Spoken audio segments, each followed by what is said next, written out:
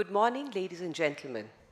University of Delhi is proud to be a part of U75, Net Zero University Campus, a national movement inspired by lifestyle for environment mission of our Honorable Prime Minister of India, Shri Narendra Modi ji. University of Delhi, in collaboration with Green Terre Foundation, a not-for-profit organization, is conducting a one-day workshop on U75. The workshop aims to generate awareness among students and faculty about methods to mitigate climate change and to equip them with skills to make them climate ready as they work towards a net zero campus. On behalf of University of Delhi, a very warm welcome to our chief guest, Honorable Member of Parliament, Shri Prakash Javadekar ji, former Minister of Environment, Forest and Climate Change. A hearty welcome to our guest of honor, Dr. Erik Solheim, former Under-Secretary General, United Nations and former Environment Minister, Norway. Dr. Mamta Agarwal, Advisor, AICTE. We also welcome Dr. Rajendra Shinde, Founder Director, Green Terre Foundation. Honorable Vice Chancellor, University of Delhi, Professor Yogesh Singh. Dean Colleges, Professor Balram Pani, Director, South Delhi Campus, Professor Shri Prakash Singh, Dr. Vikas Gupta, Registrar, University of Delhi, Professor K. Ratnabali, Dean Academic Affairs.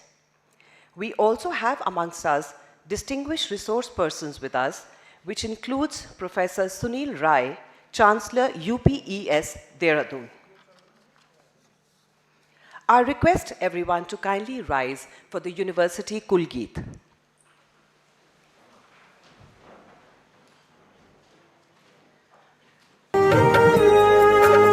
जयति जय जय जयति जय जय ज्ञान का लोक अनुपम श्रेष्ठ सुंदर दिव्य दिल्ली विश्वविद्यालय विहंगम जयति जय जय जयति जय जय ज्ञान का लोक अनुपम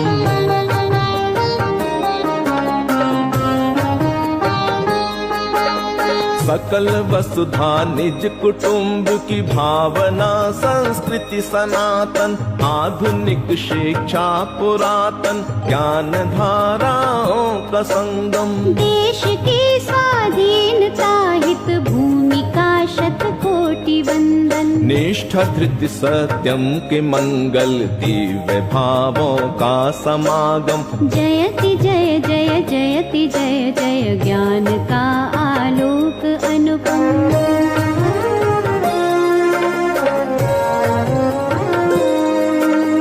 भव्य महाविद्यालयों के परिसरों से चिर सुशोभित श्रेष्ठ गुरुजन कर रहे नित छात्र और छात्राएं दीक्षित सदचरित्राचार पावन साधना संकल्प संयम नवल वैश्विक चेतना नव क्रांति संस्कारों का उद्गम जयति जय जय जयति जय जय ज्ञान का लोक अनुपम श्रेष्ठ सुंदर दिव्य दिल्ली विश्वविद्यालय विहंगम जयति जय जय जयति जय जय ज्ञान का लोक अनुपम ज्ञान का आलोक अनुपम ज्ञान का लोक अनुपम ज्ञान का आलोक अनुपम Thank you. In keeping with our traditional values, we begin the program with lighting of the lamp. I request the dignitaries on the dais to kindly join us for lighting of the lamp.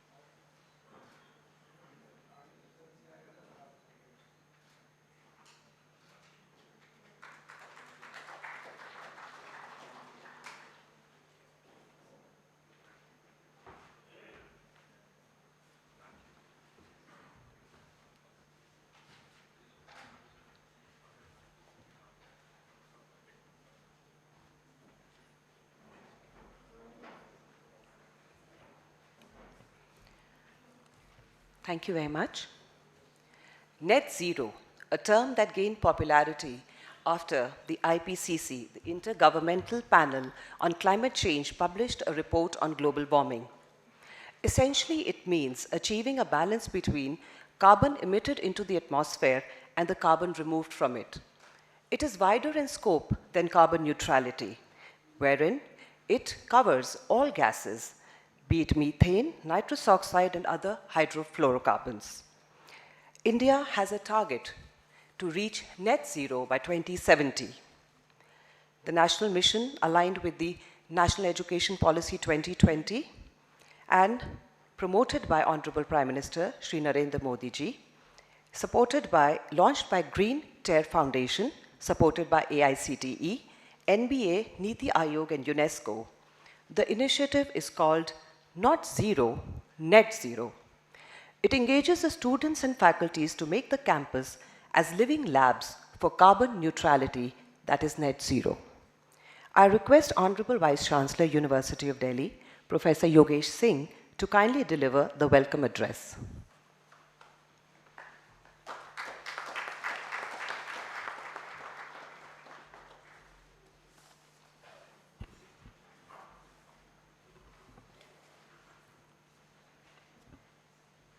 Good morning, namaste. Very good morning to all of you. Dr. Rajendra Shinde, Founder Director, Green Terre Foundation, and former Director, UNEP. Professor Balram Pani, Dean of Colleges, University of Delhi.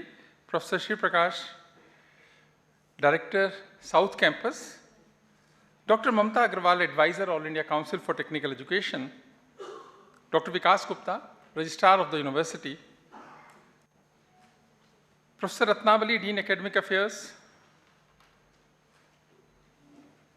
respected deans, head of the departments, principals of different institutions, distinguished invited guests, respected delegates, members from Green Terre Foundation, faculty members from various universities, departments, and colleges, administrative officers, officials of University of Delhi, my friends from media, and my dear students. Good morning again. On behalf of 100 years old institution, that is University of Delhi, an institution of eminence, I welcome you all in the university. As we all know, we have recently completed 100 years, established as a university in 1922, with very few departments, and now we have 86 teaching departments, 91 colleges, and we have more than 6.25 lakh students in the university, and including about 6,000 PhD students. Now, coming to the topic of the workshop, this topic is very relevant, very important, when Delhi and its entire NCR region has become a gas chamber. So time is also very relevant right now. Delhi and its surroundings has become a gas chamber. 4 crore people are suffering badly. There is no clean water in Yamuna.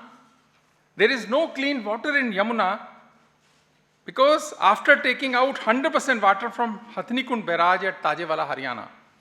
So if we don't have the flow of clean water, how can we expect something very good for the environment from a river? But very old river, very pathetic situation of groundwater. In short, air is polluted, water is contaminated, and it is better not to talk about vegetables, not to talk about food, because experts will talk about that. And Antonio Guterres, UN Secretary General, has said, humanity is on thin ice. And he has rightly said, humanity is on thin ice and that ice is melting fast. Humanity is on thin ice and ice is melting fast. Our world needs climate action on all fronts, everything, everywhere, everything, everywhere, all at once. It means what? Policy is one thing, issues are secondary, but beyond everything is now climate actions are required. That's why these 4 words have become important: reduce, reuse, repair, and recycle. And India has used these 4 words in G20 summit also, that if we have to improve things, then these 4 words are very, very important. And similar things, the concerns of Antonio Guterres, Bashir Bhatt has rightly said, शोहरत की बुलंदी पल भर का तमाशा है. शोहरत की बुलंदी पल भर का तमाशा है, जिस शाख पे बैठे हो वो टूट भी सकता है.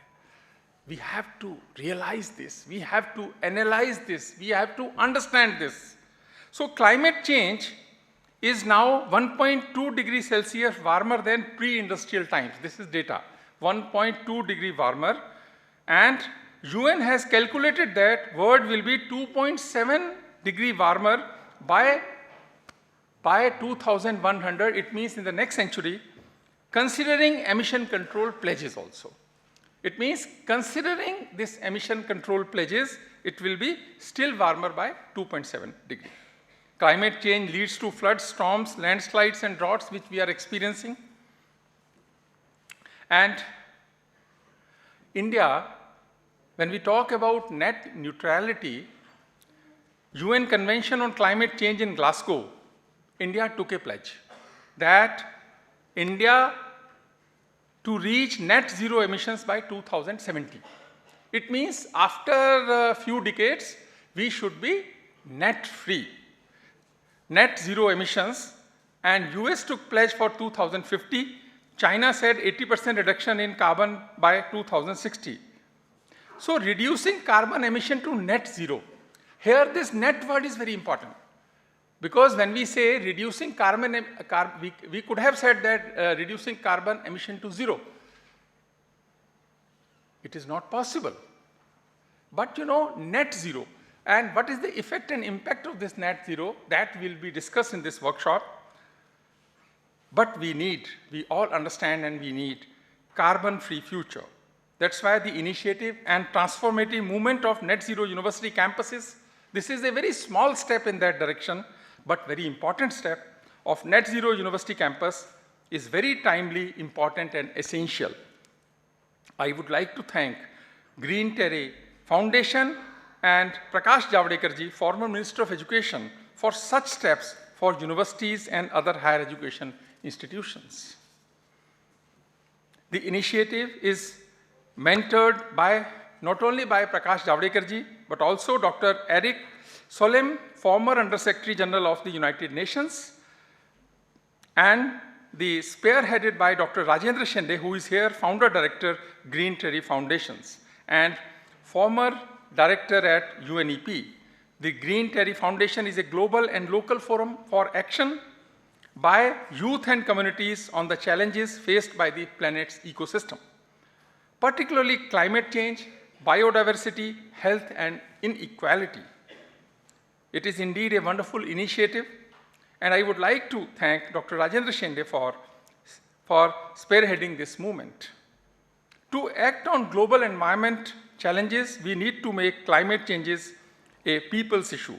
Prime Minister Narendra Modi ji got this exactly right when he said that the conversations about the environment and climate change needs to move from conference tables to dinner tables. It should become a people's movement. People should understand, people should discuss, debate, deliberate in classrooms, in universities, dining tables, so that it will become a movement and mission for every country. And there is no better place than university campuses to sow the seed and nurture PM Modi's life mission and India's net zero targets of 2070. Achieving net zero, we need technology. And we are doing, as a nation, we are doing very good in technology. And we will develop appropriate technology for net zero in future also.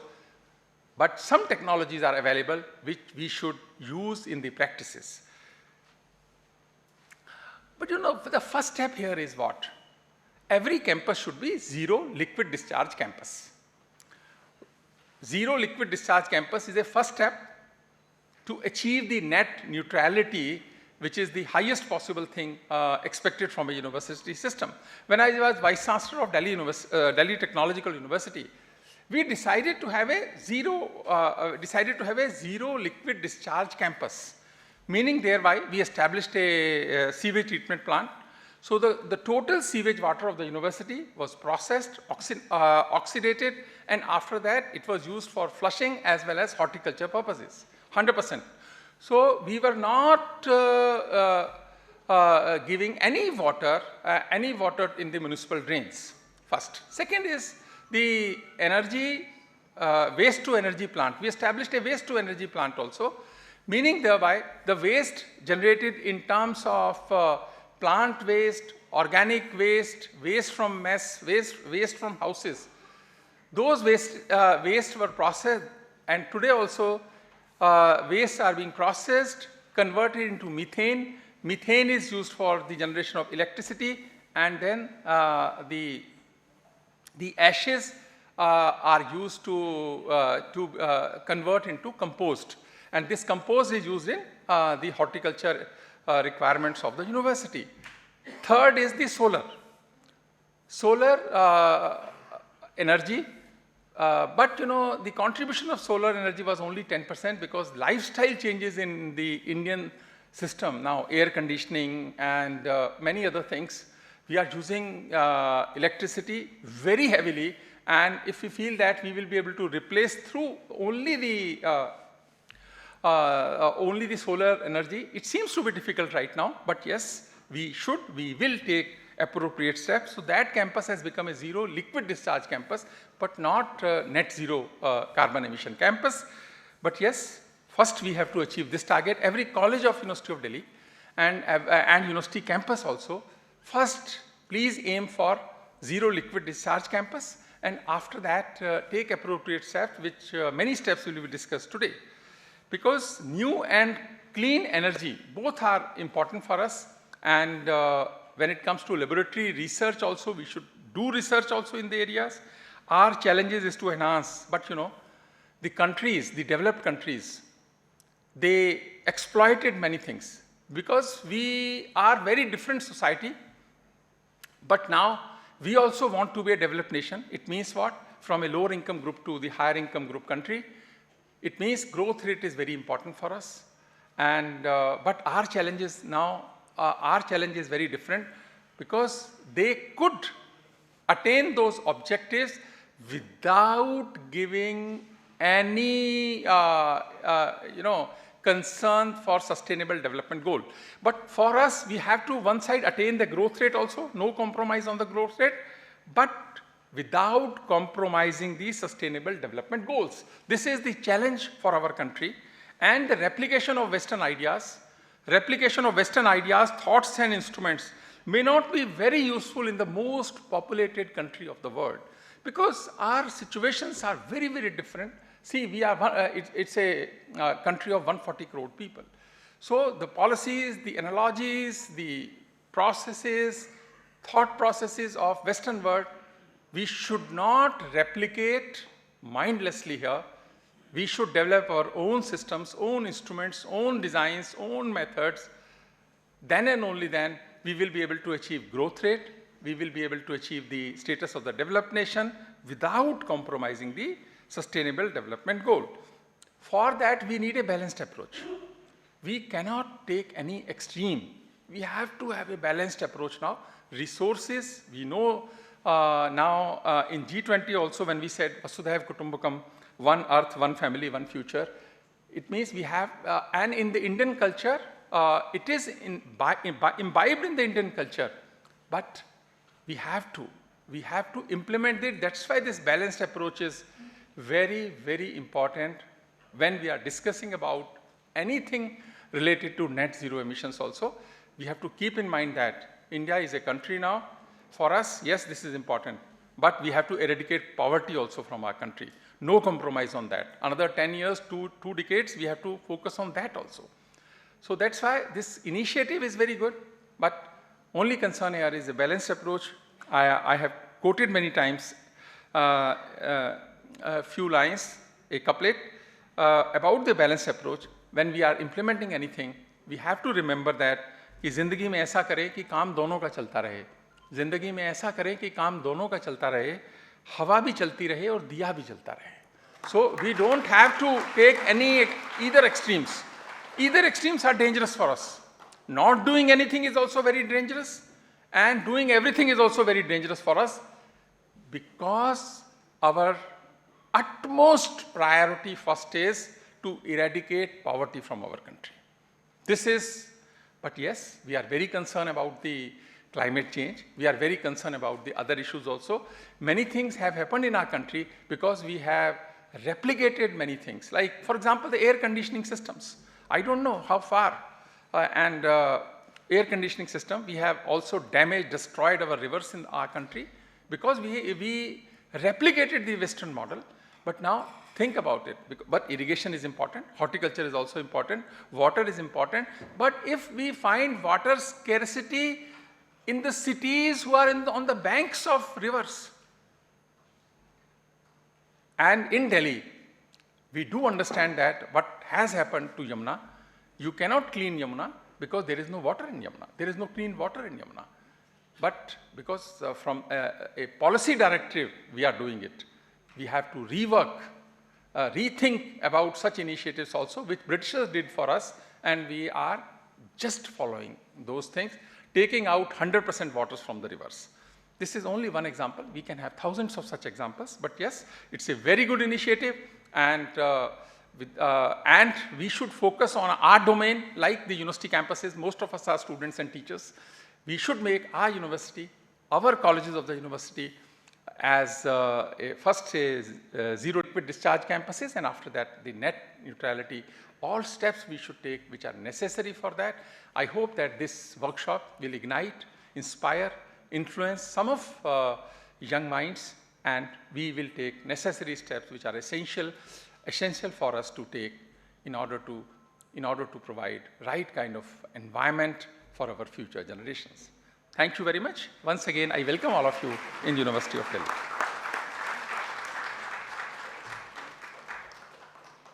Thank you very much, sir. We all have definitely benefited from your words of wisdom. I request Honorable Vice Chancellor, University of Delhi, Professor Yogesh Singh, to kindly felicitate our guest of honor. Dr. Mamta Agarwal, Advisor, AICT.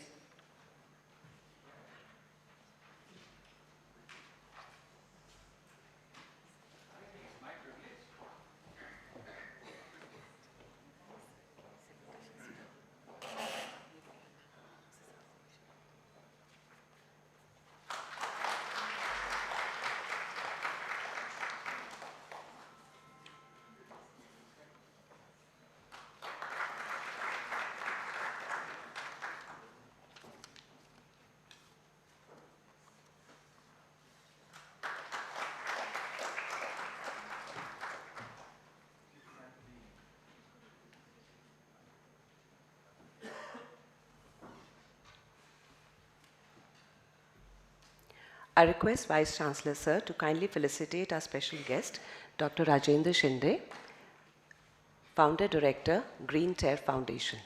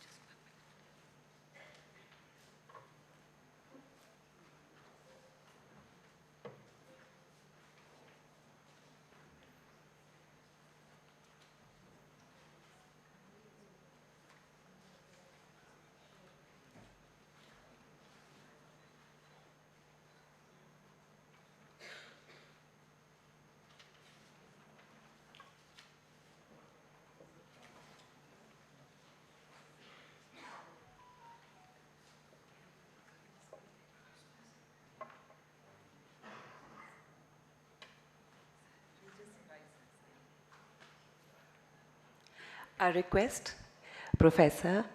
Rajendra Shendeji to kindly give the background and context. Thank you.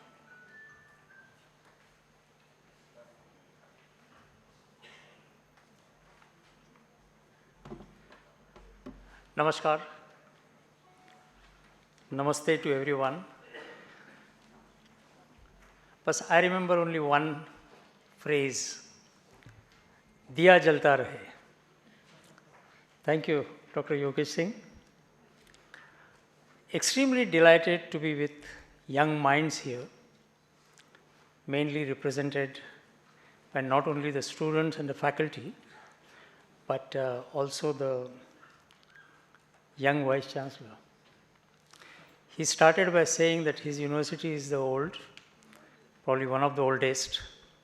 But what I find unique in this university is one of the oldest university with one of the youngest Vice Chancellor.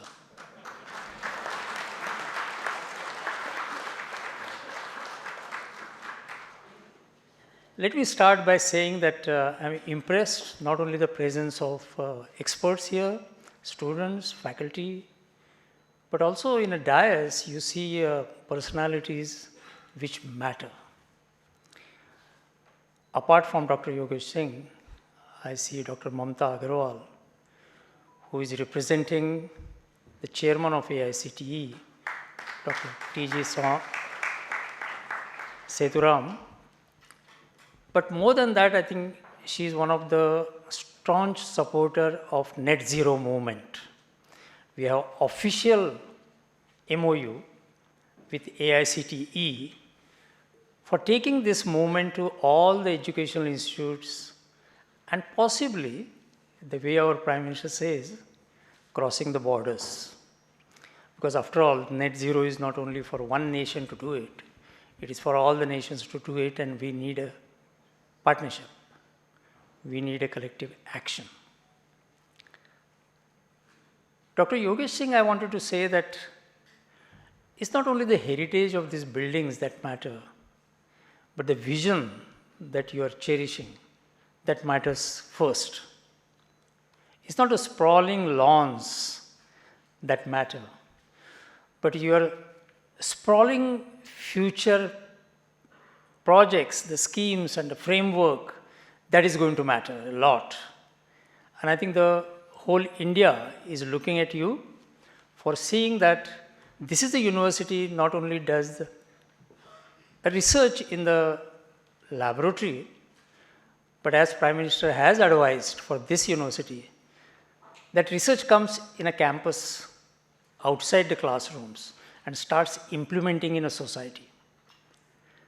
I'm not going to tell much about what is called as a net zero now, having got a perfect way of describing it from Dr. Yogesh Singh. My presentation here is specific to this workshop. I'm also impressed by the speakers who have come mainly to address this workshop. And let me emphasize why I'm saying this workshop. Dr. Yogesh Singh also said about the workshop. This is not a seminar, this is not a conference, this is not a symposium. It is a down-to-earth workshop where the students and the faculty will be guided in technical session, which will start after this inaugural session, so that they start the work tomorrow. Those who are more enthusiastic can start now. But I think that is the idea. The urgency of climate change is expressed by Antonio Guterres and repeated by Dr. Yogesh Singh, that we are on a thin ice and the ice is melting fast. And we are not running faster to save that ice. And I think the urgency cannot be expressed any more better term than this. So my job here is to put this initiative in a context and telling you what is coming in the rest of the day. So I have a small presentation here, and that I thought will be more effective than just reading it. So let me start. So it is inspired definitely by Antonio Guterres, United Nations Under Secretary General, and our Prime Minister Narendra Modi, and particularly his mission life. And if you can recall, this mission life is not only for India, it's for the whole world, because it is jointly launched by Prime Minister and Antonio Guterres. Our mentors are Prakash Javadekar. And Honorable Javadekar was a former Minister of Environment, former Minister of HRD, now it's called Education, and also Information and Broadcasting. So he has a kind of a right thing how to communicate a complex problem to the public in India and to the students. The next is Erik Solheim, who is the Under Secretary General of United Nations, but also former Environment Minister of Norway. And he is one of the not only supporters of net zero movement, but also the environmental protection issues which Dr. Yogesh Singh mentioned about water and sewage treatment and those kind of things and zero liquid. We have signed a MOU with AICTE, and it was supported by Minister of Education. And particularly he likes this U75 movement to proceed faster so that it becomes a model for all other institutes in India. And you can see the member of understanding here. And then Dr. T.G. Sitaram, Dr. Anil Sahasrabudhe, who has been behind this movement. I'm showing you all this to see that this movement is not starting from here. It has come here to initiate the actions in the northern India. Minister of Environment, we have Minister of Power, we have a UGC, and we have a Niti Aayog. He's a former CEO. Now it is Dr. Subramaniam. But it started when he was there, Mr. Parameswaran. This has crossed the boundaries already. China is getting attracted to it, and China's students are taking pledge at present. In thousands of students and the faculty are coming out saying that we want to get net zero in our schools and in our campuses. This is that pledge. Peru, just giving example in the extreme east and extreme west, how this movement is flowing so that you get inspired by literally starting it tomorrow. This is the Indian ambassador in Peru, and those are the universities, students and the faculty in Lima. Ambassador Norway, this was a former one, the new ambassador of Norway has come. He has been backing it. And then the city which is coming in limelight now, Dubai, where COP28 is going to take place. And Rochester University in Dubai is getting carbon neutral. Pune University. And then I come to why youth and why campus. And why not any other societal group. And that is because of the demographic advantage that India has in terms of the youth potential. And that demographic advantage of having a largest number of percentage of population between the age of 18 and 24 that we would like to take advantage of. But not only taking advantage of them, but they are looking at us, that what advantage they can have and learn from us so that they start action. When we held a similar workshop in the western region and northern region, students were literally telling us, why it did not come before? Why you took such a long time? And I still receive the emails where saying, thank God, there is someone to come up with this idea that we can do that in university campus. So the students are waiting for it, and we are late. That youth, and our Prime Minister takes great pride in telling that we are a fifth largest economy, but at the same time, the largest percentage of the youth in that group, and we are the third largest startup. But it's not just number. What we want to say is the third largest unicorn startups, 100 crores, they have grown in such a short time. And that shows the capacity, potential of the youth. And most of the startups are less than 40 years old, the chief of them.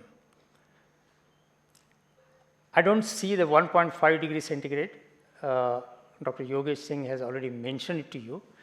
I was in Paris 2 months back in a, what is called as an École Polytechnique, is like IITs of France, if I may say so. And they have a weather station.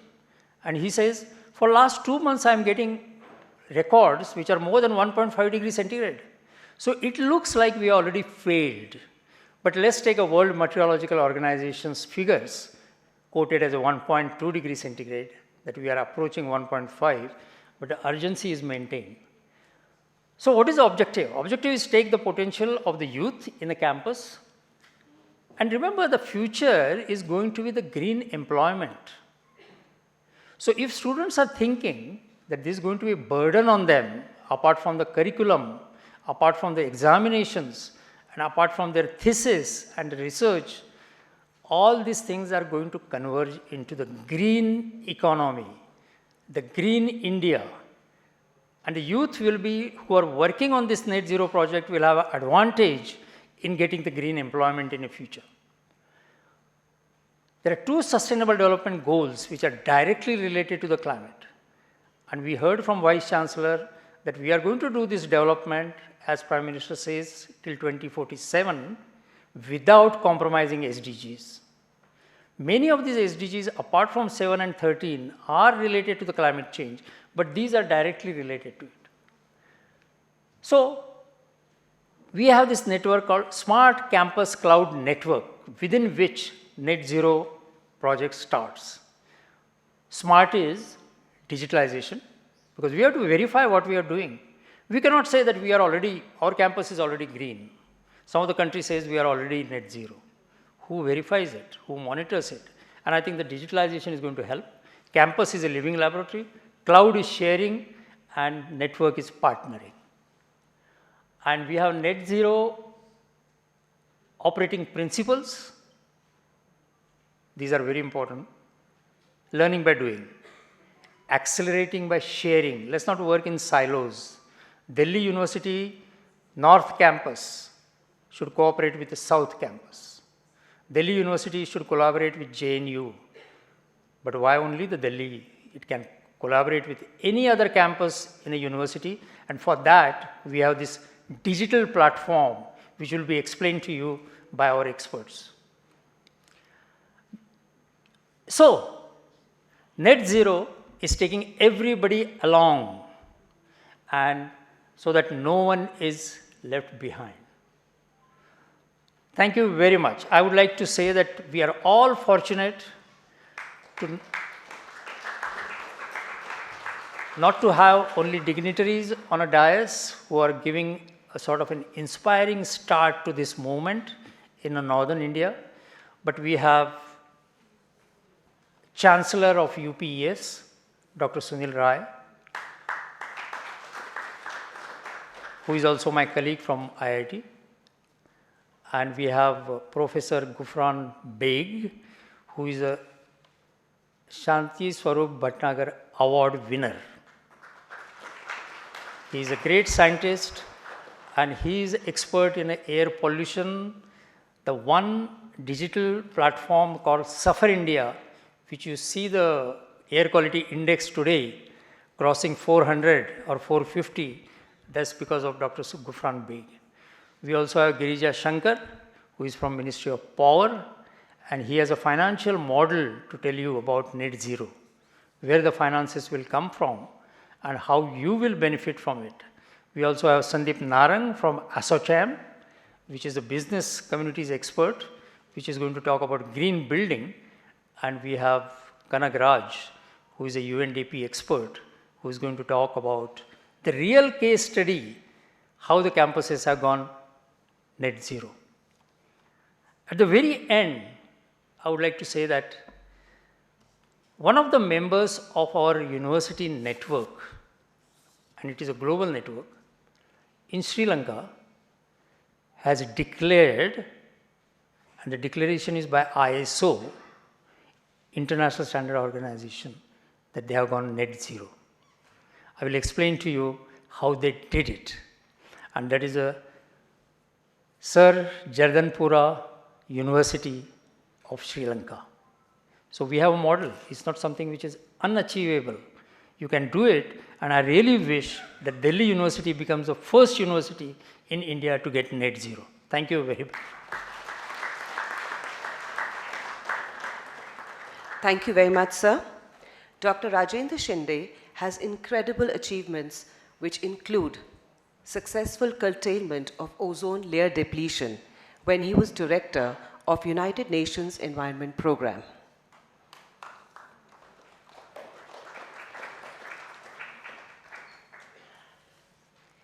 Next in line, we have the keynote address by our chief guest, none other than the Honorable Member of Parliament, Shri Prakash Javadekar ji. He is unable to join us in person, but we have a video recording of his speech, which we'll be sharing with you shortly. Honorable Shri Javadekar ji is a distinguished Indian political luminary, celebrated for his multifaceted contributions to governance, education, environment, and conservation. He was former Minister of the Ministry of Environment, Forests and Climate Change, Ministry of Human Resources Development, and Ministry of INB. He has been instrumental in shaping key policies and initiatives. His dynamic leadership extends beyond politics. He is a prominent mentor for the Smart Campus Cloud Network, reflecting his commitment to holistic urban development. His dedication continues to drive positive change across sectors, solidifying his influential role in India's progress. Can we have the video, please?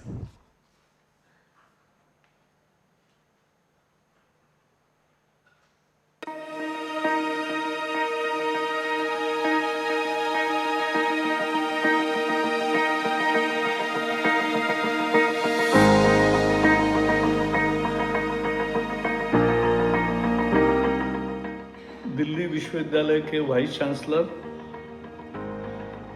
Doctor Yogesh Singh, इस कार्यक्रम के जो एक संस्था है green टेरे foundation, उसके प्रमुख राजेंद्र शिंदे, मंच पर उपस्थित सभी मान्यवर और 30 से ज़्यादा विश्वविद्यालयों से आए हुए सभी साथियों, आपका बहुत स्वागत है। मैं अभी चुनाव के चलते तेलंगाना में हूँ, इसलिए मैं नहीं आ पाया। मेरी बहुत इच्छा थी, लेकिन अभी नॉमिनेशन और ये प्रक्रिया चल रही है। लेकिन आज का विषय महत्व का है, net zero university campus, net zero college campus. इसके बहुत मायने हैं, लेकिन उसका कार्यक्रम जो है उसको बताने से पहले मुझे ये जलवायु परिवर्तन और प्रदूषण, इस दोनों के बारे में बताने की जरूरत लगती है। जलवायु परिवर्तन जो हुआ है वो अत्यधिक कार्बन उत्सर्जन के कारण हुआ है। प्रदूषण का एक कारण कार्बन उत्सर्जन है, लेकिन प्रदूषण के अनेक कारण होते हैं, जगह जगह भिन्न कारण होते हैं, लेकिन कार्बन उत्सर्जन उसका एक हिस्सा है। लेकिन दुनिया का, पृथ्वी का जो तापमान बढ़ रहा है और उसके कारण हम पिछले 3-4 साल से देख रहे हैं कि बाढ़ अत्यधिक आ रहे, बादल फटते हैं, बाढ़ आती है, भूस्खलन बढ़ गया है, बर्फ पिघल रहा है, ये तो अपने आंखों के सामने हो रहा है। और जिस तरह से चक्रवात ज्यादा संख्या में हो रहे हैं, we can say that the erratic weather events are becoming ferocious and are increasing. इसका सबको परिणाम भुगतना पड़ता है। इसलिए जलवायु परिवर्तन में पेरिस के समझौता, जब मैं उस विभाग का मंत्री था, तो जो किया वो एक माइलस्टोन है। उसमें सभी देशों ने हम क्या एक्शन करेंगे ये लिख के दिया, यही समझौता था। लेकिन मुझे दुर्भाग्य से कहना पड़ रहा है कि जितना लिख के लोगों ने दिया, नहीं किया अनेक देशों ने। आज G20 कंट्री में केवल भारत एक देश है कि जिसने जो कमिटमेंट की उससे भी ज्यादा किया। प्रधानमंत्री नरेंद्र मोदी जी ने पर्यावरण पूरक जीवन शैली और पर्यावरण की एक समग्रता, ये उन्होंने बताई, वो भी पेरिस समझौते का हिस्सा बनी। और उन्होंने सोलर अलायंस का गठन किया। आज 100 से ज्यादा देश उसमें हैं। Alliance for disaster resilience mechanism, तो वो जो तैयार करना है, CDRI, वो भी coalition for disaster resistance infrastructure, तो वो भी तैयार हुआ। तो प्रधानमंत्री मोदी जी को एक विश्वास है कि भारत की जीवन शैली पर्यावरण पूरक है, उसे हमें संभालना भी है और दुनिया को भी स्वीकार करने को लगाया है। और इसके भी थोड़ा पीछे जाता हूं, ये जलवायु परिवर्तन हुआ क्यों? 300 साल पहले जिस तरह से औद्योगिक क्रांति शुरू हुई तो कार्बन उत्सर्जन अत्यधिक बढ़ने लगा। कार्बन एटमॉस्फेयर में लगभग 100 साल रहता है, तो वो वहां तक पीड़ा देता है और इसके कारण आज पृथ्वी का तापमान बढ़ रहा है। ये कार्बन किसने उत्सर्जन किया?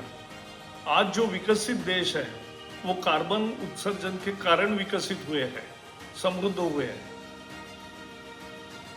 तो अमेरिका का 30% हिस्सा है। चाइना पिछले 40 साल में बहुत अत्यधिक कार्बन उत्सर्जन हुआ, तो उनका भी 30% हिस्सा है। यूरोप का भी 25% हिस्सा है। बाकी पूरे दुनिया का 15% हिस्सा है। भारत का तो 3% है। दुनिया की 17% आबादी हमारी है। दुनिया की 17% कैटल पॉपुलेशन भी हमारे यहाँ है। फिर भी हमारा उत्सर्जन हिस्टोरिकल ओनली 3% है और करंट उत्सर्जन भी देखें तो 7% है। आज भी अमेरिका, चाइना, यूरोप यही ज्यादा है। तो इसलिए उनकी रिस्पॉन्सिबिलिटी बनती है और इसलिए प्रधानमंत्री कहते हैं कि वॉक द टॉक, जो कबूल किया वो करो और उससे भी ज्यादा करो। प्रधानमंत्री जी ने तो सोलर का पहले 100 गीगावाट का कहा तो हमें भी आश्चर्य लगा, लेकिन अब 500 गीगावाट की घोषणा है 2030 तक अचीव करने की, और हमें पूरा विश्वास है कि हम करेंगे। तो बहुत सारे कदम भारत उठा रहा है। मेरे मन में जब मैं शिक्षा मंत्री था और पर्यावरण मंत्री भी था पहले, तो मैंने उस समय क्लीन कॉलेज कैंपस शुरू किया, कंपटीशन। 30-30 हजार कॉलेज उसमें भाग लेने लगे, 10,000 से ज्यादा कॉलेज भाग लेने लगे। फिर ग्रीन कैंपस शुरू किया, उसमें वो हजारों कॉलेज और स्कूल्स ने भाग लिया। फिर उसके बाद स्मार्ट कैंपस का हमने शुरू किया और अब नेट जीरो की बात है। तो नेट जीरो क्या है? नेट जीरो है पानी बचाओ, पानी बढ़ाओ, बिजली बचाओ, बिजली बढ़ाओ। कार्बन उत्सर्जन कम करो और इलेक्ट्रिकल व्हीकल्स या बाकी उपाय करो, ग्रीनरी बढ़ाओ। मुझे अगर पूछोगे कि कार्बन न्यूट्रल यूनिवर्सिटी या नेट जीरो यूनिवर्सिटी कैसे करना, तो उसकी यही 4 मंत्र है। पानी बढ़ाओ, वाटर जहां जहां पॉसिबल है वहां गड्ढे खोदकर अच्छे तालाब करना, पानी का स्टोर करना, और प्रोसेस करो, और जो प्रोसेस्ड वाटर है वो भी यूज करो ग्रीनिंग के लिए, और पानी की बचत करो। ये एक संस्कार है, बिजली का भी ऐसा ही है, बचत करो, बढ़ाओ और प्रोसेस करो, वेस्ट मैनेजमेंट अच्छी करो। तो ये सब करने का विधि ग्रीन टेरे फाउंडेशन ने भी उसमें कुछ टेक्नोलॉजी के एलिमेंट्स भी लाए हैं, वो दे रहे हैं। तो आज हम दिन भर चर्चा करोगे। मेरा आग्रह है कि सभी विश्वविद्यालय बढ़ चढ़कर इसमें हिस्सा ले, और अपने अंदर जो कॉलेजेस है उनको भी सबको जागरूक करना चाहिए, उनके साथ भी इस तरह से डिस्कशन होना चाहिए, और ये हम करेंगे तभी दुनिया नेट जीरो की दिशा में बढ़ेगी। भारत ने 2070 का नारा दिया है और पूरा करेंगे जल्दी ही, लेकिन उससे ज़्यादा महत्वपूर्ण है कि हम ये ग्रीन कैंपस करने का नहीं, ये जो नेट जीरो कैंपस का फायदा ऐसा है कि 3 करोड़ छात्र कॉलेज विश्वविद्यालय में पढ़ते हैं, उनके मन में संस्कार होगा, वो संस्कार अगली पीढ़ियों में जाता है। तो टेक्स्ट भी ये होने चाहिए, लेकिन ये जो मैंने बताया इसी क्रम में होना चाहिए कि भाई भारत इस समस्या को जिम्मेवार नहीं है, फिर भी एक जिम्मेदार नेशन के तहत हम काम कर रहे हैं और सारे दुनिया ने करना चाहिए। पैसे भी देने चाहिए, अविकसित देशों को वो नहीं दे रहे हैं। तो यही सारी मांगे हैं, आप चर्चा करें। आपके इस शिविर को बहुत बहुत धन्यवाद और शुभकामनाएं।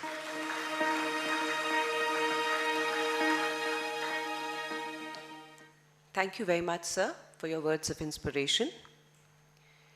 We have with us our guest of honor, Dr. Mamta Agarwal, presently working as advisor in AICTE. She is former Additional Secretary, Association of Indian Industries, AIU, former Joint Secretary, UGC, and Director Education, New Delhi. She is from the first batch of lady pilot officers of the Indian Air Force, a big source of inspiration for all the ladies in the hall. She's President of India's nominee on the Board of Governors at the National Institute of Pharmaceutical Education and Research, and under her leadership, AICTE Training and Learning, Atal has been recognized, and she has compiled and edited 5-volume reference books on the National Education Policy 2020. Thank you, ma'am. Good morning, namaskar. Thank you so very much for such a generous introduction. Very, very distinguished, very dynamic Professor Yogesh Singh, Honorable Vice Chancellor of University of Delhi. Knowing him is a privilege, and any interaction with him is a sheer pleasure. Dr. Shinde, Dr. Rajendra Shinde, he is founder of TER. Sir, I have pronounced it correctly? Green TER Foundation, and former director of UNEP. All the dignitaries on the dais, Professor Balram Pani, Dean of Colleges, University of Delhi, Shri Prakash Singh, Professor Shri Prakash Singh, Director, South Campus, University of Delhi, Professor K. Ratnabali, Dean Academic Affairs, University of Delhi, Dr. Vikas Gupta, Registrar, University of Delhi, all the Vice Chancellors, dignitaries, honor of the dais, respected faculty members, and my dear students.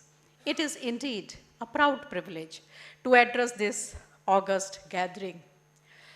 You become a little scared when all of a sudden at 11 at night you are thrown into, into an event and you are asked to speak. And you hardly know anything about it.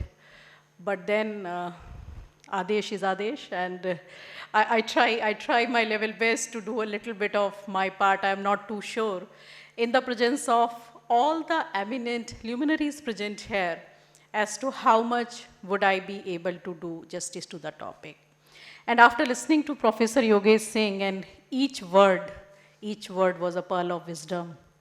And sir, zindagi bhi chalti rahe, hawa, I've written down, so let me just read it from here. Hawa bhi chalti rahe aur diya bhi jalta rahe. So every economic activity and any economic activity will have an impact on our planet, will have an impact on our Mother Earth. And then I just want to, before I start my speech, I want to read out a line from one of a very famous McKinsey report, which says, understanding net zero means you understand climate risk. Understanding net zero means you understand climate risk. There are no returns on a dead climate. There are no returns on a dead climate. And when they say that, they are actually focusing on the requirement of immediate addressing of the climate change.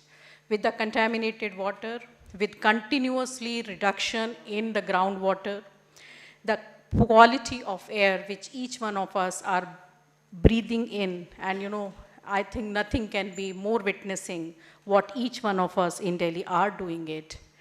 And continuous, that soil erosion and everything which we speak about and we have done to our Mother Nature is actually a result and we can be part of, say, sum total of what we say is climate change, continuously increasing temperature.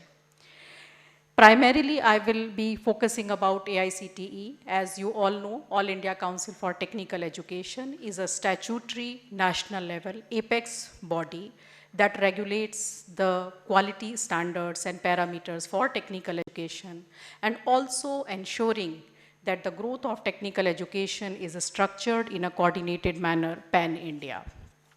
Understanding this requirement and the urgency of climate change, in 2018, AICTE instituted an award that was called Clean and Smart Campus Award. This award was ensuring AICTE's commitment towards sustainability and climate change.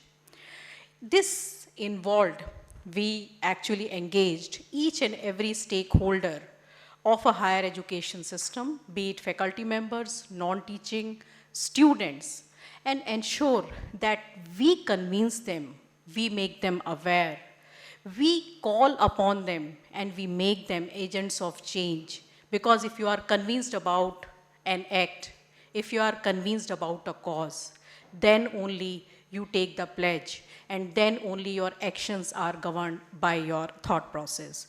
So whether it was segregation of waste at the source, it was, as sir was saying, absolutely that completely treatment of sewage water and recirculating it.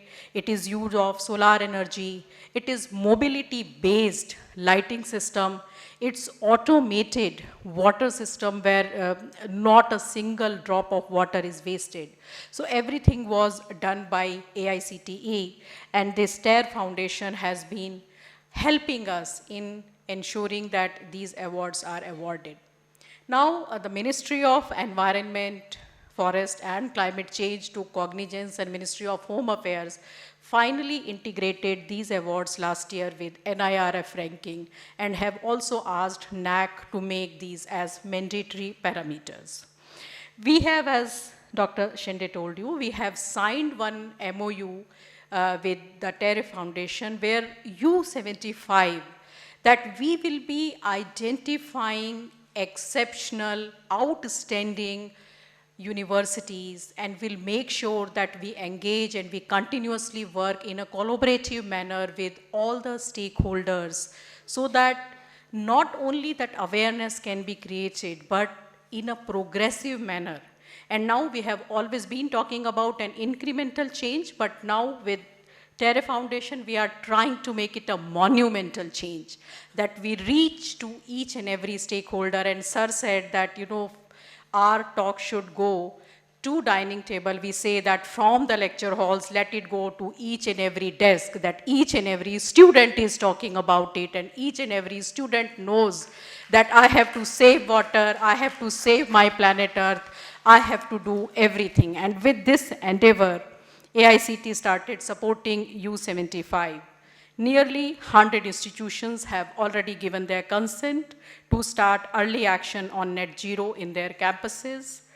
I am absolutely certain that this would contribute in long term to India becoming net zero by 2070 as pledged by our Honorable Prime Minister, and each one of us take a pledge to contribute in ensuring that in that pledge we are contributing and we are becoming an active contributor.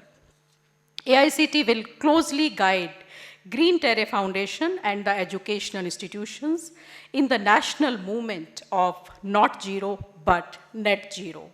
Educational institutions have the potential to make a shift in social, economic, and ecological spheres since they are in a position to apply the theory in the education system into practicality and shape the minds of youth towards a better future.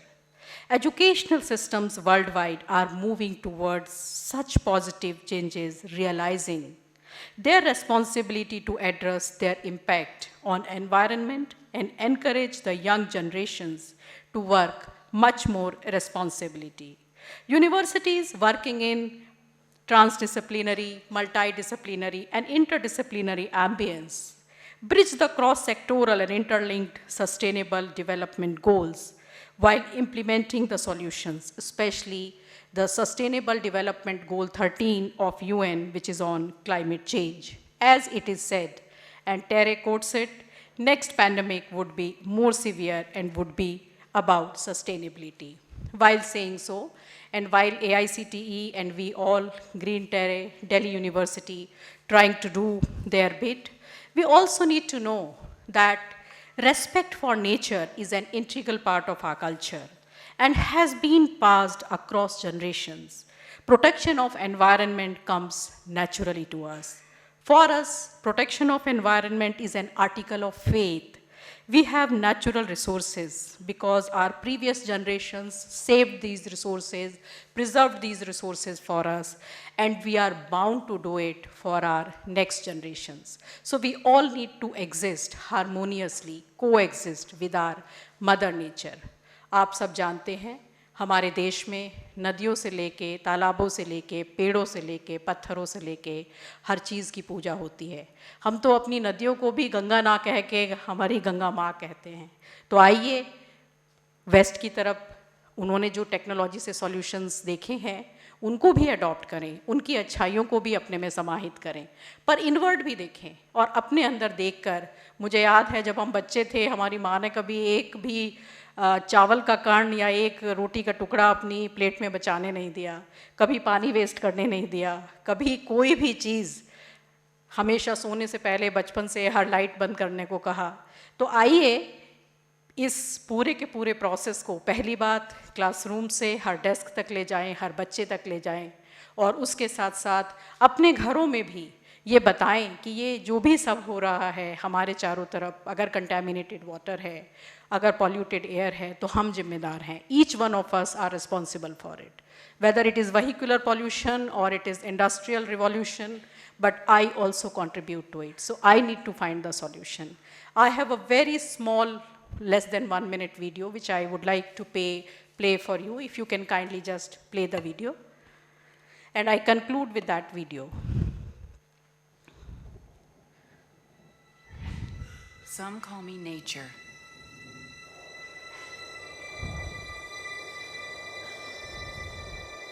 Others call me Mother Nature.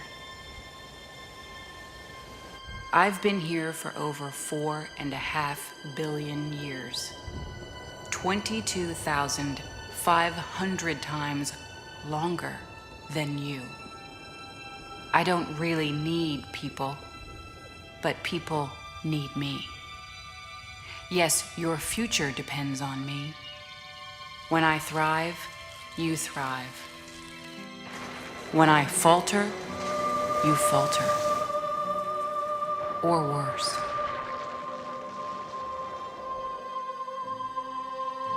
But I've been here for eons.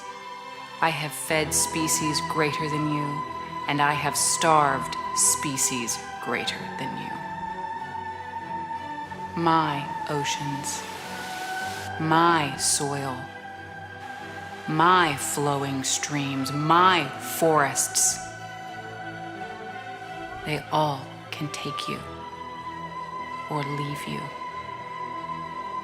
How you choose to live each day, whether you regard or disregard me, doesn't really matter to me. One way or the other. Your actions will determine your fate, not mine. I am nature. I will go on. I am prepared to evolve. Are you? Thank you so very much. A very powerful statement. Nature does not need people. It is people who need nature for their survival, for their thrival. Thank you so very much, and thank you, Professor Yogesh Singh sir, for giving me such an honor. Thank you, Sanjay sir, for allowing me to be here. Thank you so very much. Jai Hind, Jai Bharat. Thank you very much, ma'am. Our guest of honor, Dr. Erik Solheim, former Under-Secretary General, United Nations, and former Environment Minister, Norway, and mentor, SCCN, has been a driving force for sustainable development. He has served as a diplomat and politician, bringing dedication to various platforms. His commitment to a greener and more equitable world has earned him recognition as a tireless advocate for positive change on the global stage. He's unable to join with us physically. He has shared with us a video message. Kindly play the video. Thank you.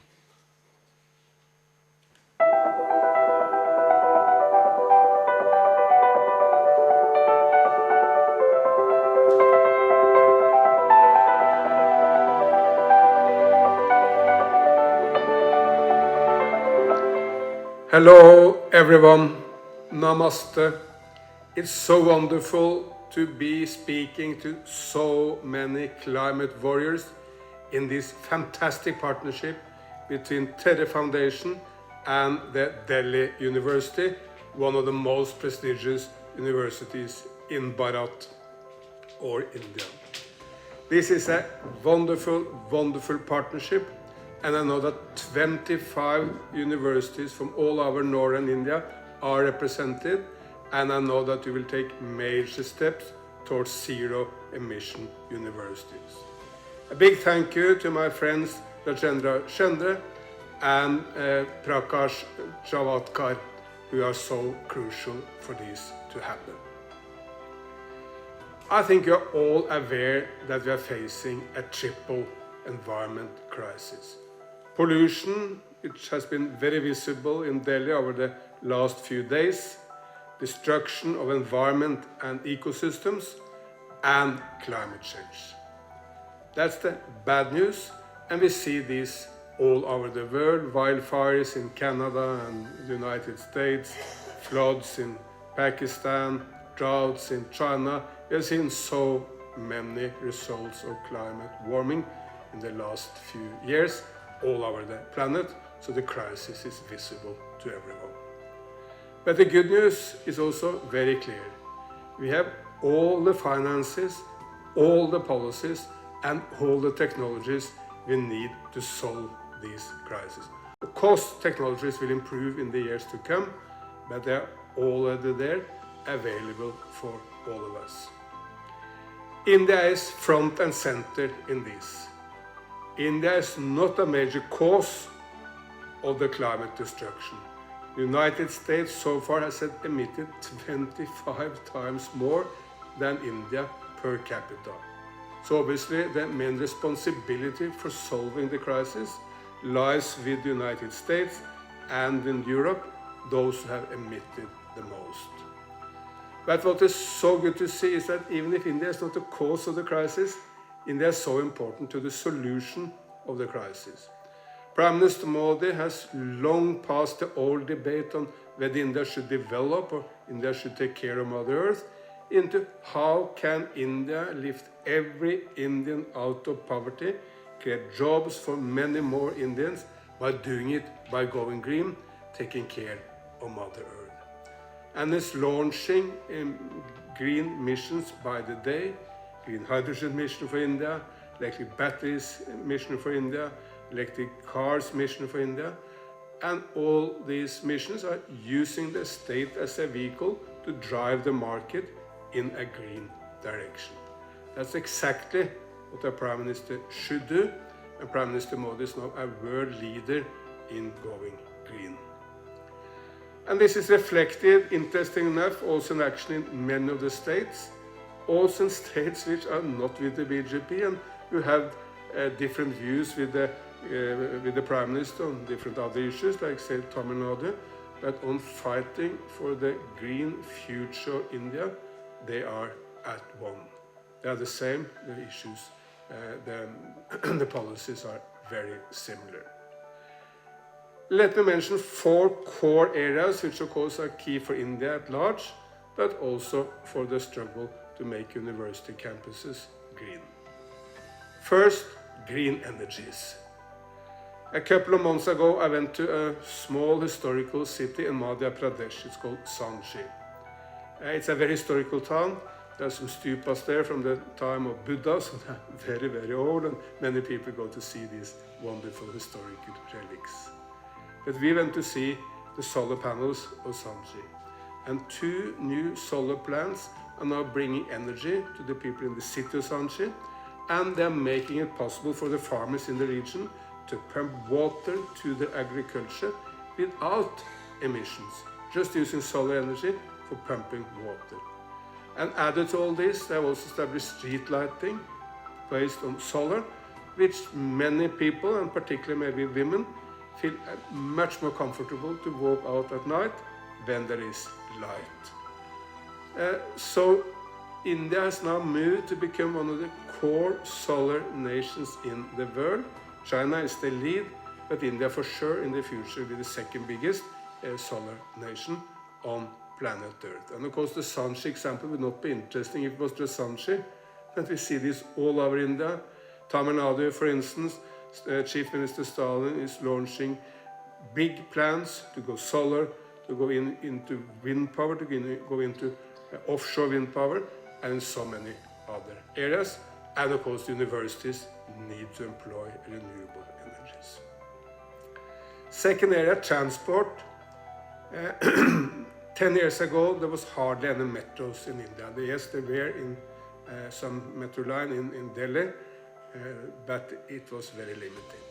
Now, Delhi Metro is one of the big metro systems in the world, and 25 cities in Bharat are constructing metros. I mean, some of them are not metros, they're elevated up in the air, but it's constructing a mass transit system which will make the Indian cities much greener and avoid some of the pollution which we now see.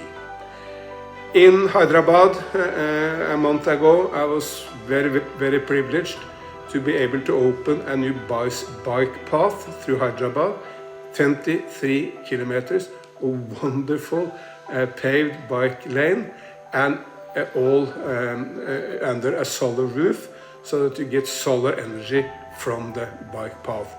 This was inspired by a tweet I made, which was seen by the leadership of the state of Telangana from South Korea, which has done this, and then they decided to implement in Hyderabad, and I hope it can inspire many other cities to make it more feasible for people to go biking, for students to come to the universities by biking, but even making this in the shade of solar panels, promoting renewable energy all the same. And in Tamil Nadu, Ola, the car sharing company, has set up a fantastic, wonderful plan. 2,000 young Tamil women working there, producing electric vehicles, electric bikes. And their slogan is fantastic. They say, Tesla for the West, Ola for the rest. showing the example or their leadership that India can provide low-cost electric vehicles for the world and then capture market, making jobs, make it in India, as the Prime Minister would have said. Thirdly, tree planting. Every university can plant trees, every student can plant trees, and we see this happening in many parts of India. In Madhya Pradesh, Chief Minister Chauhan is planting 1 tree every day. Well, through that he's creating a small little forest in Bhopal, but more importantly, he's inspiring 80 million people in the great state of Madhya Pradesh to plant trees. Madhya Pradesh population is the same as Germany, so this really matters. And in Telangana, they have increased the tree cover by 7% over the last few years. And Hyderabad is a global front runner in urban parks. In fact, there are 180 small and big urban parks in Hyderabad, making the city a lot more livable, but of course also very good for climate and Mother Earth. And finally, we need to create a circular economy. I want all students, all universities to find alternatives to plastics. We don't need to drink from a plastic cup, we can drink from a normal glass like this. We don't need plastic straws. If we need a straw, it can be from bamboo. And the city of Indore really inspires India and the world. That's the nickname of being the cleanest city in India. And I visited it earlier this year, and it's simply magnificent. It's so clean, there's not a paper in the streets, because a visionary leaders in the city has made it possible for people to sort the garbage at home, and even using the garbage as fuel for the city buses through a waste-to-energy plant. So when we combine all this, energy, transport, greening of landscapes and cities, and a circular economy where we avoid plastics and recycle whatever we can, we have the recipe for the future. And universities are front and center in this. Young people are nearly always those who lead new charges into the future. And the big challenge in the 21st century is to create an economy which brings everyone out of poverty, everyone up to the middle class, but let's do it in such a way that we do not destroy this planet. And going green is the one recipe which will solve all this. I wish you big success with this important meeting in Delhi. I hope all the universities from northern India will now have the ambition to be zero-emission universities. And I thank you for listening. Jan Javad.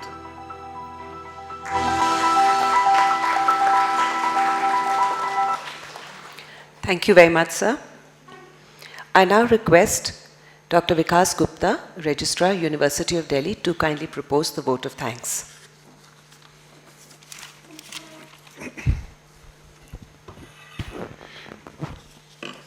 Most respected Chief Guest of today's workshop, Honorable Shri Prakash Javadekar ji, Member of Parliament, former Minister, Information and Broadcasting, Minister of Education, Minister of Environment. Guest of Honor, Dr. Mamta Rani Agarwal, Advisor, All India Council for Technical Education, Dr. Eric Solheim, Under Secretary General, United Nations, and former Environmental Minister, Norway. Esteemed Vice Chancellor, Professor Yogesh Singh sir, distinguished Founder Director, Green Terre Foundation, and former Director, UNEP, dignitaries on the dais, distinguished invitees, colleagues, friends, teachers, and my dear students. Namaskar. It is an honor and privilege to stand here before this august gathering to propose the vote of thanks on a very unique program and a different kind of program, and the initiative taken by the University of Delhi to head the northern region for this workshop on net zero campuses. As we all know, our Honorable Vice Chancellor has already said that we have completed 100 years of existence, and we have more than about 90 colleges with us. So this is the best place that we would be starting and triggering off this noble idea of net zero university campus and net zero colleges. I would like to convey profound regards to Honorable Shri Prakash Javadekar ji for the enlightening and thought-provoking keynote address. His thoughtful words of wisdom will go a long way in shaping the future course of action for net zero university campuses and net zero colleges in the years to come, and inspire and motivate us to work even harder in the said directions. My heartfelt gratitude to Dr. Mamta Rani Agarwal, Advisor AICTE, for her kind words and encouraging everyone to find a solution to the contribution made by each one of us to the Mother Earth by way of pollution. Even when we exhale, we are emitting some portion of carbon dioxide to the air and is polluting Earth. So she has rightly explained through a small video of just 1 minute that it is the nature.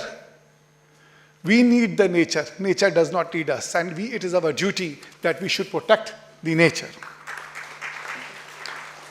My heartfelt gratitude to Director Erik Solheim, Under Secretary General, United Nations, and former Environment Minister, Norway, for his address preparing the global youth for net zero through 4 simple steps strategy which everyone should adopt so that at least we can make a small step in that direction, making a net zero campus. I take this opportunity to thank our esteemed Vice Chancellor, Professor Yogesh Singh Sir, for his welcome address. When I was listening to his welcome address, I was carried away in those emotions, whether it is a welcome address or a chief guest address, because he has combined all the components of today's workshop and has explained each one of us by using the word gas chamber, air pollution, and contaminated water. So what kind of pollution is there with us in explaining these 3 words and making everyone us feel that what exactly we are going to understand in this workshop, which is a day-long workshop today. And we are thankful to Sir for his continuous guidance and support in organizing this program in this university, which has already completed 100 years of existence. Thank you so much, sir. My heartfelt obligation to Dr. Rajendra Shende, wherein he has highlighted the context and background of today's workshops, and also for choosing the University of Delhi for the regional workshops for Northern region. He, in his remarks, made us understand that there is a difference between the conference and the workshops and why we call it as down-to-earth workshops. Thank you so much, sir. I thank Professor Balram Pani, Dean of Colleges, Professor Shri Prakash Singh, Director South Campus, and Professor K. Ratnabali for their continued support at every stage of this program. I convey my sincere thanks to each one of you to be part of this program and taking a pledge that we would do our best to stop pollution to this Mother Earth. I thank our dear students and guests for all they have come to join us in this program. I thank all my colleagues, the university staff, for making this program a great success. We look forward for your support in the day to come. Thank you so much. Namaskar. Jai Hind. Thank you, sir. Kindly rise for the national anthem.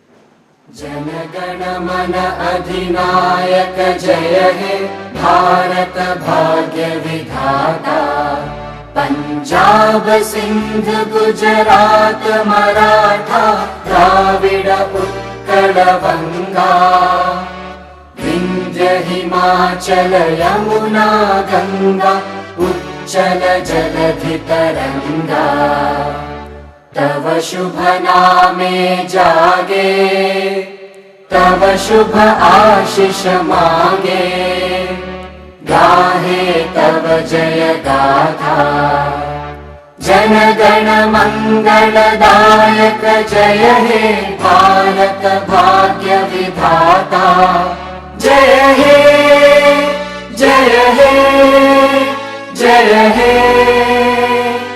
जय जय जय जय हे।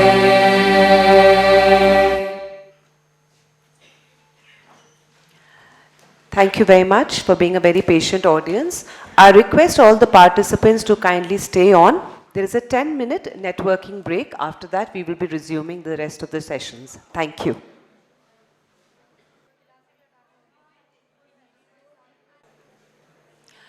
Kindly settle down. The speakers are here.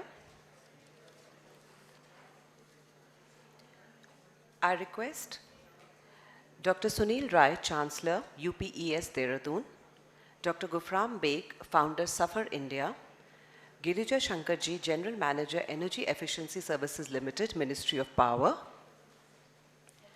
Professor, to kindly join us on the stage. Thank you.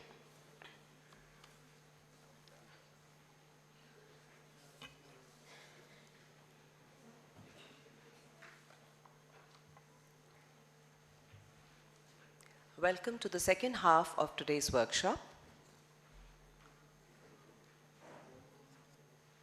We will begin this session with a video message from Mr. Tim Curtis. In October 2023, Tim Curtis, Australia, assumed the position of Director and UNESCO Representative for UNESCO Regional Office in New Delhi, covering Bangladesh, Bhutan, India, Nepal, Maldives, and Sri Lanka. Prior to his appointment, he has served as Secretary of UNESCO's 2003 Convention for the Safeguarding of the Intangible Cultural Heritage, overseeing both the statutory and operational dimensions of UNESCO's Global Program for Living Heritage. He has worked extensively in the field of sustainable development in diverse international contexts for over 25 years, of which the 20 years has been devoted to UNESCO. He has served as a UNESCO program specialist in East Africa, as well as in Southeast Asia from 2004 until 2016. He has a PhD in cultural anthropology from Research School of Pacific and Asian Studies at the Australian National University. He did extensive ethnographic research among the Nahai speakers of Malakula, Republic of Vanuatu. I request the engineering department to kindly play his address. Thank you.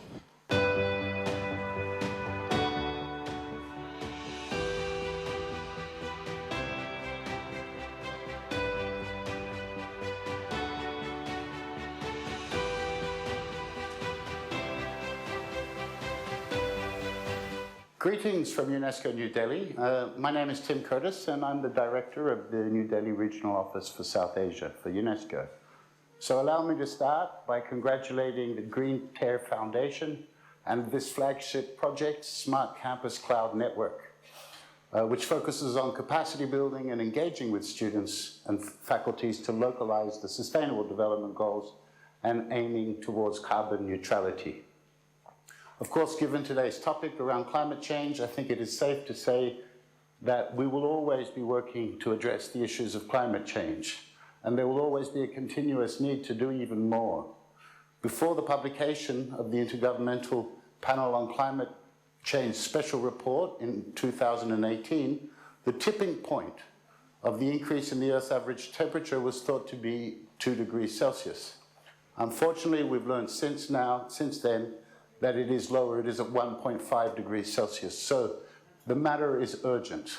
And learning from global experiences, we can see that India is taking important steps to try and decouple its economic growth from greenhouse gas emissions. India targets to reduce the carbon intensity of its economy by 45% by the end of the decade, achieving 50% cumulative electric power installed from renewables by 2030, and achieving net zero carbon emissions by 2070. These are targets that may seem difficult in some cases, but as I said, urgency is required. Not only India, but countries across the globe need to come together to meet similar targets, and some of them need to meet those targets even earlier.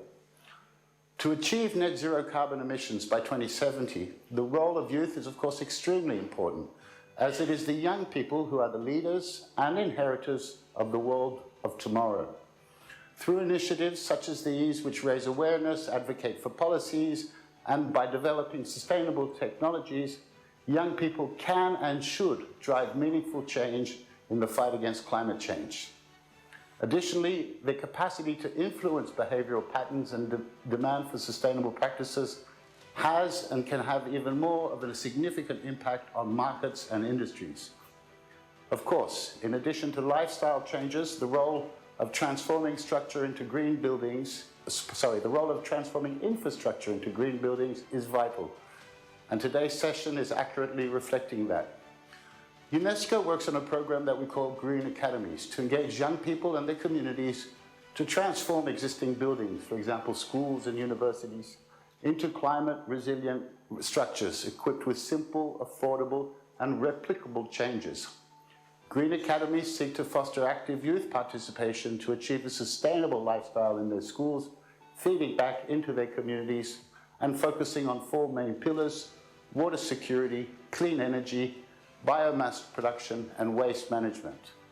The aim of the U75 Not Zero Net Zero University Campuses initiative to equip today's youth for the future by providing hands-on skill building exercises and the transformation of university campuses into living labs, which are focused on the Sustainable Development Goals and carbon neutrality net zero, aligns perfectly with the work we are doing with UNESCO, and we're happy to be here today to show our support for this.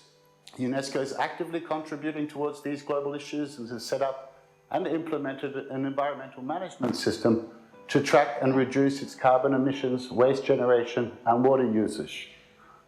With a focus on youth empowerment, sustainable infrastructure, and global partnerships, we are poised all to make meaningful strides towards a carbon neutral future. And UNESCO is fully committed to partnerships such as these that foster environmental stewardship and biodiversity preservation. Together, we can build more resilient and sustainable world for generations to come. I wish I was able to be with you today. Unfortunately, that's not the case, but I'm sure and hope for a wonderful workshop and seminar ahead. Thank you.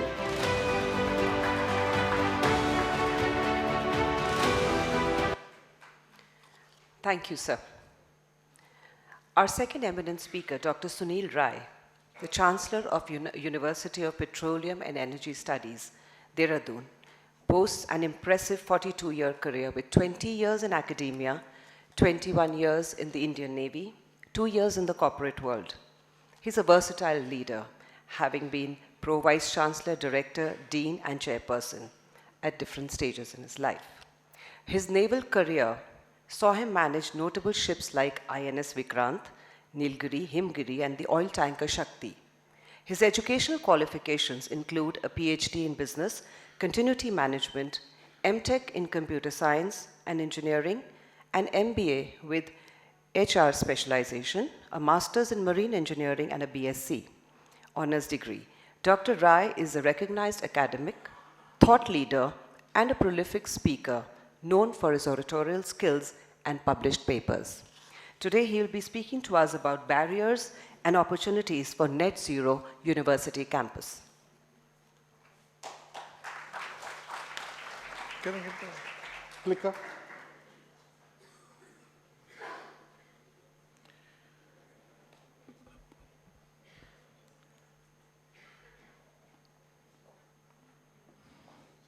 Good afternoon.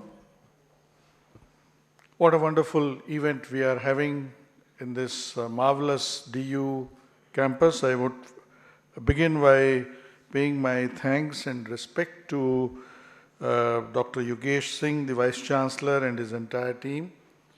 My very close friend, Dr. Rajendra Shende, who is the reason why we are all here and who is the reason why we keep thinking about the green world that he has been working tirelessly for so many years.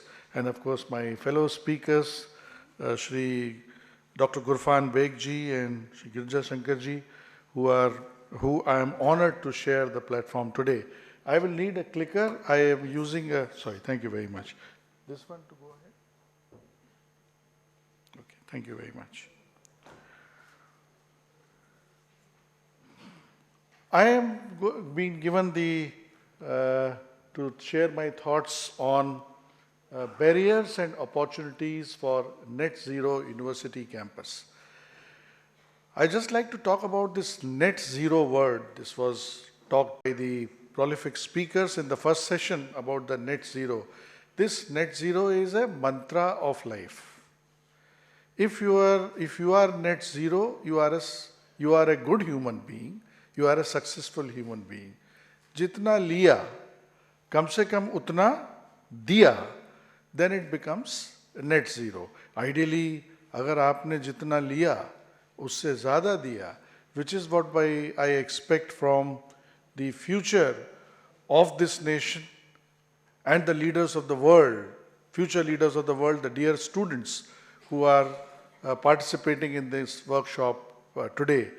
So my thoughts will be basically on these three things I'm talking about. I just kept two symbols there. One is NEP 2020, which is talking all about what is being discussed in this, if only we are able to read the fine print. And the net zero university campuses, the U75, that is of course a dream that will show the path to this nation. I'll talk of the opportunities, the barriers, and of course the third thing I would like to do is about changing in the mindset when we are trying to implement this net zero concept. I just mentioned to you what is net zero to me. So net zero is not just carbon emission minus what we have done to omit it is net zero, but it is anything that you do in life. The opportunities that stand, being a chancellor of a university and of course a colleague of Dr. Rajendra Shende, and we had been working in my previous university at MIT, ADT University, and now at UPS, we have pledged to work for this very important and timely cause of U75 net zero project. The opportunities to me are in three categories. One is research to build a sustainable world.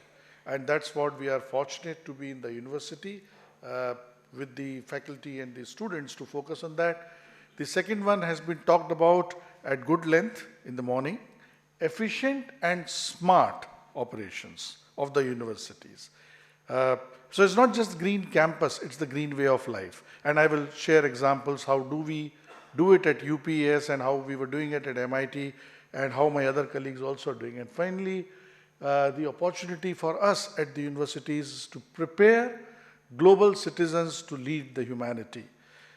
Things have been talked about in the morning about the horrors that pose the world if we are not sensitive towards these climate change, towards consuming these resources more than what is required and so on and so forth.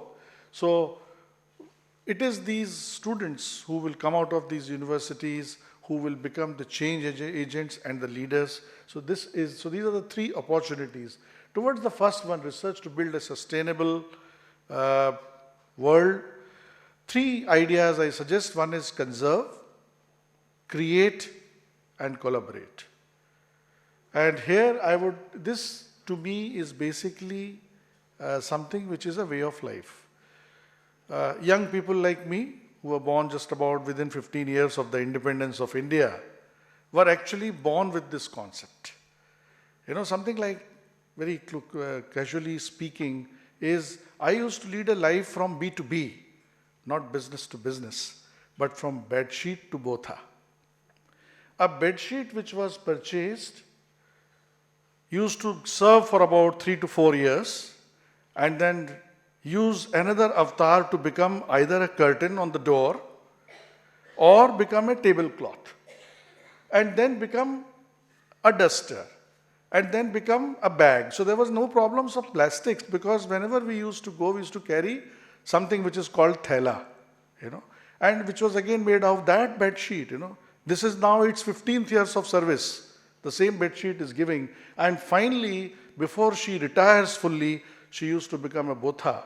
And there was no reason to purchase, go to the mall and purchase all those bothas. So we were from that B2B generation, where this conserving was a way of life. Consume resources only if they are needed, only if you must. And then if you are consuming, then it's your responsibility to create. And if you do these two with collaboration, we are having a sustainable world.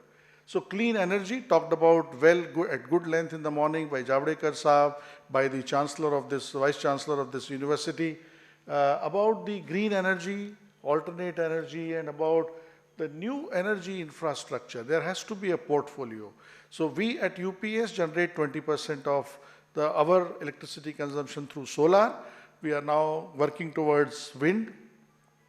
And we are also trying to see some other innovative ways. And as I said, it's a culture.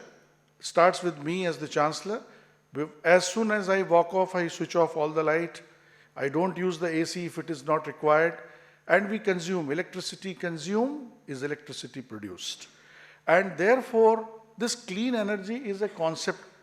Needless to say that my faculty colleagues are working on all that was talked about, creating the wastewater, from that generating algae, methanol, and then converting it to energy equivalent, or now converting the pine needles into fuel, and now we are actually working to convert into liquid fuel. Trials are on in UPS to get it enough calorific value so that it can be used as a fuel in the engine. So anything that is waste can be converted into a water was talked about in the morning. We are working on project of reviving rivers in Uttarakhand. Unfortunately, 85% of the rivers are only monsoon rivers. There are only the blessed ones of Ganga and Jamuna, because they are fed by the melting glaciers, are the ones which flow. But rest of the rivers in Uttarakhand don't. And therefore, with Dr. Anil Joshi, we are working as a university on the project to revive these small rivers. I had worked on a similar project in Maharashtra. You can Google it and check. There is, at Narsi Monji, NMIMS, Shirpur is a place. It was an arid zone 50 years back. Today it's an economically vibrant zone. All that was done is very simple. Don't allow the water of rains from the nalas to go into the river. Because if it goes into the river, it goes into the ocean and takes a lot of time to come back. And therefore, through the check dams, it's a case study by itself. Simple things done with a thought can actually, so it is this kind of water harvesting. We have improved the water table by almost 45% in last 6 years at UPS. Recycling was talked about, we practice it, the water to be used in the gardens and so on and so forth. Vice Chancellor talked about in the morning about no liquid discharge campus. Those are those ideas. And climate action is to reduce heat.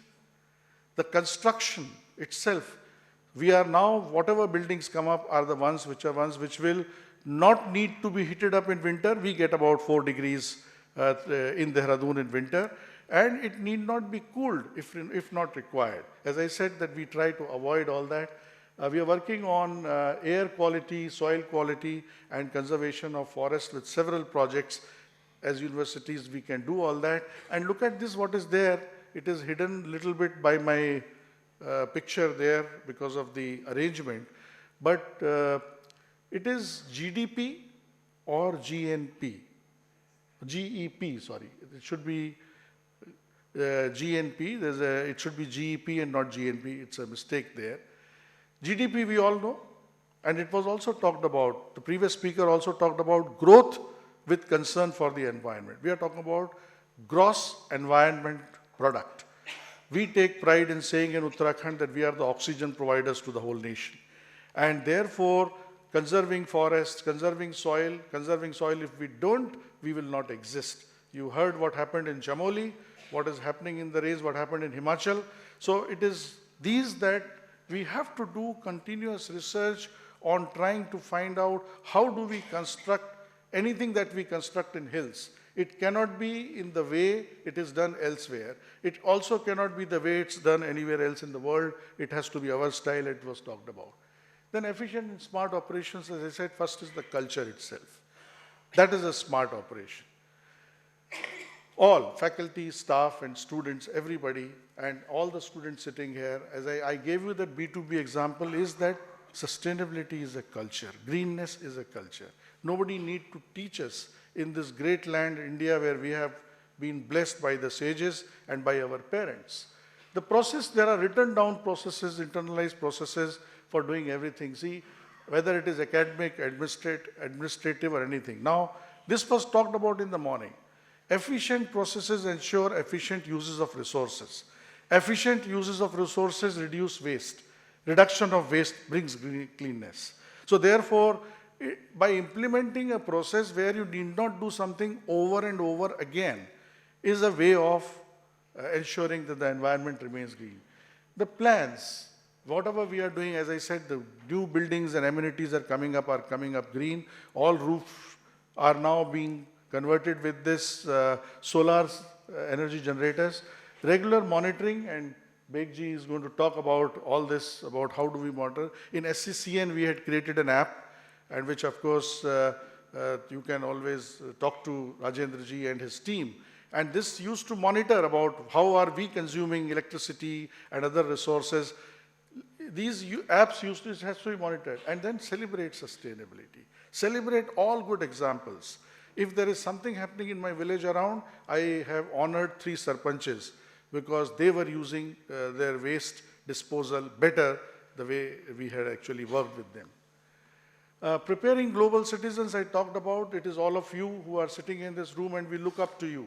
I respect you, I salute you. I respect you and salute you because Rajen ji and myself, when we were at your age, we were called youth from third world developing country, poor country. Correct, Rajen ji? That is how we were being addressed.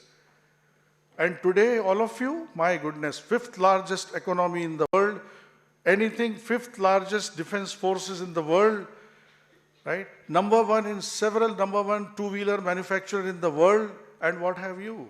So you are the people who are going to lead. By the time you come up to some senior positions in your corporate life, India will be the 2nd largest economy. Everybody knows about it.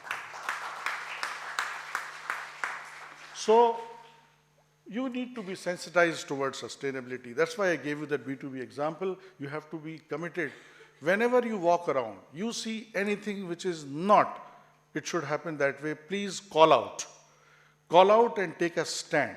And that is what will show your commitment towards, be entrepreneur. Entrepreneur is not about creating business. Entrepreneurship is about creating life. You know, it's entrepreneurs who create. So they are more contributors than they are consumers. And that's the mindset, whether creative problem solving, environment, eco product. So about this entrepreneurial thought, I would like to give an example about, you've seen auto rickshaws. When my friends from abroad come and they watch an auto rickshaw stopping, they ask me, what is it? I say, it's a 3-seater. But when the number of people come out, he misses the count. 1, 2, 3, 4, 5, 6, 7, and then he says, gosh, you told me it's a 3-seater. I said, yes, this is what we call it, a 3-seater. Now, this is one example. Now, there is something called, this particularly for my technical students, there's something called factor of safety, which we all use when we are designing machinery. Please mark these words. We over-design and under-maintain and underuse whatever we create.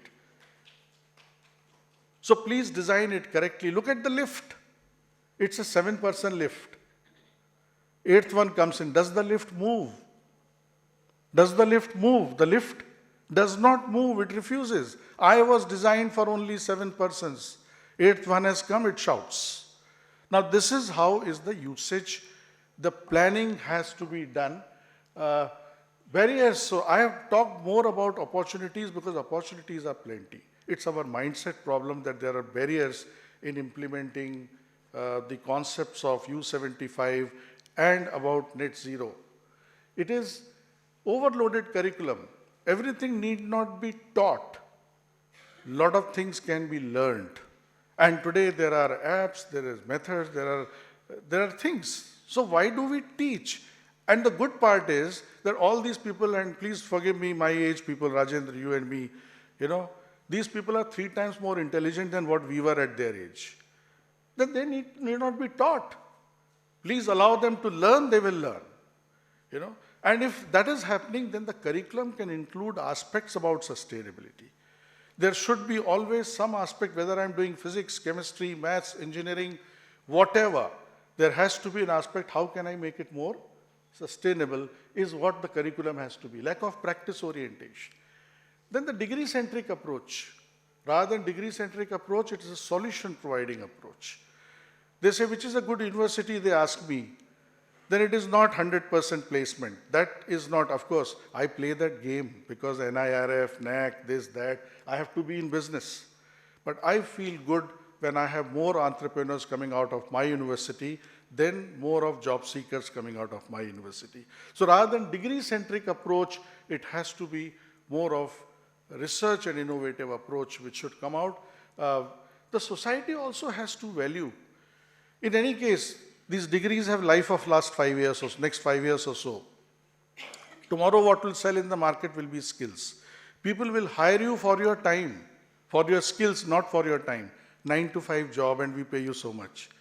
Tomorrow you attain the skills. You will be paid by your skills time. 5 hours here and come back with 5 lakhs. How about it? Things like that. So leading a fulfilled life, बहुत कमा लिया, नाम कमा लिया, सब कुछ कर लिया, जिंदगी भर रोते रहे. I don't know whether that's a fulfilled life or not.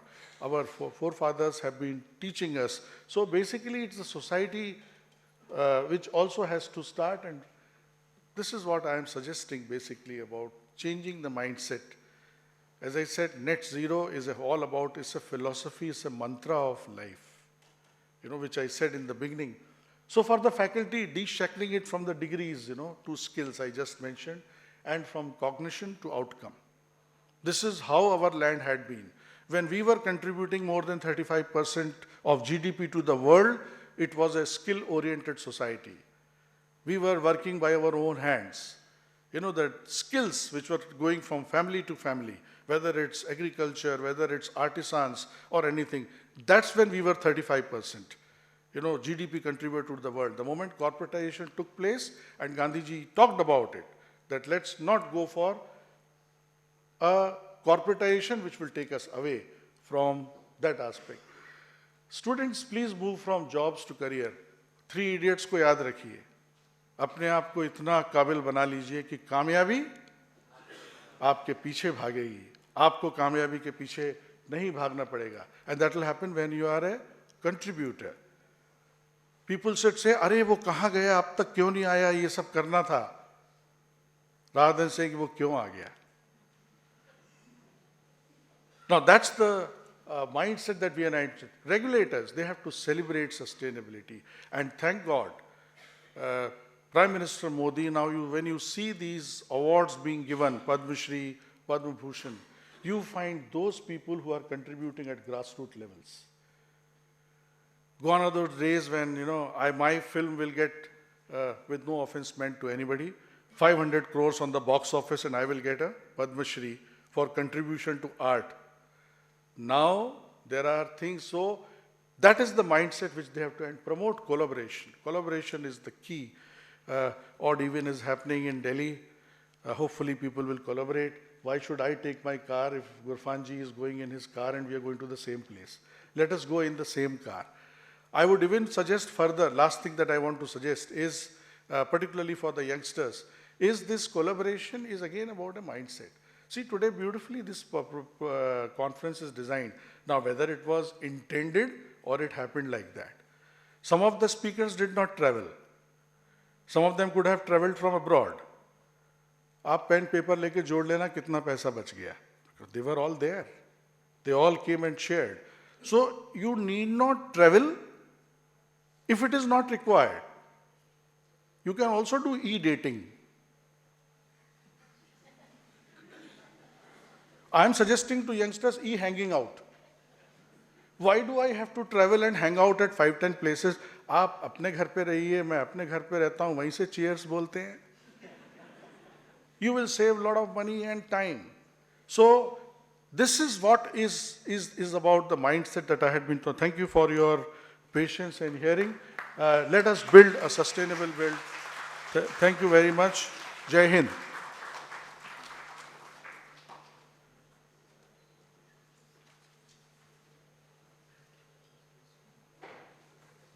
Thank you very much, sir. We've definitely learned a lot today regarding net zero.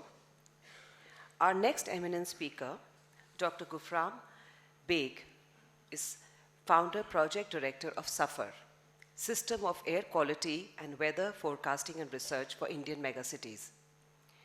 It is dedicated to the nation as operational services and to help citizens preserve their health by interventions. Currently, Sir is Sir Ashutosh Mukherjee Chair Professor at National Institute of Advanced Studies.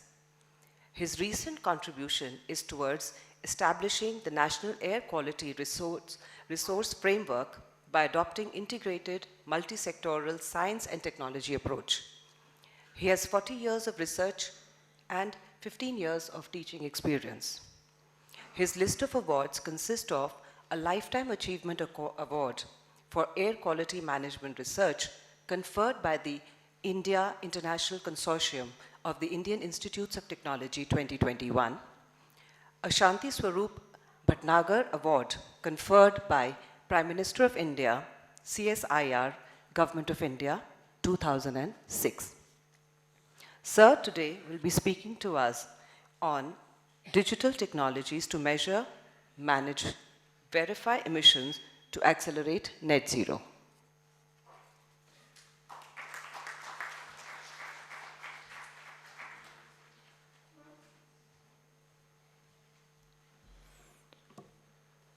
Good afternoon to all of you. My dear young generations of this century, their teachers and mentors, ladies and gentlemen. I have seen a dream in 2010. You people may not be aware of that, but then Delhi University was a part of it. And still they are the part of it. When the SAFAR, first India's air quality forecasting system was born, first time, and then many people were trying to say that we should adopt the foreign technology, we should spend on that, we are not capable of doing that. Then I said that in 2008, during that time of, there's Olympic Games were there, when China can do in Beijing, why India cannot do in Delhi? And that was the motivation which came. And one of your stations out of those SAFAR air quality monitoring stations is right here in your campus with the environmental department. So that way, you are equally the part of it. That is why you can see that SAFAR Air Dash, where Delhi University is written. And that is what your contribution to that. So, we are all together for, let us say, 2010, it's about 13 years. Today, I just wanted to say that motivation which started where you were equal partner to us, when we can make that dream, make in India our own air quality forecasting framework, which is serving to the country, intervention, and which are giving lot of with the interventions and advisory and health advisory and precautions which is given in this mobile app. Many people, there is a one economic survey says that's about 5,000 crores in a health sector it is being saved if you adopt those kind of advisory, specifically those people who are highly sick. So anyway, taking that particular dream forward, this is another dream which is about 23 years after that. We are all collectively seeing it with the Terra Foundation, where Rajendra ji, your dynamic Vice Chancellor, Singh Saab, and many others, all luminaries in this thing are the part of it. And over and above, most of them is you people. And the thing which I am going to talk about is all about you, because we are the people who can give ideas, but the development, technological thing, which is what you need to do that. We need to hire any kind of a foreign developer or anything, because software, we are software masters and leaders on that. With this, the name which has been given, which was also with lot of thought, that we have to work, dance, net zero. So the enjoy by don't put yourself in hardship, as it is told that our country is a developing economy. So we need to do the development as well as all the measures towards net zero without too much of a compromise, a balancing. That country has to boom economically. And that is the reason that we start doing with this. So that is what is that dashboard for net zero carbon emission in education campuses for climate resilience. I will be just giving an idea, skeleton, what we think about it, and then it is all up to you which can evolve further, how we can go further, the time to come. So this slide is just for the sake of those who do not know or who has little weaker kind of understanding that what is net zero mean for all feasible carbon reduction, then balancing the rest with carbon removal. So it is not that you stop carbon today. You can't do that. Energy is required. You need to travel. You need to do a lot of other things. It's just that this much tons of carbon you are releasing as on today. Do not increase it. Same kind of a tons of carbon neutrality by removing carbon from the atmosphere. That chain you need to break. And this is what. So this is a depicting. It is all self-explanatory slide for those who has to understand in a very simplistic term what is net zero. Now this is slightly a busy slide, but just for your how air quality suffer mission, as I told, he started public awareness, transform from zero to net zero. Yani, what I am trying to say, zero to net zero means from the scratch to the success in the front line.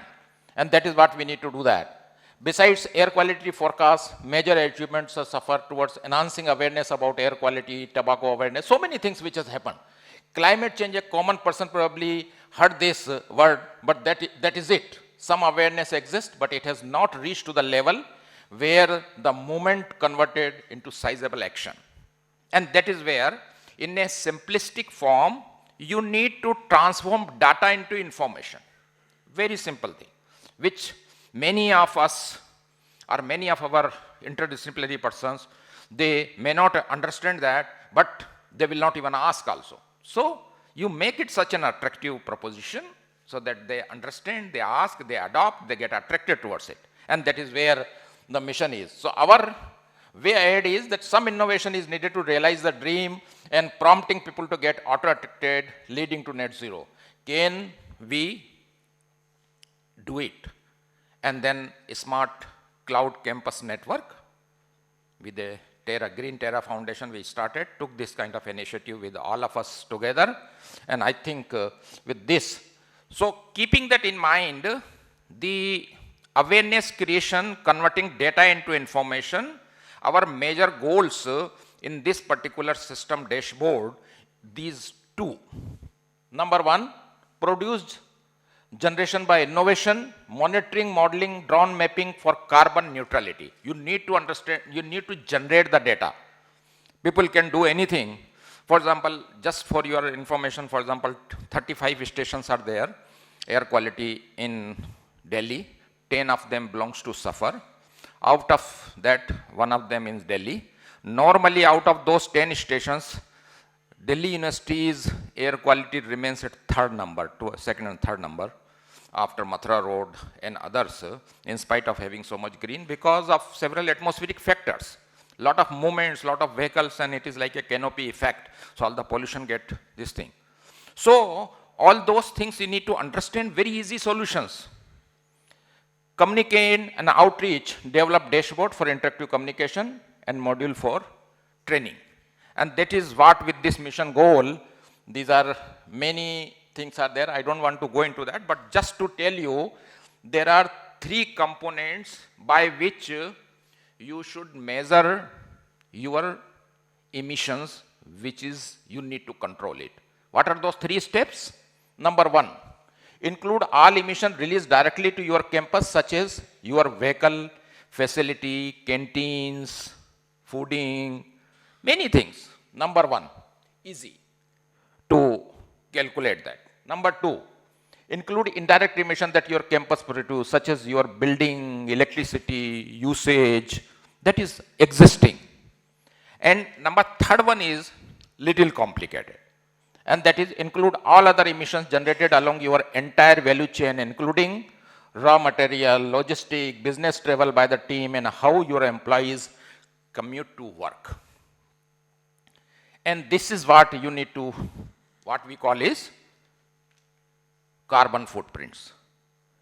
And when you do, then there are very simple calculations are there, where to calculate in a very simplistic. You don't need rocket science for doing all those. And that is what our purpose is, that all of you can do that. Multiply your monthly electricity by 105, you make a carbon footprint. Multiply your monthly gas bill by 105, you get carbon footprints. Multiply your oil bill by 113. Multiply your total yearly mileage on your car by 0.79. Multiply the number of flight you have taken in the past year, 4 hours or less. If it is 4 hours or less, 1,100, but if it is more, which is will be mainly for the foreign travels, then it is number, but then I have just put it our own. That will be counted in the international sky. So we are more worried about our domestic travel. These are, that way there is list goes on. This is what we will provide you as a mentor. But before we embark into that, we all should know that what is the status of carbon footprint in my campus today. And this is what we started in Bangalore while being in Institute of Science for last 2 years. We started a new technology, artificial intelligence based machine learning, and using the drone technology. With this drone photo imaging, you try to, which is not very big science, you try to see that this is the drone and this is the way, using the data crunching, you find out a snapshot of all your activities in the campus. Area, speed of the vehicles, number of vehicles, kind of a vehicles with number plates, what engine technology it has. It is all done with the image processing once you have, and reduce and convert it using the GIS based methodology, which we have. We all will be there to share with this. So that will tell you the baseline level of your carbon footprints from all those. And then you try to see that whatever the low hanging fruits where you can reduce the carbon footprints. Well, this is one of those in India only. I'm not going to tell the university campus, but this is one of those universities campus which has extensively working on green campuses, green low carbon footprints, and this is one of those goals in a cities like Bangalore, let me tell you that. Bangalore is always famous for maximum greenery, but there is, using the drone technology, we have discovered another uniqueness of Bangalore. It is Asia's largest two-wheeler population city. Two-wheelers in Bengaluru is highest, 60 to 70% of the vehicular population belongs to two-wheelers. And that is one of the reasons that it is one of the highest congested, more than Delhi, congested city. But nature has an advantage, climatology, it is in the higher field, so air quality is much better than Delhi. Emissions are more or less same. So weather is playing a role there. Anyway, so the point here what I am trying to do is that how to reduce carbon emission as a student of the universities. There are many things, some of them I have written. There is nothing great about it. Whatever I have written, walk, cycle, everybody talks about it. Public transport, wrap yourself in a comforter, stick more to a laptop, reduce waste and avoid. Well, laptop tip, this is again one of those you must be wondering why I should not work on a desktop or laptop, because compared to desktop, laptop reduce at least 3 to 4 times less energy. emitting as well as usage of that, purchase as per necessity, forget fast fashion. I'm not telling forget fashion, forget fast fashion, where you have to throw something within 2 months or 3 months. Sustainable fashions. So, well, I am just wrapping up my talk, but I would like to give an example that in SAFAR, the air quality advisory and forecasting and awareness from a school to college level in cities like Ahmedabad and Pune are going to at least 700 to 800 schools per day, with several lakhs of students are getting benefited with this program, what we call as a flag awareness program, where 6 colors of air quality flags have been distributed to the universities. In the morning, a proctor comes who talks about that today's air quality is in this color, which is moderate, poor, very poor, or something. That flag on the center of the building is shown full day, and within 30 seconds, person is telling that if you would like to know the advisory and precautions, go to the notice board and find out there. It is written all through there. And the student, and then providing a very simplistic form and cartoonic languages, the good or bad of air quality. Don't preach. We do not preach, we do not do anything, we do not give bhashan, we do not give, lamba, all those, preaching. Lekin, the people who are there, they understand. So let them understand what is good, what is bad for us. We only share the knowledge. And that is what is happening and doing all those. So this is going to be a small 30 seconds video. Do we have a volume? Volume?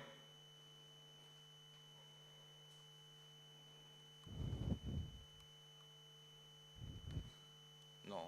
Can you increase?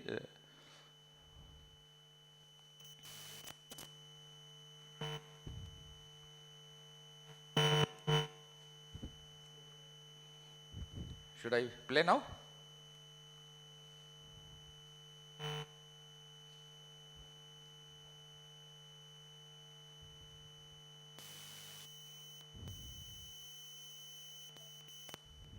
This is what I'm trying to tell you is that in 350 school science teachers and their principals came in one of the school, and the lady who is, you can see, she is a mayor of Pune, Mukta Tilak, and you can see our today's program hero, Dr. Rajendra Shende, also in this near the green flag.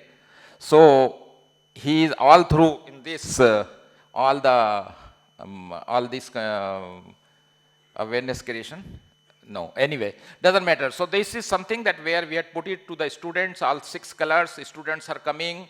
We are just telling that what does it mean and all those, and this is the way we put it and launch, where 350 schools people came. These are the one of the most famous Huzur Baga school of Pune, where this has happened.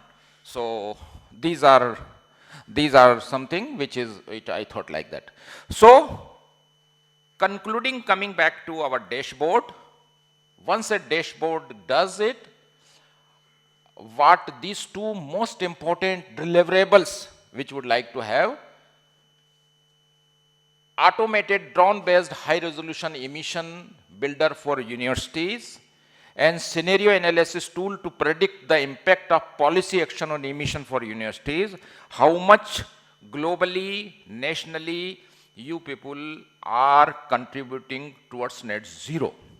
And once initially it is proposed that we will have 10 universities, where Delhi University, SRM University, I think you people should lead in this campaign. And though we will be seeing the comparative saving are working towards goal for the net zero, I think that is going to be happening.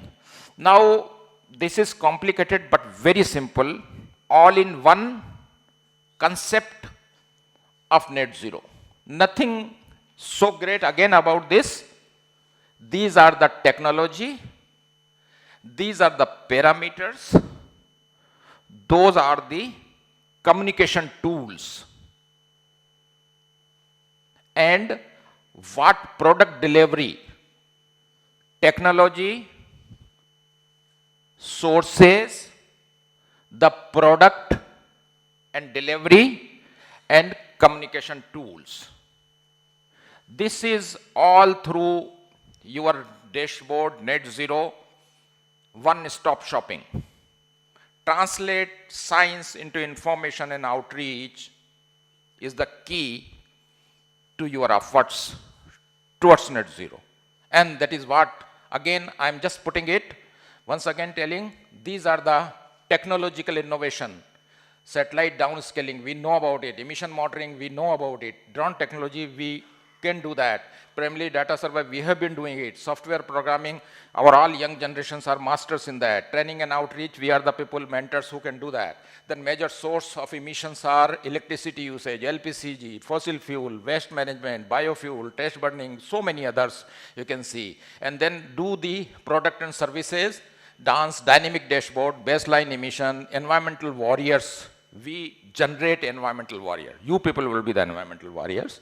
Contribution to net zero to SGDs, emission reduction site, and then we can develop mobile app. You can develop the dynamic dashboard. We can have a big display board, which you must be seeing in the city. Suffer air quality dashboards are there, and I mean display boards are there.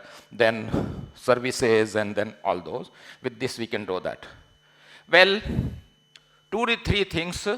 I have taken this and examples which has become a big examples for saving in a simple effort. For example, government hospital in Mexico, where you have a roof with white paint. Then you are having a Palazzo Italia, Nemesian partner, again those kind of a thing. Then you see titanium dioxide paint they are doing. Huge amount of energy you are saving with that. Then the bricks kind of thing where this kind of a paint. Those are all information which are available. Once you get into that, those the things are there. And this is something which is also, I'm showing it because it has a science based.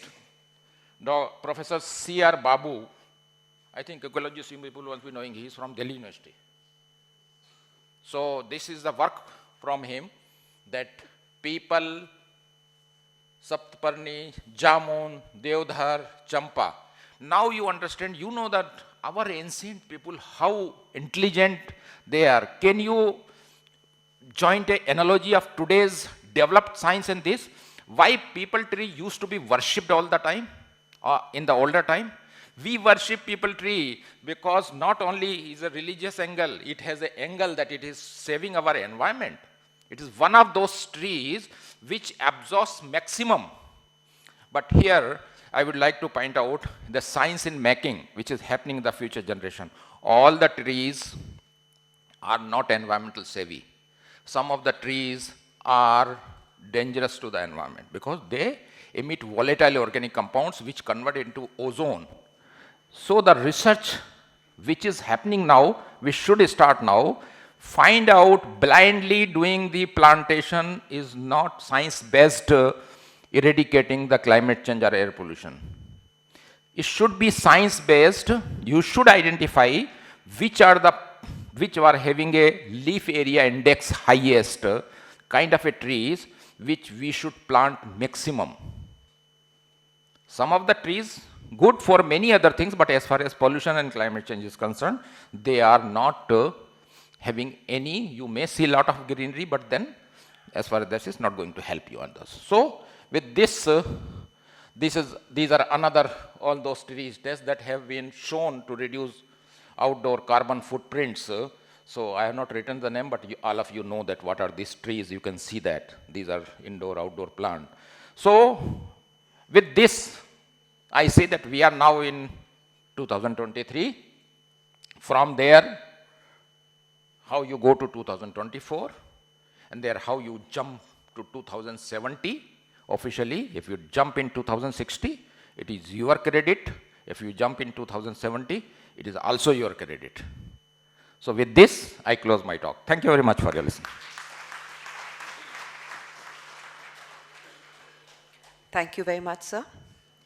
Our next eminent speaker is Shri Girija Shankarji, General Manager, Energy Efficiency Services, Ministry of Power. Sir has an undergraduate degree in electrical and postgraduate degree in power systems from MNIT Jaipur. He has worked as regional cluster head of Southwest Cluster, covering EESL's operations in the states of Maharashtra, Goa, Kerala, and Karnataka.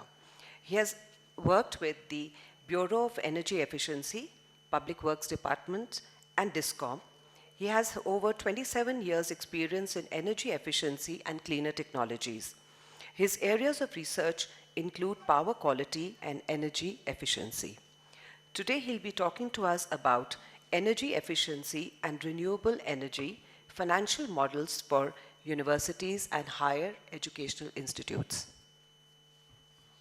Namaskar to everyone in the August gathering. It is a privilege for me. You may be aware that there are the two institutions who are working on the energy efficiency. One is the Bureau of Energy Efficiency, who are working primarily on the policy initiatives on the energy efficiency aspect. Another is the ESL, and the task assigned to ESL is to create a market for energy efficient technologies. So ESL is working what are the characteristics of market which can be modified in such a manner that large scale deployment of energy efficient technologies can happen. So my presentation will cover, I think, most of those aspects.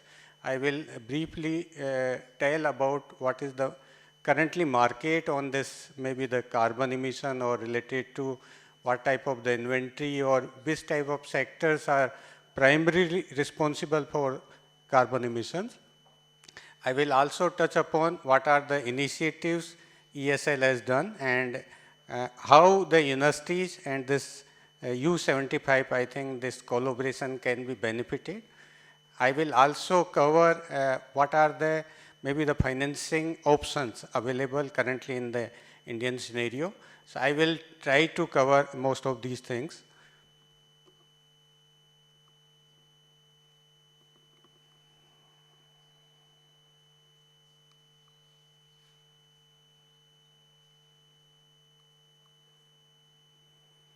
So I'm not going in detail about the ESL. You can find out. It is a joint venture under Ministry of Power and created by the 4 PSUs.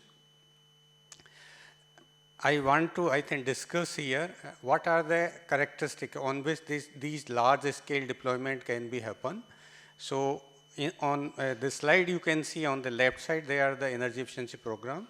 On the right side, you can see some clean energy initiative, and in the bottom right, you can see the green transportation. So ESL works on the scale. Wherever the scale can happen, certainly it will provide benefits to the users. So on economies of scale in 2016, the 2 big programs have been initiated by our Honorable Prime Minister. One is the Ujala program, under which the LED bulbs are primarily targeted. The second one is Street Light National Program, where ESL targeted the LED lights for the street lights. You can see here, I think, a very large market transformation already happened. In the first procurement of the ESL of the LED lamp, we have got a price of around 380 rupees for a 9 watt LED bulb. Within a 1.5 year span, on account of the demand aggregation, we may be able to reduce down this cost about 1/10, around 38 rupees at later stage when we have come out. And now most of the companies are coming out with these initiatives. In the similar manner, in I think 3 years back, ESL has targeted this e-mobility initiative. ESL has done a procurement around 10,000 four-wheeler, and we have deployed these four-wheeler to the various government organizations, ministries, PSUs, and now there are many manufacturers now come up with the electrical mobility. In the similar fashions, ESL has also done various energy efficiency programs on the municipal side, with the agricultural side.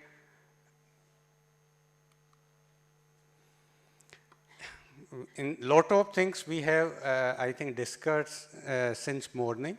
This carbon emission is a very, I think, the key element, and we need to be address how this carbon emission can be reduced down. So based on the one of the McKinsey study, you can see here, the largest, I think, the emitters are the primarily from the industrial and the power generation, where this emission will happen. Although power stations are not nearby the city areas, but certainly they are one of the key, I think, the emission agent. Second, you can see the industries. So the cement industries, fertilizer industries, and various other industries, they are also primarily responsible or having the more contribution on this carbon emission part. The commercial buildings, very little, but certainly we should also take care about this one. So Government of India have many programs how this baseline CO2 can be mitigated from the various sectors. You may be aware last year and also in this year, the Government of India has announced the two schemes. One is related to the PET sectors, where the carbon emissions now will replace the energy saving certificates, which currently operating under the PET scheme. So the big industries and big sectors, they have to reduce their carbon emission. Another is, you may be aware about this mission life, where the MOFCC has issued directives, and these directives provide some sort of the incentivization in terms of the carbon credits. So any entity or any organization who are doing some activities, they can be able to enhance their carbon credits on account of their measures. I'm not going into the details, but as the previous speakers has mentioned about that, whatever the current, I think, our economics on the path of this fifth, I think, GDP, India is coming up. So if we go in the same trend, there is a large requirement of the initiative, and these initiatives needs to be addressed from the all sectors. One may be the renewable energy, which we can able to provide this mitigation, and another is maybe the energy efficiency. So if you adopt the energy efficiency, your, I think, viability will be more attractive manner, and you may require a lesser requirement of the alternative energy to replace your carbon emission or net zero pathways. So energy efficiency is the first step to achieve the net zero pathway, and there are many technologies available, many programs from the B side, ESL side, and other SDA, state designated agency, they have the program, and any organization can be benefited on those programs. So these are, I think, the 6 pillars on which this carbon net zero pathway can be decided. So energy efficiency is one of the pillar. Renewable energy is also required. The CCS, carbon capture and utilization and store, this is also, although it is in nascent stage, but it may be one of the pathway to achieve the net zero. The biofuels, most of, I think, the fossil fuel based fuels will be replaced with the bio, and that will help out to achieve this net zero pathway. And the green hydrogen. Government of India is focusing on a big way for adoption of this green hydrogen. And there is a mission has been launched on the green hydrogen. These are the 2 initiatives I already talked about. One is under the LIFE mission, another is under the Energy Conservation Act, and the organization can be benefited from these 2 initiatives. ESL and TERE has joined hand. I think 2 years back we have joined hand and done various multi-stakeholder consultation meeting with various organizations. And I want to record here that TERE is kind enough and he's very well, I think, pursuing most of the universities to decide about their net zero pathway, and ESL will provide whatever the technical support or the financial support is required for achieving these targets. Here you can see this, I think the bottom part, where you can see what the kind of, I think the financial requirement is required to reduce the 1 million ton of CO2. So here you can see the commercial entity and the industrial. These are the, I think, the two major sectors where you can achieve a larger emission with a smaller investment. So industrial, because they are operating for 24 hours operations, that's why they are giving the more opportunity for the energy savings and with the less investment part. Commercial are also working on the large scale, so they can also get benefited one of these. And you can also see in mostly the nowadays these commercial buildings have the air conditioning system, and air conditioning is one of the major, I think, the energy consuming gadget or the assets which needs to be addressed. And Government of India and Bureau of Energy Efficiency have various programs to address or minimize your energy consumption of the chillers, your air conditioners.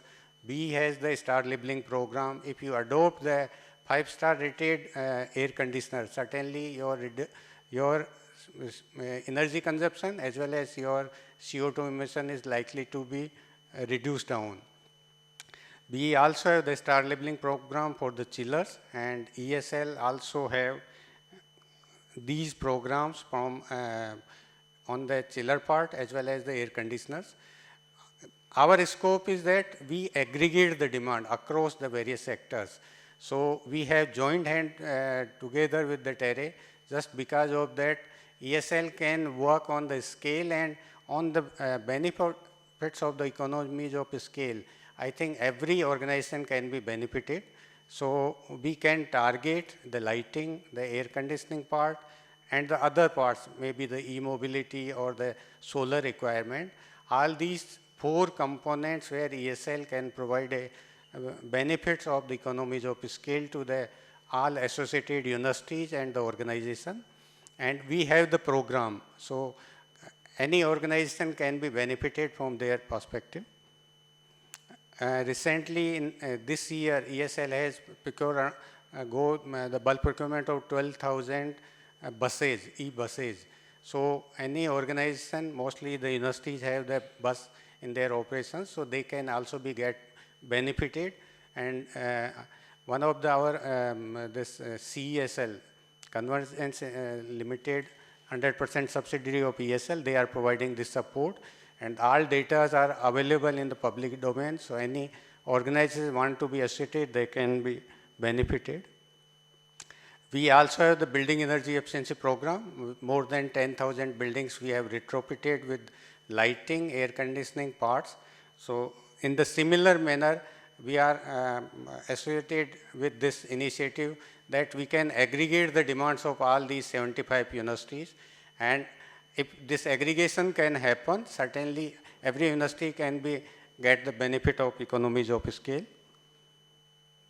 These are the programs maybe you can see available, particularly on the cooling sides. Recently, we also have got awarded one project. It is the Asia Low Carbon Building Transition. It is the multi-country and I think, domain this project is there. This project covers both emissions from the embodied energy part as well as your operational parts. So this project will also have some linkage where we can provide some sort of the technical support under this U75 program. And this program is entirely more aligned with the net zero pathway. So how the buildings can go for the low carbon economies transition.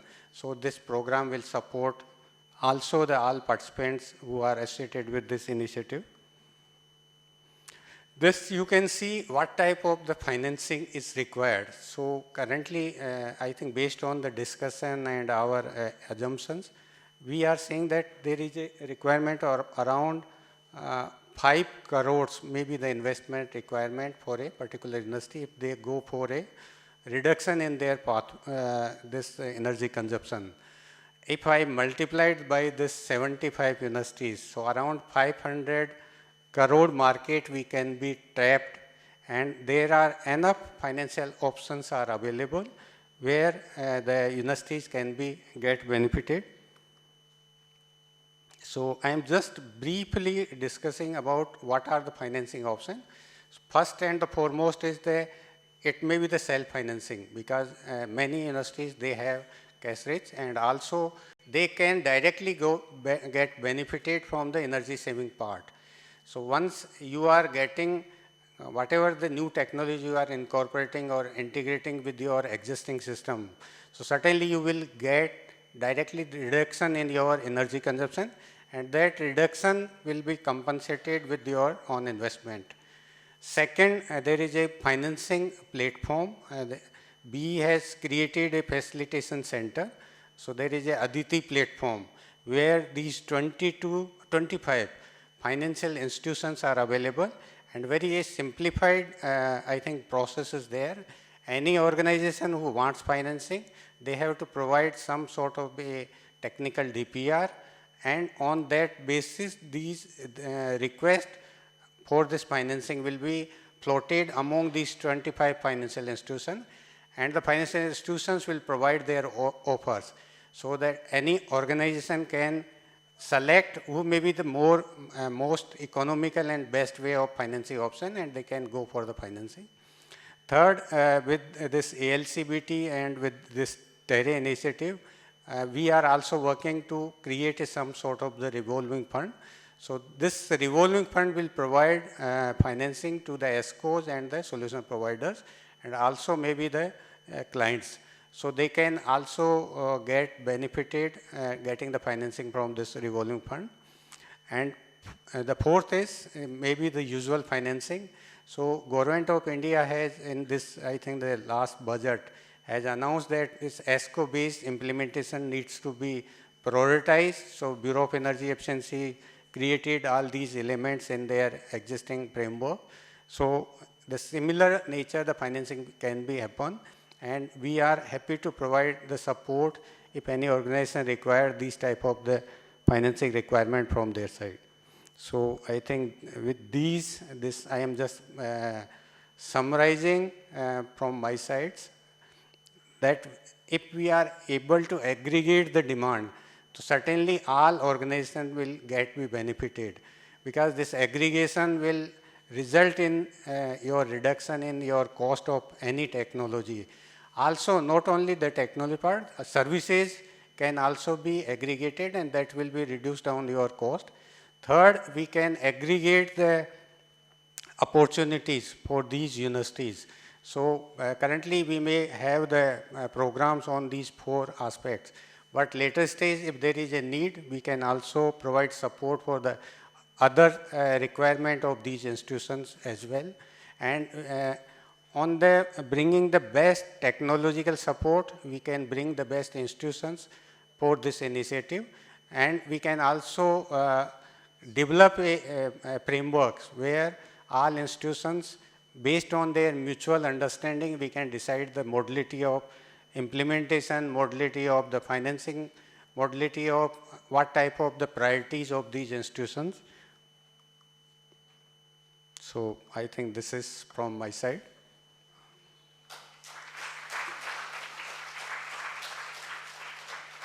Thank you very much, sir. I now request Professor Shende to kindly felicitate our eminent speakers.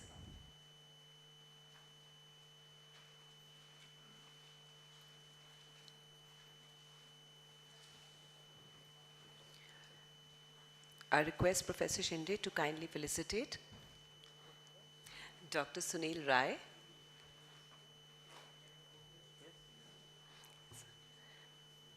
Dr. Shinde is felicitating Dr. Sunil Rai, Chancellor UPES, Dehradun.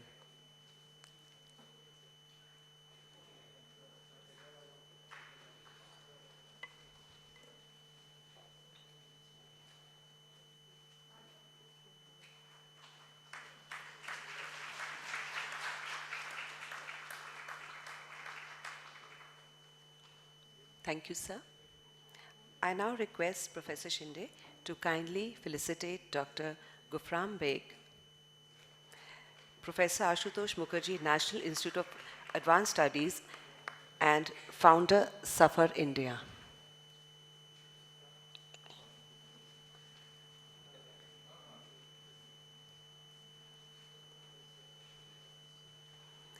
Professor Shinde is felicitating Dr. Gufram Beg.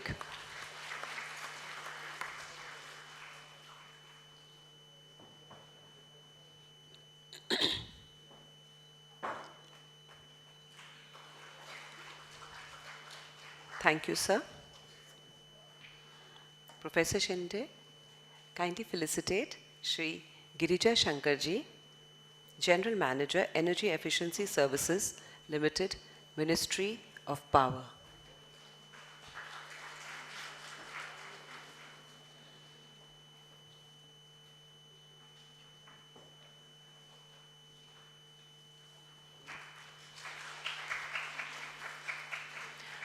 Thank you very much, sir. Now we will be taking a short lunch break, but do come back because we have 3 more very eminent speakers, and like they say, picture abhi baki hai mere dost.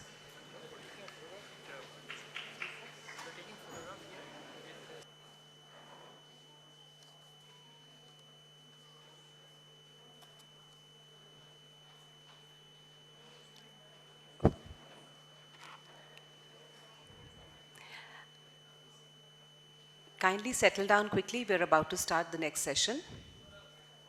I request Professor Shinde. Yes, sir. So with your permission, we are beginning the second part of our workshop. I request eminent speakers of the second session to kindly join us on the dais. I request architect Kanakraj Ganeshan, UNDP expert on carbon neutrality, Shri Sandeep Narangji, ASSOCHAM, architect Durga Kamath, senior project coordinator, GTF SCCN, to come and join us on the stage, please.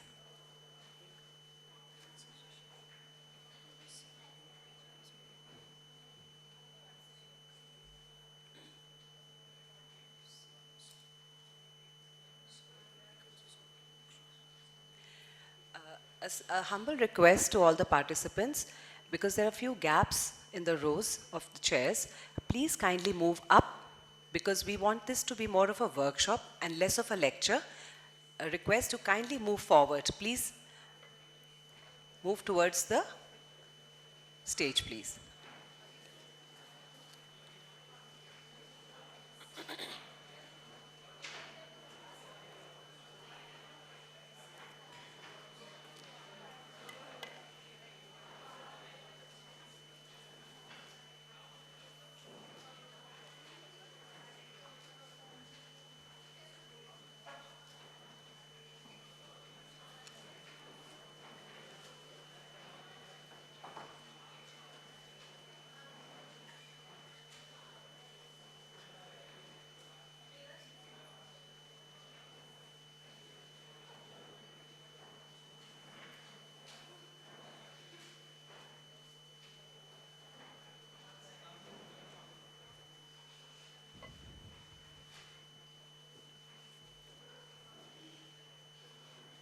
While everybody is settling down, I once again request you all to kindly put your mobiles on silent or switched off mode. Thank you.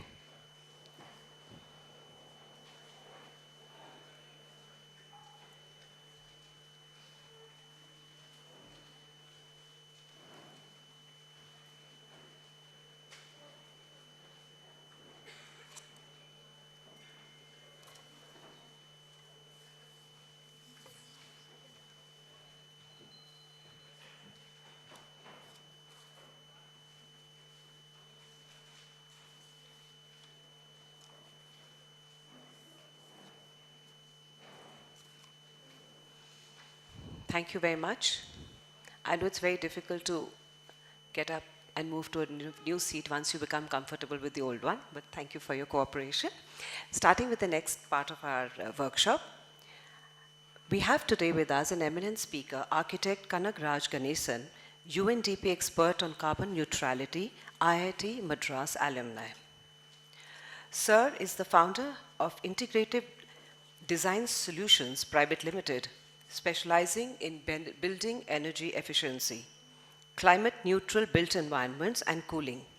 He's a licensed architect, a certified measurement and verification professional, and an energy conservation building code master trainer. Holding a postgraduate degree from IIT Madras in building energy efficiency, he currently serves as the president of ASHRAE India Chapter 2022-23. He is founding member of the 2000 Watt Smart Cities Association in Switzerland. Demonstrating sustainable energy consumption, he has undertaken impactful projects for government agencies, multilateral, bilateral organizations, civil society, and academic institutions. Today, he will be speaking to us about management of carbon neutral campus, scope, scale, and speed.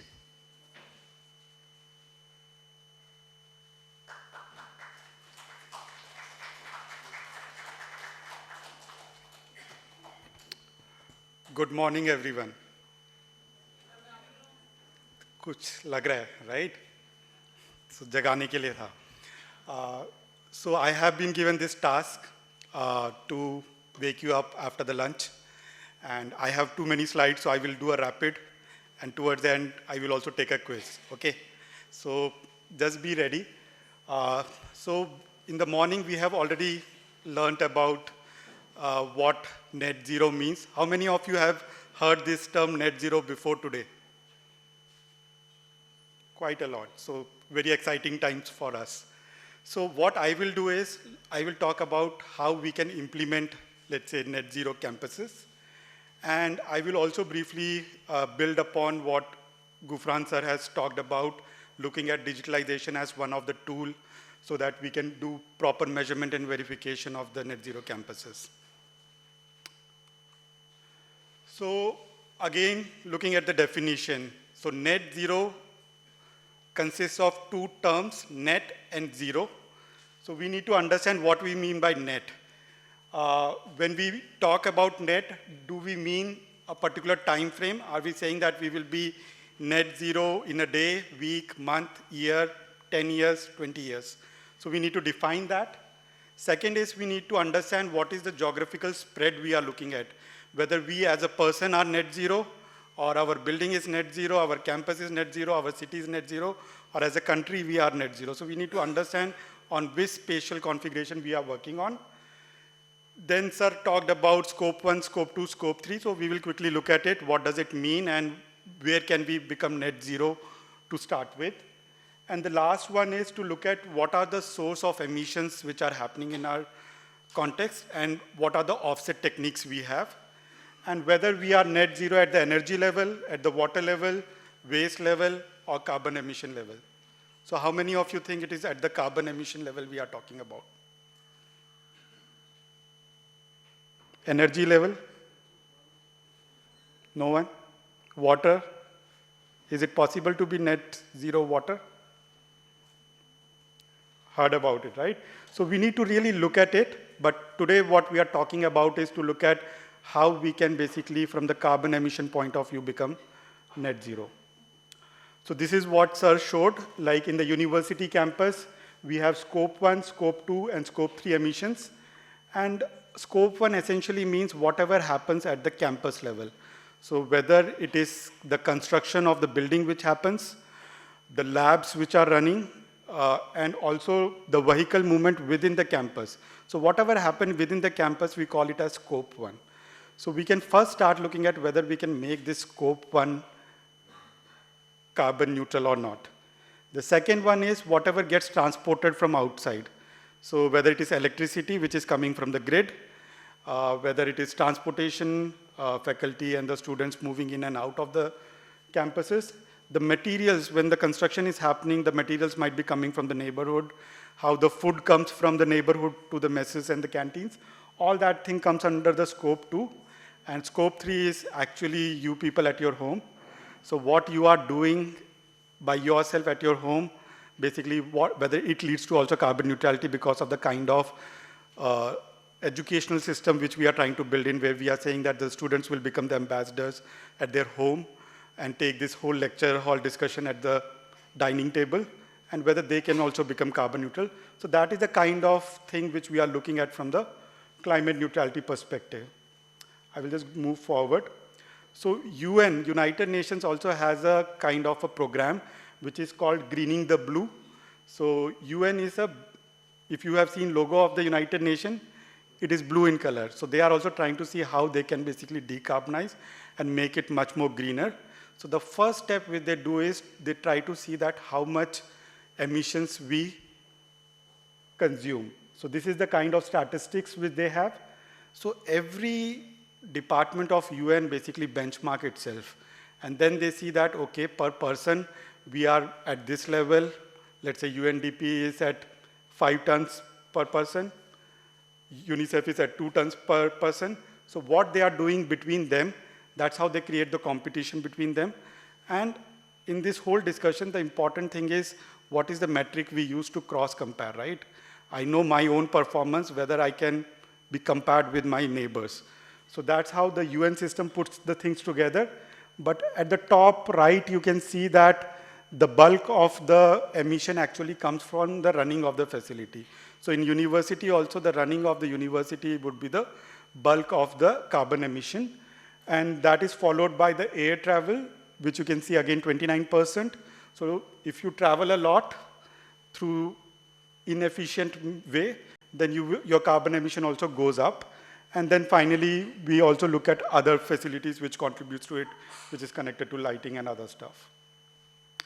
So when we talk about the approach should be looking at the system level. So we need not have to look at like whether each building becomes carbon neutral or not, but we as a campus can become carbon neutral or not, because many things you are not able to solve at the building level. The second thing is data centric. So it is as simple as if you can measure it, you can manage it. So the data becomes quite central piece in all these things, and we'll look at like how we can capture this data. And once we have the data, we have to also put meaning to it. And that's where the key performance indicators or KPIs comes in. So we benchmark buildings. So we say that, okay, this campus has so much kilowatt hour per meter square per year. We will look at those terms in a short while. But we really need to come up with KPIs. So in university, what we have felt like, we have worked on a couple of projects. We thought like when you divide the total energy consumption of a campus by the meter square of the building, that is a good metrics to look at the annual level. We call it as energy performance index. So if I have to calculate the energy performance index of this auditorium, I will find out how much kilowatt hour this auditorium consumes annually. And I divide it by its area, I get the EPI number, energy performance index number, which is kilowatt hour per meter square per year. And once I get this number, I can compare this building with an administrative building, this building with, let's say, the lab.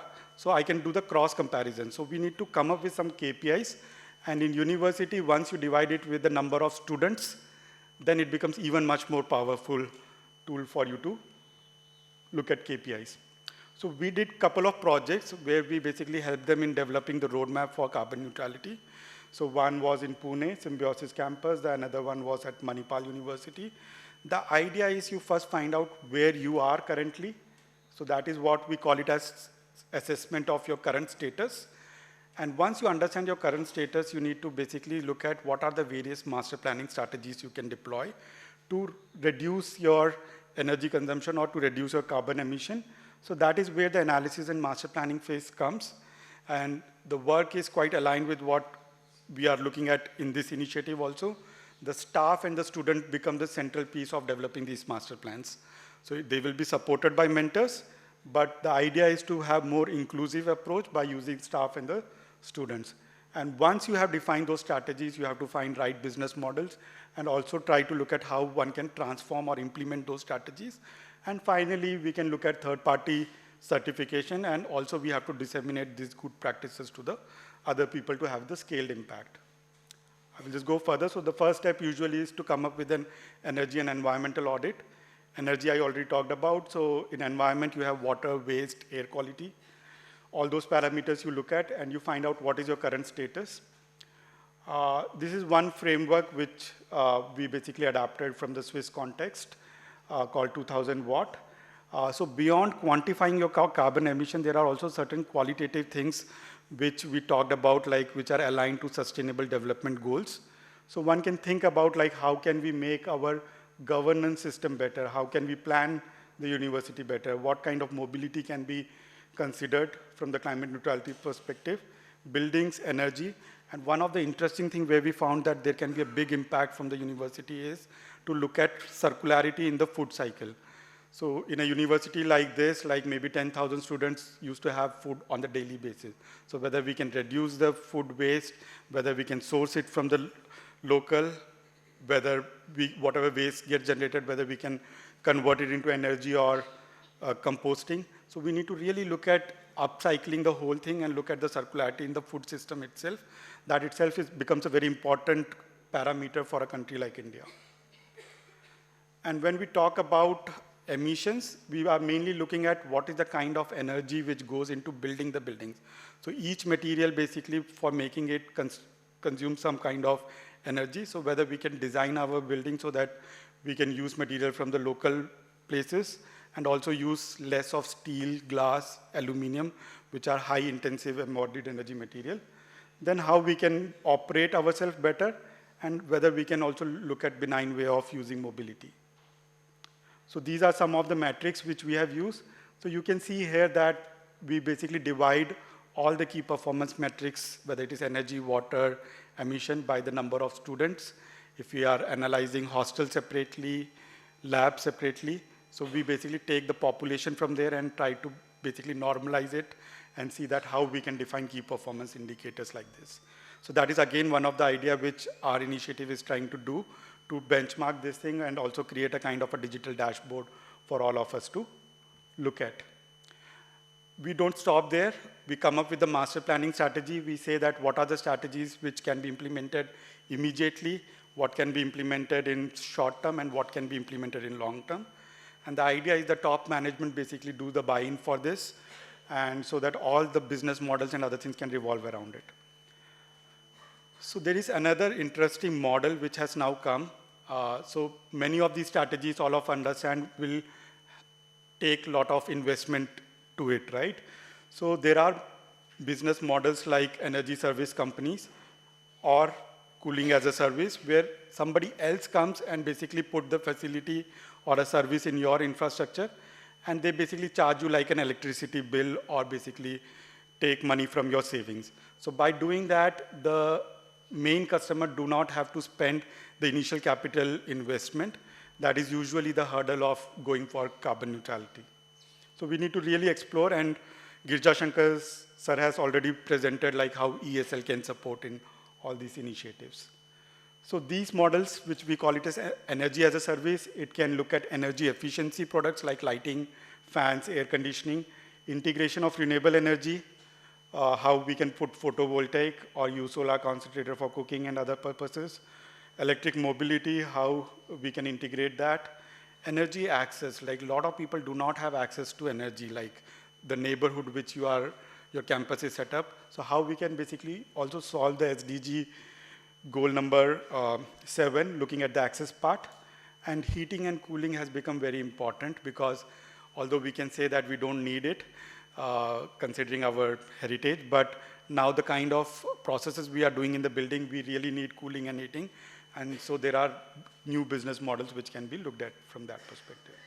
Very quickly from the digitalization perspective, when we are creating the new buildings, we can also use a lot of simulation softwares. Some of you would be mechanical engineers, architects, and civil engineers. So now there are tools available which you can use before the building is getting built to see how we can reduce its energy consumption using computational fluid dynamics, simulation software. You can also look at how your building can use better daylight so that we can less rely on artificial lighting. IoT has become very simple tool to basically, in terms of its cost and in terms of also the data storage and analytics, have become quite affordable. So we can put a lot of sensors which can basically give you a lot of data, and on top of that data, you can create dashboards, you can do machine learning and other things. And this is something which is now not a futuristic thing, this is happening now. So we can also look at how we can do that. Some discussion on dashboard already Gufran sir has talked about. So we can just put the data to basically infer things and put them into actions. And these kind of dashboards basically helps us in doing this, whether it is energy, water, waste, or any other parameters.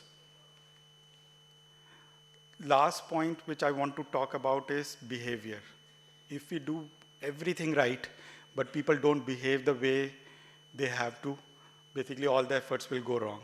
So there is a lot of effort which is now getting put on the energy side of buildings, where we are trying to nudge the behavior and trying to make, I would say, our older days, when our family used to tell us to conserve energy, how we can nudge all those things with the new medium of communication is something which is coming up. And it is very important that we need to also include behavioral science people into this discussion, apart from the technical people. With this, I will close my presentation. I have few slides, but those are mainly the case study, how you can do decarbonization. But the main message here is we need to use right digitalization platforms so that we can measure, monitor, and verify. And that will only lead us to the path of carbon neutrality. Otherwise, everything will remain in design intent, but nothing will come to the ground. So thank you.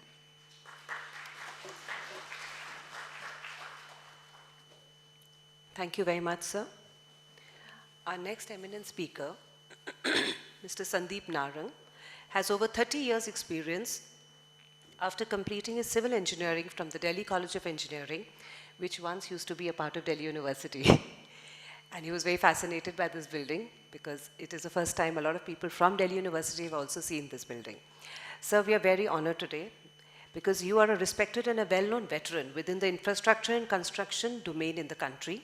You consult projects on prudent use of resources and help project teams to meet their green and sustainability goals.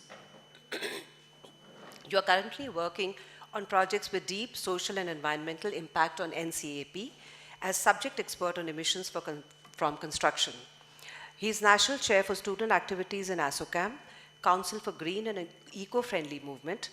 He has been expert jury with AICTE Clean and Smart Campus Awards and also associated with capacity building for faculties and students in knowledge domain of green and sustainably built environment. Thank you, ma'am. And I feel honored to be back here. So I can't express the happiness I'm feeling coming back to Delhi University. I was admitted to Hindu College 1984 for 10 days before I shifted to Delhi College of Engineering. So and studying in Delhi College of Engineering, that was a different campus over Delhi University used to be different campus 40 years ago. So I have been part of all this Chacha, Chole, Bhature, Kamla Nagar. I have seen everything what you students are seeing right now in a different mode, of course. And it's really an honor, and I have never seen this part of building. I don't know how I missed this out. And as part of working with Dr. Rajendra Shinde sir in Clean and Smart Campus Awards for AICTE as expert jury, and being National Chair for Student Activities for CGM, ASSOCHAM, and Indian Green Building Council student chapters, I feel honored and blessed that I have been part of at least 300 institutional visits pan-India. I have been to many colleges for in last 10 to 12 years. I have been visiting very colleges, and this is the first time I am back to my alma mater, and I am honored to be back here. Thank you. And I wish to do justice of whatever I can give it to you. The first good thing I'll be giving it to you is that I won't make it technical. It's very, very simple work we are doing at Green Terre Foundation or Smart Cloud Campus Network of net zero campuses. So my presentation.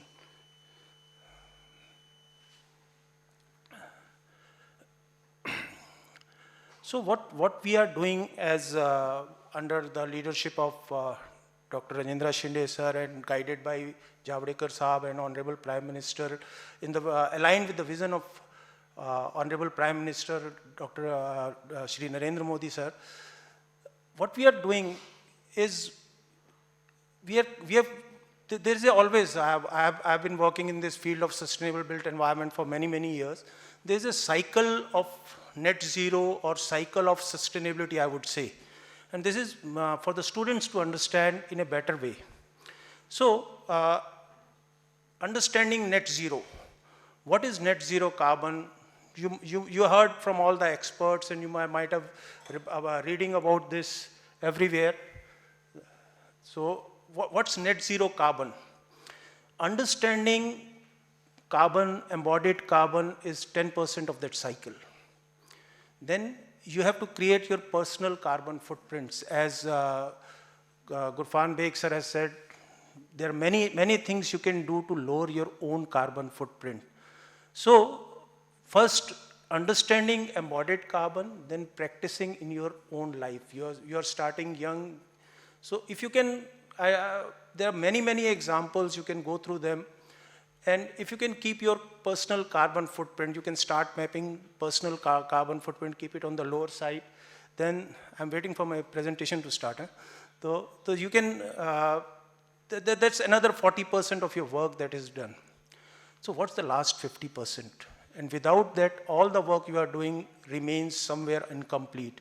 The last 50% is making community sustainable or making the community net zero. So that's the work what Dr. Saab is doing, what all the leaders are doing in this field. How do you do that? To complete the cycle, because you being plastic free, it's not the end goal. You have to make your colleges plastic free. Today Yogendra Goyal sir, Chancellor Saab was talking about starting the activity in the colleges with going net zero discharge free. I can tell you, even prior to that, you can go one-time use plastic free in your campuses or in educational campuses. It's very easy, very easy. In SCCN, we have a guidebook. You can download it from, you can download that guidebook from our website. And we have more guidebooks from SCCN's Smart Cloud Campus Network. Easy to do on how to manage your waste in your educational campuses and other few things which are there in the journey towards the net zero. So this will help you in going towards your net zero journey of your institutes or of your colleges. So by the time my presentation starts, so I will give you the background of what I am going to talk. So I being a civil engineer, most of the discussions will be 3 pointers: your view, my view, and neutral view. We as engineers, we say there are 3 sides to the coin. There are never 2 sides to the coin. So my presentation or my discussion is on basically 3 points. One is, point number 1 is the green buildings. You must have heard a lot about green buildings.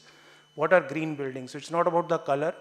Green buildings, as Kanagraji also explained, it's about smart buildings.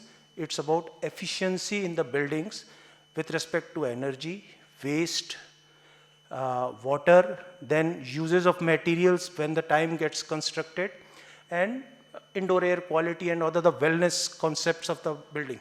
And carbon or embodied carbon, the carbon is of 2 types. One is embodied carbon, one is operational carbon.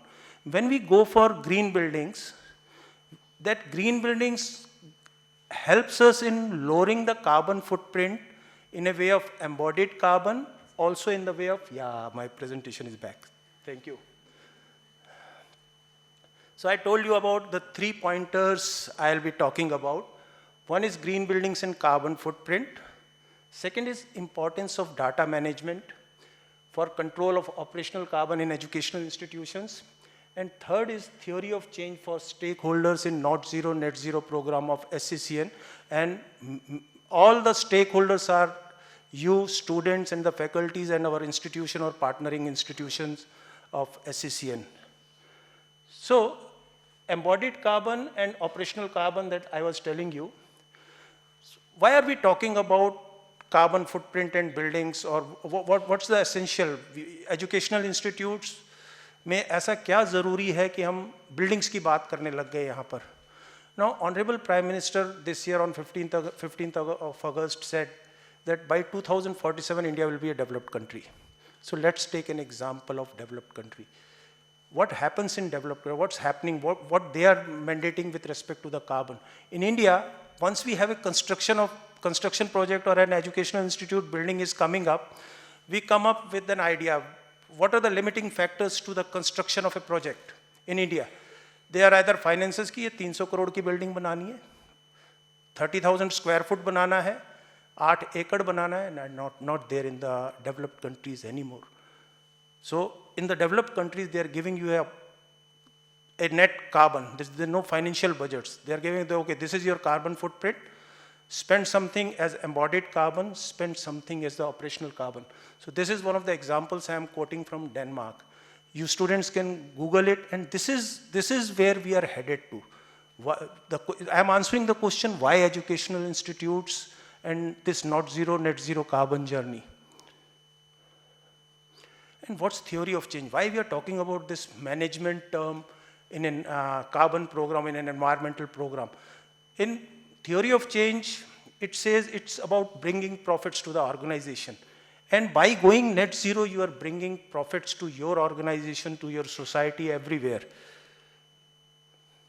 I told you about the green buildings. These are the 5 pointers: sustainable design, water conservation, energy, conservation of resources, and indoor environment quality. So these are the points which help you control your operational carbon. So going green is going for green buildings, or getting into a sustainable building, or being a smart building helps in your net zero carbon journey. But there is a catch. Again, 3 pointers. Any project goes through 3 phases. One is design, one is build, one is performance phase. We'll take the example of this building where we are standing. It was designed, then it was constructed, now it's performing. If you're building, if you're not getting that data mentored during the performance phase, then you don't know whether it was designed for those particular efficiencies, and you are achieving those efficiencies during the performance phase. That's the catch. And there where the behavioral changes or the education of the end users comes into that. And this is where students, once you get involved in net zero program, net zero carbon program, or these efficiency programs, you understand how to be more efficient in your day-to-day life with respect to energy waste and all these things. I just talked about the first basic step of getting your educational institute, if it's not, net zero plastic free. I will give you an example before I end my presentation. So in green buildings, Kanak Raj has already covered many of these things. So I will just tell you, the orientation of the building does matter when you are constructing. These are all design concepts. You have to check those concepts when you are there in the building as end user. What was the design and what are the performances? We will come to that also during our data phase. So paving for water observation, do you have more of soft landscape or more of hard landscape? If there's a hard landscape design, where is that drainage water going? These questions should come to the students automatically. कि मेरे इस campus के पानी का क्या हो रहा है? मेरे इस कैंपस में कहीं और एनर्जी बच सकती थी क्या? कि could I have switched these few lights? Could I have switched those lights and saved more energies? So these are the reduced landscape water demand I am talking about. Water uses in the taps, where you go to your washrooms and there are water saving fixtures. These are small things and very basic things. Use of low energy materials, that helps you lower. These are all green building design concepts I am just trying to run you through once you go through renewable energy utilization, that adds to your carbon footprint lower. Segregate your waste, reduce, reuse, recycle your waste. So that was the first part of our discussion of going green, going sustainable with the construction part or the design part. But remember, there's this catch.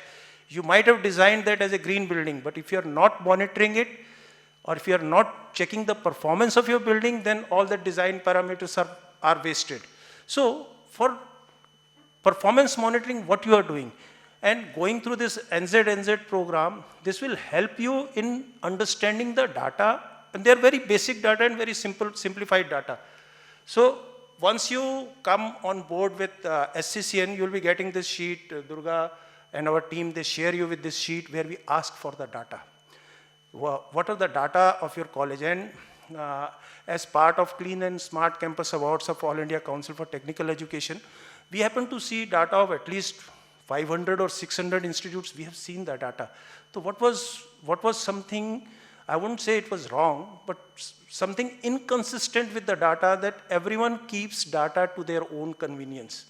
कि जो समझ में आया ऐसे हमने अपना data बना के रखा हर इंस्टीट्यूट ने. But once we have started this journey of being sustainable or aiming to be net zero with higher goals, the data has to be consistent. So I will give you a small example or show small case study of how this data can be consistent and can be made very simply. And we are there to help you. Any day you can contact me through Durga, and once you are on SCCN board, we are there to help you.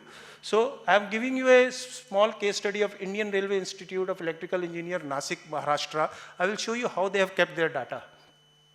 So this is what we are asking you for the data, and you all have this data. So you just have to get it into a tabular form. So I am talking about the energy data here. So total built up area, these data have to be maintained. They are being maintained, but they have to be maintained in a tabular form, the way we have asked you in our this. This is the site map of that campus in Nasik. So they have their institute, short-term course institute, guest house plus hostel. This is same with all the institutes. They have bifurcated facilities within their blocks, electronic block. And this is EPI, Energy Performance Index. Which block is using how much of data? This comes through the submetering part. So one of the things where we are lacking as an institute, we don't submeter. Because once we don't know which area is using energy, where the energy is going, you won't be able to see the efficiencies you can bring upon. So this is, and this was their year-wise consumption. This was COVID year, so they have put a graph. If it would have been a normal year, so they would have been there. And these are very interesting way of keeping the data. So hostel takes 62% of the energy, institute 29%, street lights 4%, pump house 5%. This is the way their data gets, their energy is getting distributed. And these are their institutes. Look, and 60% is for Aryan Institute, 60% is their equipment load, 34% is HVAC load, and 6% is the lighting load. Once you have this data in a particular way, you know where the interventions can come and from where we can get the efficiencies. So having that data or maintaining that data is very important. Remember, we are trying to get to zero. So we have to know where we are right now and what interventions can bring us down. Because without maintaining a consistent data, it might not be easier, it might not be a very smooth journey towards the net zero. So this is one of the things we wanted to talk about, and the energy consumption of blocks, monthly energy consumption. So this we will guide you once you are on board on SCCN dashboard. And this is the template to going for net zero energy. Analyzing data from the facility of energy bills to determine what energy is used and how this energy use varies over time. Building walkthrough inspection and audit, and specify energy usage where those efficiencies can come around. I promised you I'm not getting into any numerical numbers. So these are all specification. And what's the, so this, because this is an electrical engineering institute, they were very good with the energy data. But again, keeping that data helps you out find where the short gaps are. Now they look at their water data. So they say that the line has gone down. They're using 450 liters per head per day. National permissible average is, I believe, if they are students, they will be knowing 135 liters per capita per day is the average or the government plan. Now, because they are having that data, they know that they are using 3 times the average data. So knowing your data is very important. So I told you about first pointer was green buildings. The second pointer was knowing your data. And third is how can we contribute, or what is theory of change? What changes within the institute once you come on board with net zero program? Now, this is all with the behavior change that sets in. Once you join, we help you create those posters, create those programs where students get involved. we have been to many colleges, and this is one of the gaps where we see there is once you want lots of people to follow what you want them to follow, what you want them to do, so there is a loop, they call it OODA loop, observe, orient, decide, act. We are unable to put many things into the observations of the students. We got involved with few institutes where the college canteens, they have billboards of Pepsi and Coke, but not big messages going on energy efficiencies or water efficiencies. So this is the change we want to come to. So these are few of the posters we wish we can get into the colleges with the behavior change. And this is my last slide, but I will take 2 minutes on this slide. So this is very relevant. We are going through these times of bad air. So there's a small kid asking, she got a genie, and she's asking genie, clean air please. Now genie replies, no superpower can do what authorities and citizens with superpowers can. So you are the citizens with the superpowers. You have that power. And are we using that power? So I will give you one example of Nasik. We visited as part of Clean and Smart Campus Award. So we were there to audit, and that Polytechnic of Pharmacy, that was getting first prize. So as you can say invigilator, we are keen to find out कुछ तो मिले ऐसा जो हम ढूंढ के लिख सके कि नहीं सर यहाँ पे कुछ गलती थी. So that was a net zero plastic free campus. So we went to girls hostel or to the mess, wherever, to the canteen, everywhere we went, and we couldn't find a trace of plastic. The students were coming, bringing their food wrapped in cloth, chapatis wrapped in cloth. They were getting their cutlery from home. 400 students there. It was not a small institute, 400 to 500 students. And they were having that cutlery with them. They go to the canteen, they buy the food, and they will eat the food with their own cutlery, wash their cutlery. It was really, really net zero plastic campus. So we went to the college canteen because as part of our audits to the various colleges, we went and asked the canteen owner and canteen people, those 10 rupee or 15 rupee Coke bottle with the one-time use plastic is a very hit thing with the colleges. You find them everywhere. So at that college, there were only fountain Pepsis with disposable paper bags. So I asked those colleges, how can you take out that one-time use plastic bottle which is so hit with the students? So there I came to know the power that's with you. They said, sir, students refuse to buy those bottles. So there's the power of denial. Power of denial is with the students and the faculties if we deny. If we deny, and this is where the net zero, net zero movement starts with. We have to deny. We have to, you as a student should be in denial for wastage of water, wastage of electricity. It's high time. Abhi India World Cup jeet raha, we are shouting for India, India, wearing those blue shirts. And patriotism is not about wearing tricolor on 15th August and 26th of January. Remember, please, if you are an Indian citizen and if you want to save, do something on the climate change, do something on the carbon footprint, you have to understand, as a student, you have to understand where to step in. And this is where our net zero program will lead you. Thank you. I will leave you with this message. Jai Hind, Jai Bharat. God bless you all.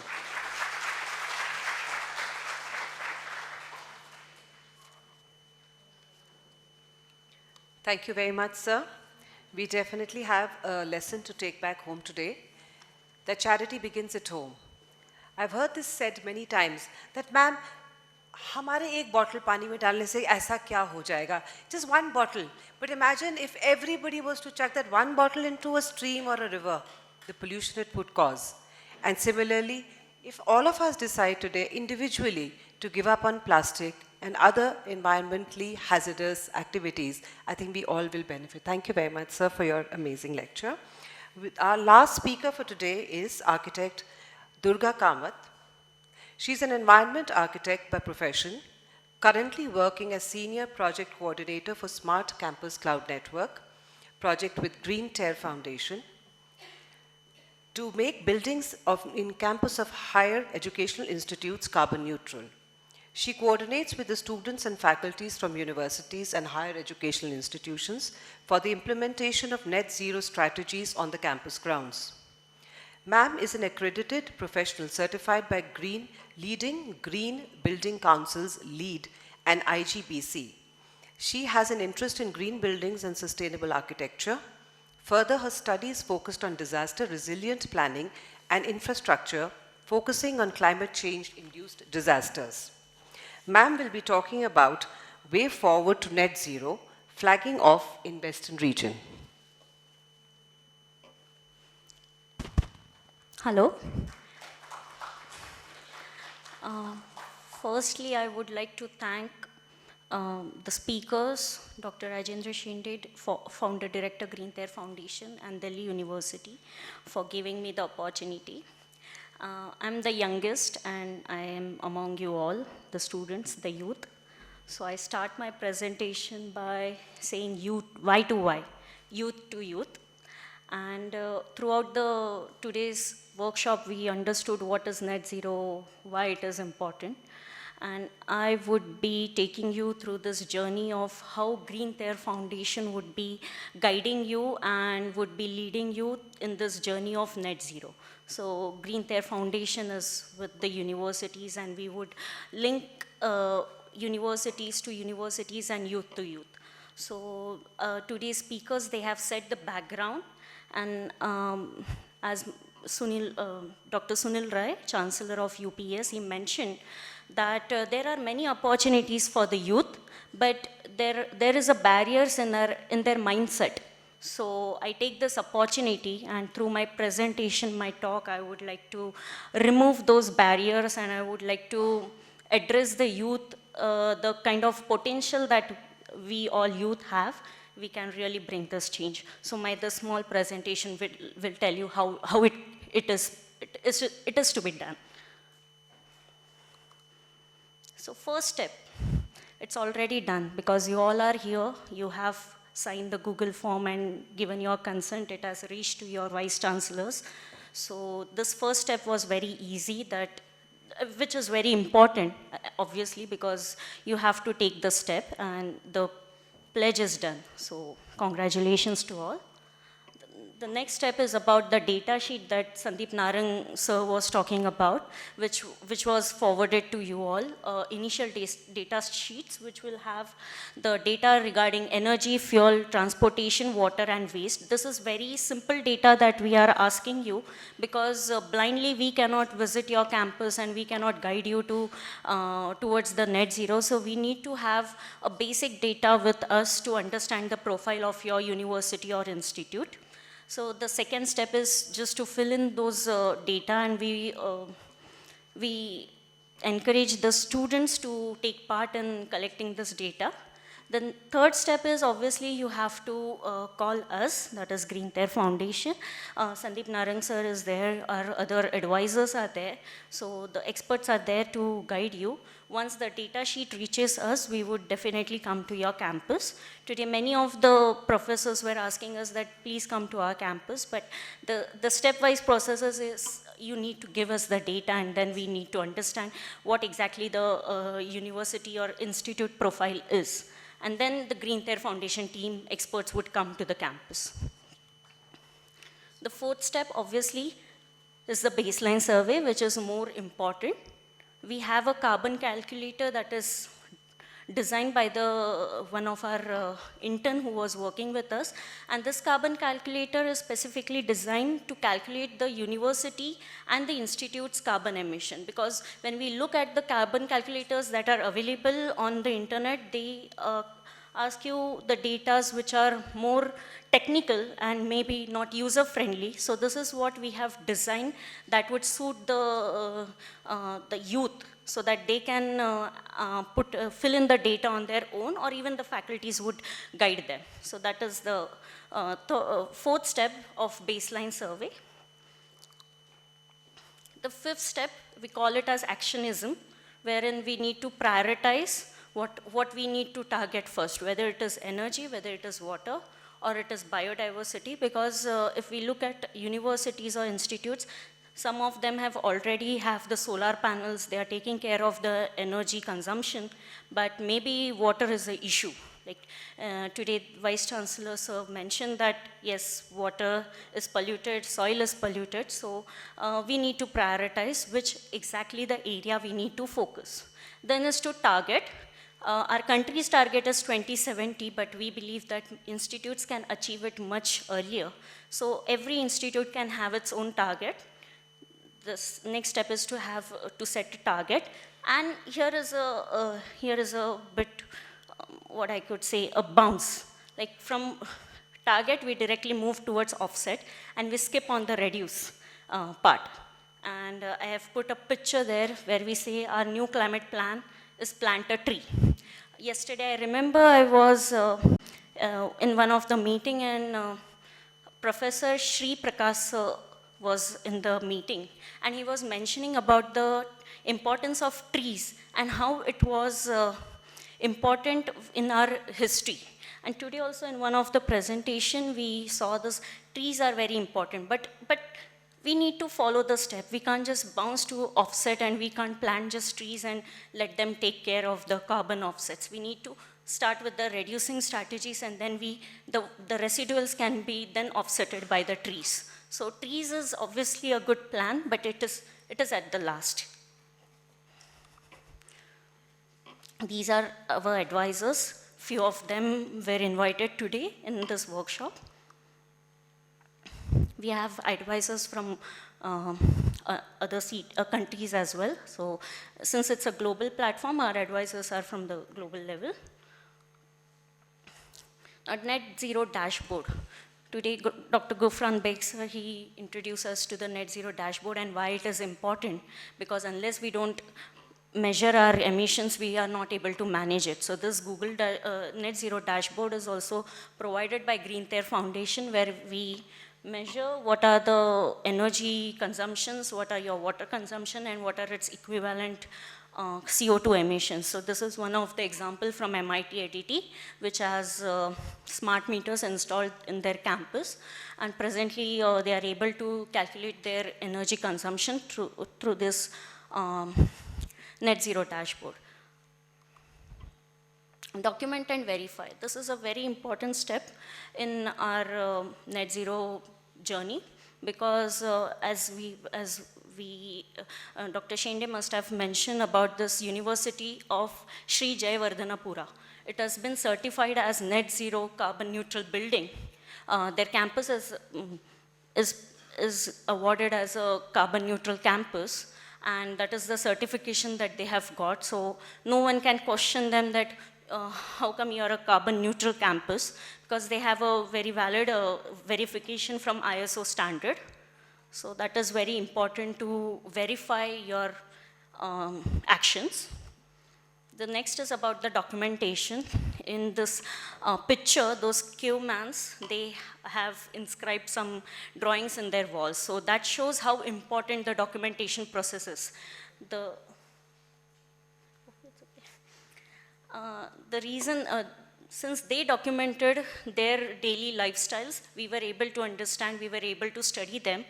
In university campuses also, it is very important to document the strategies, for the only reason that one university may set an example for another university, and unless we don't document it, we are not going to progress. So we have this weekly edition of, we have this weekly edition of all the stories in the university campuses. It says stories of universities and University of Stories. So wherein we collect all the stories of the youth which are taking green actions in their campus. And if you doubt yourself that how it can be done, you may like to have a look at the stories, how the youth are taking actions, and in a very simple step. Like one of the news article, it talks about how a campus was turned into a sustainable market, and they invited the local farmers from the nearby region. The youth or the students themselves in their campus, they had their own stalls, and just like a college fest, they converted their campus into a sustainable market for a week, which had all the organic vegetables. So this is like a small steps which we can easily take, which lead to some kind of reduction in the carbon emissions. I won't say a larger way, but at least your skills are developed. Like, the important part is the development of green skills. So these are some of the examples.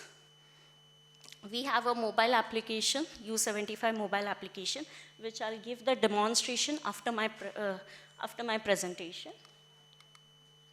Guidelines. Yeah, so guidelines is about, I call it as a Panchasutri, which talks about water, landscape, IQ. IQ is about indoor environment quality, because the way outdoor environment quality is important, outdoor air quality is important, it is also important that we take care of the indoor environment quality, because 90% of our times we spend indoors.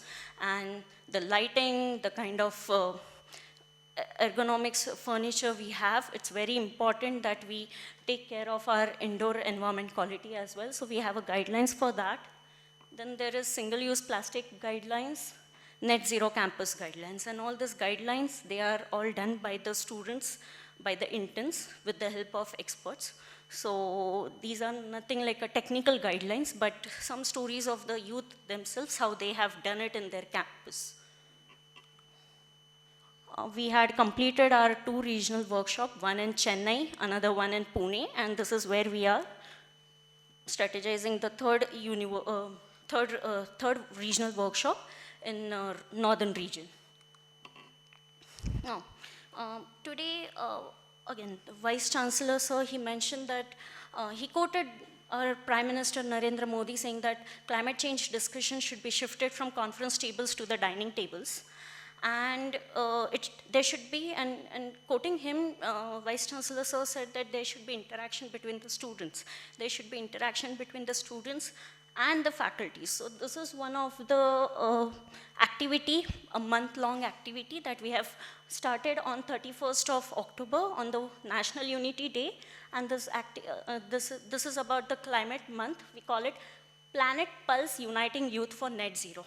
Now, during the COVID-19 times, we every day used to check our oxygen levels with the pulse meter, and we were very much worried about our oxygen levels.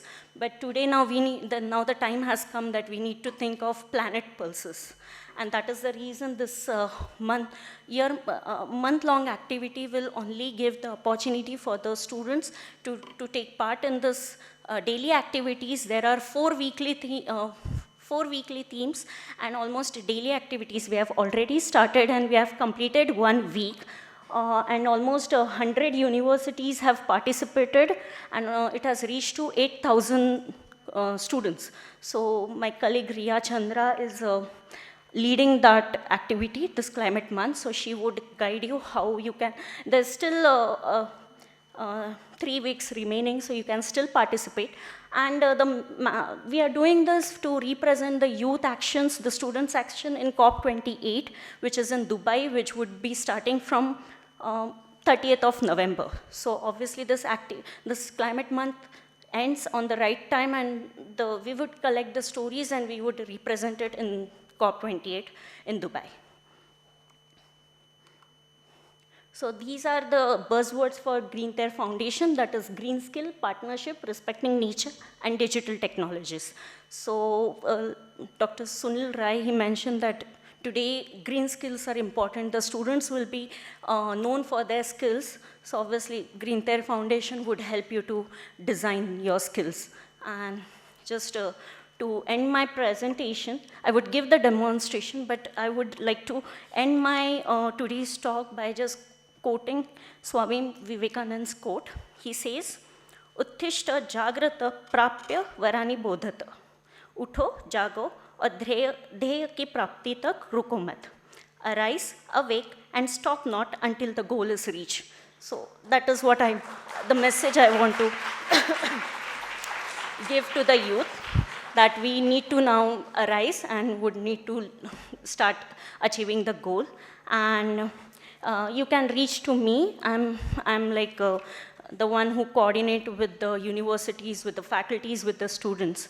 So my main job is to design the buildings, but I think now my main job is to design the young minds. So reach out to me. Thank you. Yeah, so this is the U75 application demonstration.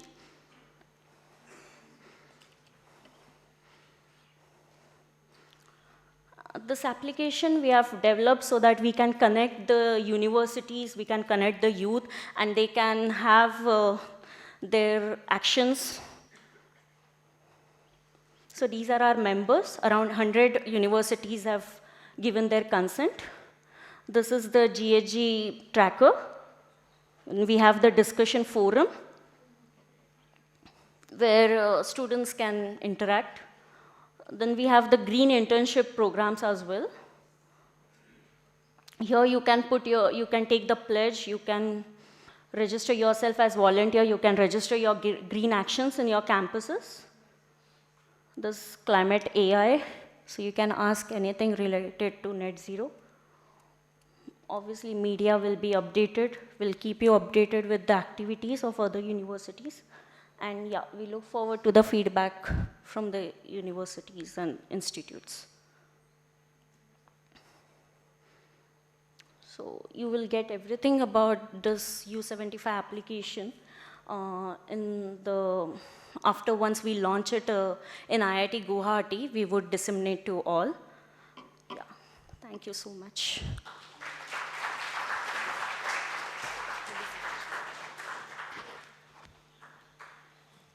Thank you very much, ma'am. I now request Ria Chandra, Project Coordinator, Green Tear Foundation, and PhD Scholar in Public Health. She wishes to make a small announcement.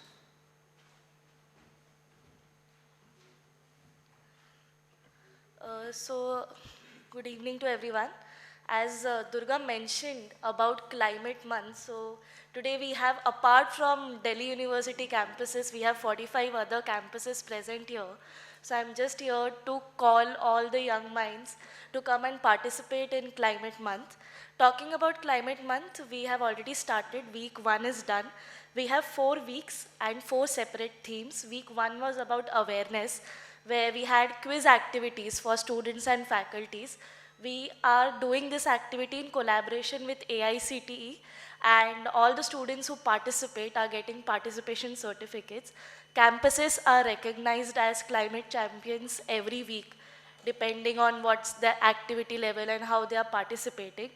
Week 2 now we are focusing. Today a lot of talk was done on practicing net zero activities in your day-to-day life. I think today is the right day to launch week 2, which starts from tomorrow, where we are talking about 7 days and 7 sustainable lifestyle habits, which students will be getting every day as an activity sheet, which they have to do, follow, and send us the proof in the forms, and they would be awarded participation certificates. Week 3, we would be talking about climate solutions.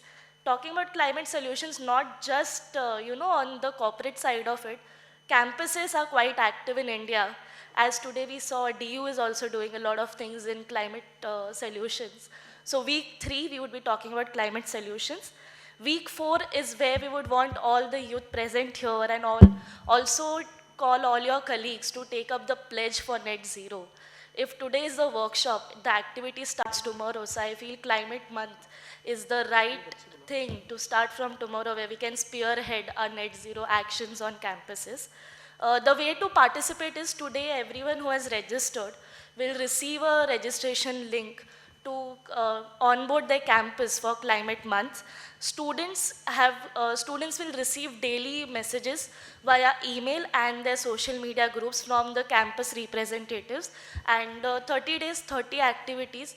It is not just about bringing campuses on board with the pledge that you have done today, but the action should start tomorrow. Students on campuses should start acting. That's the main purpose. By week 1, we have 100 campuses and 8,000 students have already received the participation certificate.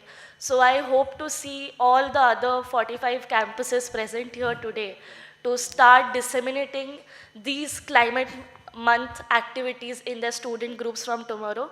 We would be always connected. There's an email ID everyone can note down, which is sccn.team@gmail.com for any queries.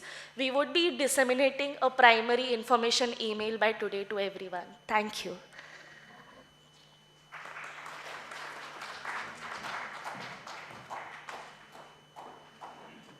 Thank you, ma'am. I now request Dr. Rajendra Shinde to kindly join us on stage to felicitate the eminent speakers.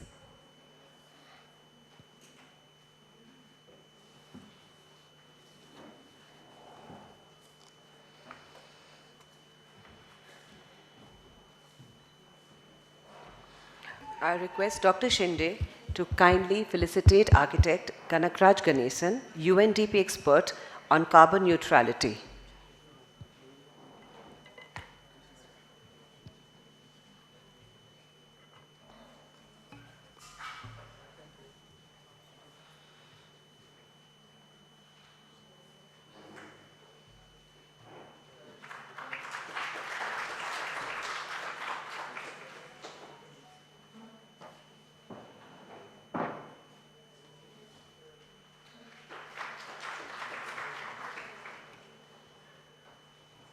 Thank you, sir.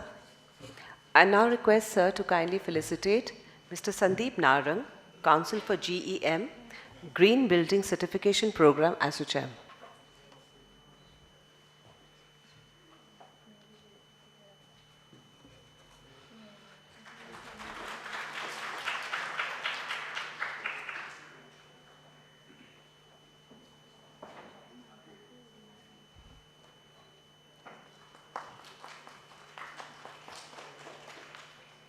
Thank you, sir.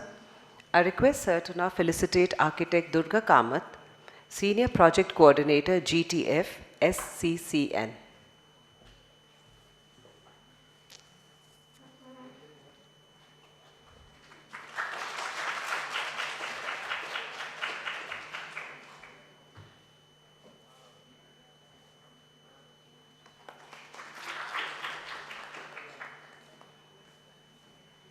Thank you, sir.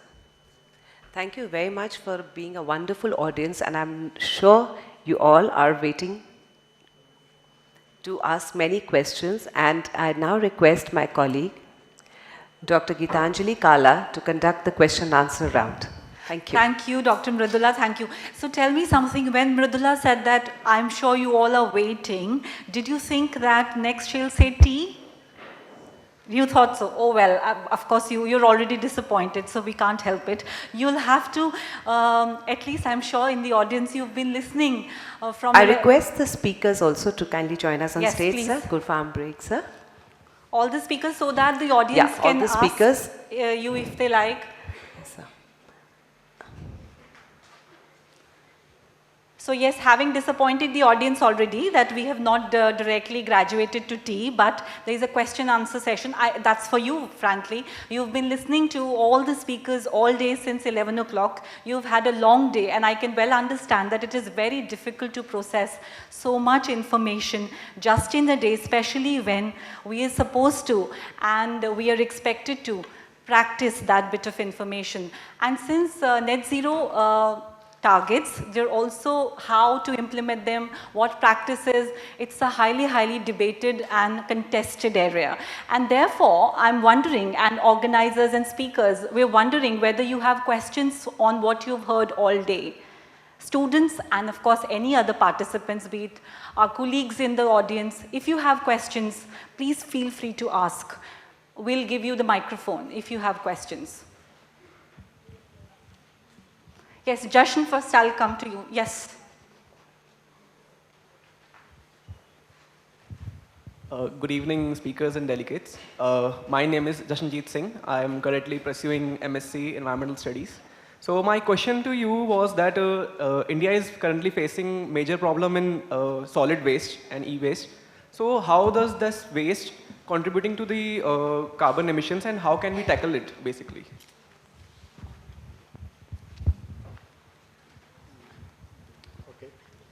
So I will just put an attempt to it. So when we talk about solid waste, usually we talk about carbon dioxide as a kind of a equivalence when we talk about emissions. But when we talk about waste, I can talk from the food perspective. There is a big debate now which is going on connected to the methane emissions which comes from the waste, right? I would say, like, when we looked at for the food cold chain perspective, like how much emission the energy part of the food cold chain operates, and we have found that the methane emission which comes out of this wastage of food, let's say, it is much bigger problem and much bigger size than the operational energy which goes into the whole food chain, farm to fork kind of a thing. And the same problem with the waste management at the municipal level. Like we have seen this big mountains of waste which are there, which are not only having the carbon emission problem, but also a big social problem attached to it. And Indore has been one of the city which has dealt with this waste quite effectively. So I would say the biggest challenge, if you talk to a municipal commissioner, he will always put the solid waste as 1 or 2 in his list. So that's how it is for me. I will add 30 seconds to the story of Indore and talking about municipal solid waste. So I work with Smart City Indore also. So I was there at Indore at that famous 56 shop, Chappan Dukan, where all the food shops are there. I was eating a sandwich over there, so 2 years ago. So eating that sandwich, small part of sandwich, हाथ से निकल के नीचे गिर गया. So the typical response from a Delite was, let me finish off my sandwich, then I will pick that up and put it in the garbage.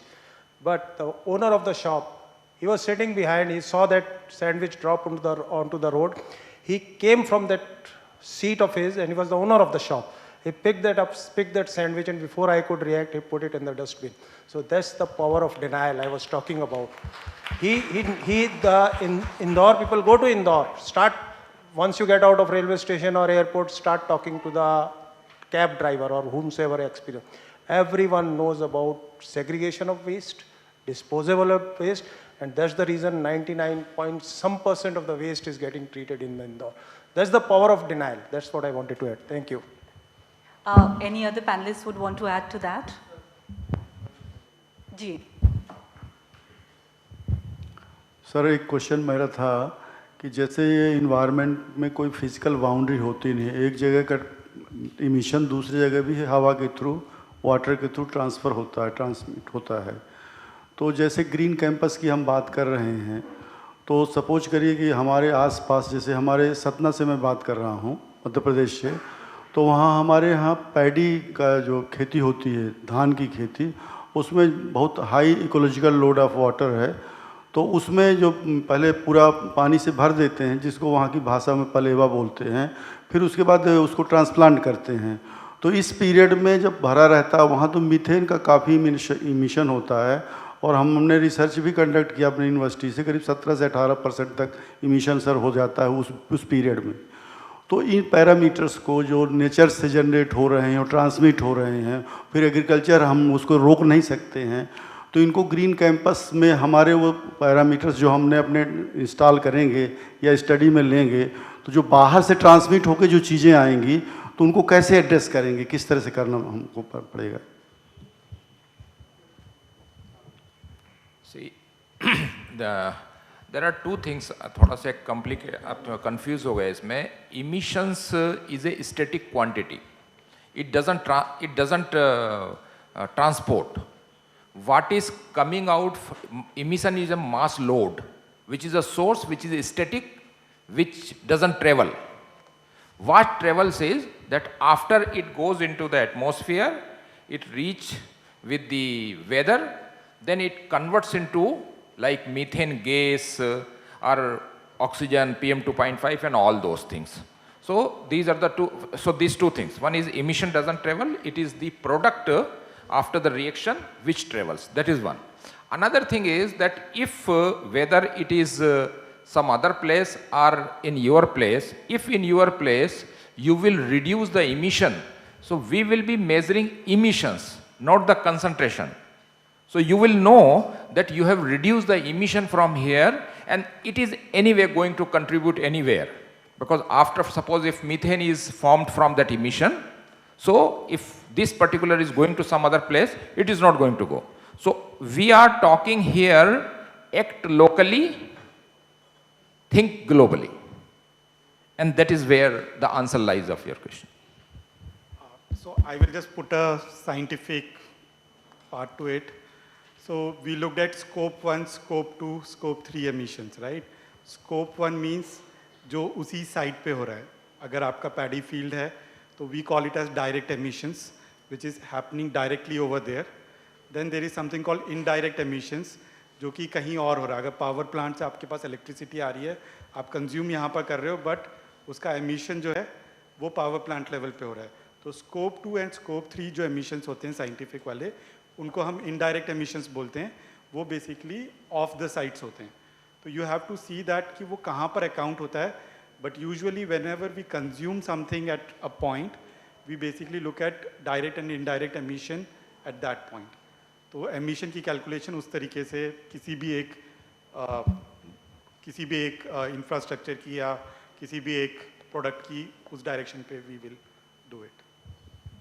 Yeah, so this scope 3 which we talked about, there is scope 3, there is a emission when you are traveling somewhere. For example, you are an employee of Delhi University and you are traveling London, Indore, some other place, Bangalore, somewhere. So that particular emission is in your name, because you are traveling, this much is, although you are emitting somewhere else. In the sense when you are going, there is a traveling and whatever the fuel is being burned. But that is accounted in 3. That is why when I talked to in the morning, the number 3, scope 3 is the most difficult part, and that is something which is most important part also. Thank you for that. Madam, you want to ask something? Can you also please introduce yourself? यहाँ पर उपस्थित सबको मेरा प्रणाम. I am Sunita Jaitley. मैं सह प्राध्यापक हूँ आचार्य नरेंद्र देव कॉलेज दिल्ली यूनिवर्सिटी में. प्रश्न के साथ एक सुझाव भी है और एक इंक्विजिटिवनेस है. बहुत छोटी सी चीज़ है. मैं सर से बहुत प्रभावित हुई हूँ कि पावर ऑफ डिनाइल होना चाहिए, और मेरे ख्याल से नेट ज़ीरो ना खुद से शुरू होता है, आई. तो मुझे एक बड़ी इंक्विजिटिवनेस है बहुत दिनों से कि हम बहुत जगह पेपर यूज़ करते हैं, क्रेडिट कार्ड्स, आपके क्या कहते हैं, बिल्स, टिश्यू पेपर्स, किट्स, और जिसका हमें कोई ज़रूरत नहीं. जैसे आपने कहा ना, कटलरी लेके चलते हैं लोग, अपना रुमाल लेके नहीं चलते. तो मैं ये जानना चाहती हूँ इसका क्या सोल्यूशन है. बिकॉज मेरा एक अपना मोटो है कि if you can't plant a tree, save one. तो उसका सोल्यूशन क्या है?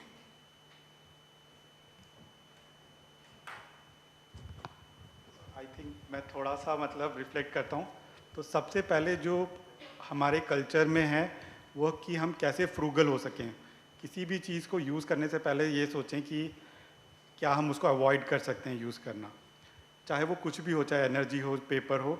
हम सिंगल यूज़ प्लास्टिक की बात आज कर रहे हैं, but we all know that the plastic has been replaced by papers. Paper is again biodegradable, but there is some energy which goes into making those products, right. So अभी हमने बस shift करी है प्रॉब्लम. थोड़े दिनों में हमें वो प्रॉब्लम भी दिखने लगेगी. तो जैसे जैसे हम ग्रो होते हैं, हमारी नॉलेज बढ़ती है, तो the problem also keeps on rising at that same scale. So the best way to, as ma'am is saying, हम एनर्जी के टर्म्स में बोलते हैं कि the cleanest form of energy is not to use it, right. So same everything you can add, reduce, reuse and recycle. This mantra goes to energy, water, waste, everything. Yeah, so I agree that we should get disciplined from ourselves to do that. But the major important answer of your question lies to the fact that we are talking about bio non-degradable, like plastic. Why do you talk? We do not talk about the tissue paper. Reason is that it is a degradable. After certain time, it will be recycled somewhere other. So it is not as dangerous from climatic point of view as single-use plastic. Why we talk about single-use? Why we not talk about double-use plastic? So that is the reason that we are tackling first the hot spots, the most vulnerable, most dangerous, and then after that we come on. छोटा सा anecdote add करूँगा कि UN house में, United Nations की building में, हमने काफ़ी कुछ कर लिया एनर्जी एफिशिएंसी को लेके. अब फाइनली अब लास्ट माइल की बात हो रही है, तो उसमें जो टॉयलेट पेपर्स है ना उनकी बात हो रही है कि टॉयलेट पेपर्स को रिप्लेस करके can we put towels. Okay, it's very difficult to do even at the United Nations level, but जब आप बहुत ज़्यादा आगे बढ़ते हैं तो you really need to be progressive and start thinking about this small small items in that. सुबह chancellor sir ने रिवर की बात करी थी, तो ऑफ द रूम में हम चांसलर सर से बात कर रहे थे, तो मैंने सर को बताया कि कैसे हमारे सस्टेनेबिलिटी के सर्कल में एक डिस्कशन है कि पानी को लेके कि इंडिया में ना एक इमेजिनरी लाइन है, उस लाइन से ऊपर के जो समाज है या उससे नीचे का समाज है जो वाटर की फील्ड में काम करते हैं, वो कहते हैं कि इंडिया को 2 हिस्सों में डिवाइड किया जा सकता है, जहाँ का समाज पानी को रेस्पेक्ट करता है और जहाँ का समाज पानी की रिस्पेक्ट नहीं करता. तो हम उस जगह को बिलोंग करते हैं. हमारे यहाँ पे हमारे समाज में पानी, आप साउथ में चले जाइए चेन्नई में, वहाँ पे पानी की कमी है. वहाँ पे 1 बाल्टी पानी के लिए लोग लाइनों में लगते हैं. वहाँ पे 2 स्टेट कावेरी के पानी के लिए हाई कोर्ट में लड़ रहे हैं. और हमारे यहाँ पे हमने पानी को रिस्पेक्ट करना बंद कर दिया. मैं आपके इस सवाल को क्यों कनेक्ट कर रहा हूँ, आपने पेपर की बात करी, पर खाली एक आइसोलेशन में बात नहीं हो सकती. हमें एज ए सोसाइटी, हमें, आप स्टूडेंट्स हैं यहाँ पे काफ़ी सारे, जो मैंने अपने प्रेजेंटेशन में भी बात करी, हमें कहीं ना कहीं अपने आप को रिफ्लेक्ट करना है कि हमने अगर नेचर को रिस्पेक्ट देनी है तो it's not only about paper, it's about paper, water, it's about the energy. As a student, अगर आपको ये लग रहा है कहीं लाइट जल रही है और इस लाइट की ज़रूरत नहीं है, कॉलेज में है या अपने घर पे है या किसी मिलने वाले के घर गए और वहाँ लाइट जल रही है, आपको लगता है इस लाइट के बगैर you should switch off this light, तो वो सेंसिटिविटी को कैसे लेके आना है. और ट्रस्ट मी, बाहर के देशों में है ये सेंसिटिविटी. बाहर के देशों में छोटे छोटे बच्चों को वेस्ट सेग्रीगेशन सिखाया जाता है, एनर्जी कंजर्वेशन, वाटर कंजर्वेशन स्कूलों में सिखाया जाता है. अब ये डिस्कशन हो रहा है, मतलब इंटेलेक्ट लेवल पे मैं कई ऐसी जगह पे जाता हूँ where we are talking about putting back respect for nature back into the students right from the primary level. Primary schools में कैसे हम लेके आए बच्चों को, we should start telling them you have to respect water, trees, everything. So this is where we can add, you as a faculty, you are the torch bearers to that. Thank you. Yeah, your question is about the use of paper. One of them. Yeah. So I think you got good answers from all my colleagues. I just want to give an example of what we did for this event. Want to give the anecdote, and Ratnavali madam is here. We were having a Zoom call, myself, Ratnavali madam, Durga and Riya, and we were debating how to get a registration. So one of the ways of registration which we did in an earlier workshop is to ask them to put on a paper or ask them, give them a blank paper.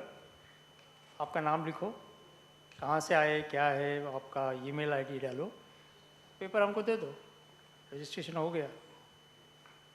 Then see the power of partnership, power of a Zoom call. Then we kept on debating what could be the better way. We came out with the answer that let's have a QR code. That QR code the students would now download it and they will get a form. They will fill the form and send it back. Paper is not used. So the digitalization can be used in a different way, for good ways as well as bad ways. But this is an example where the innovative minds from the universities can work to get a solution for that. There is no standard operating procedure for registration counter.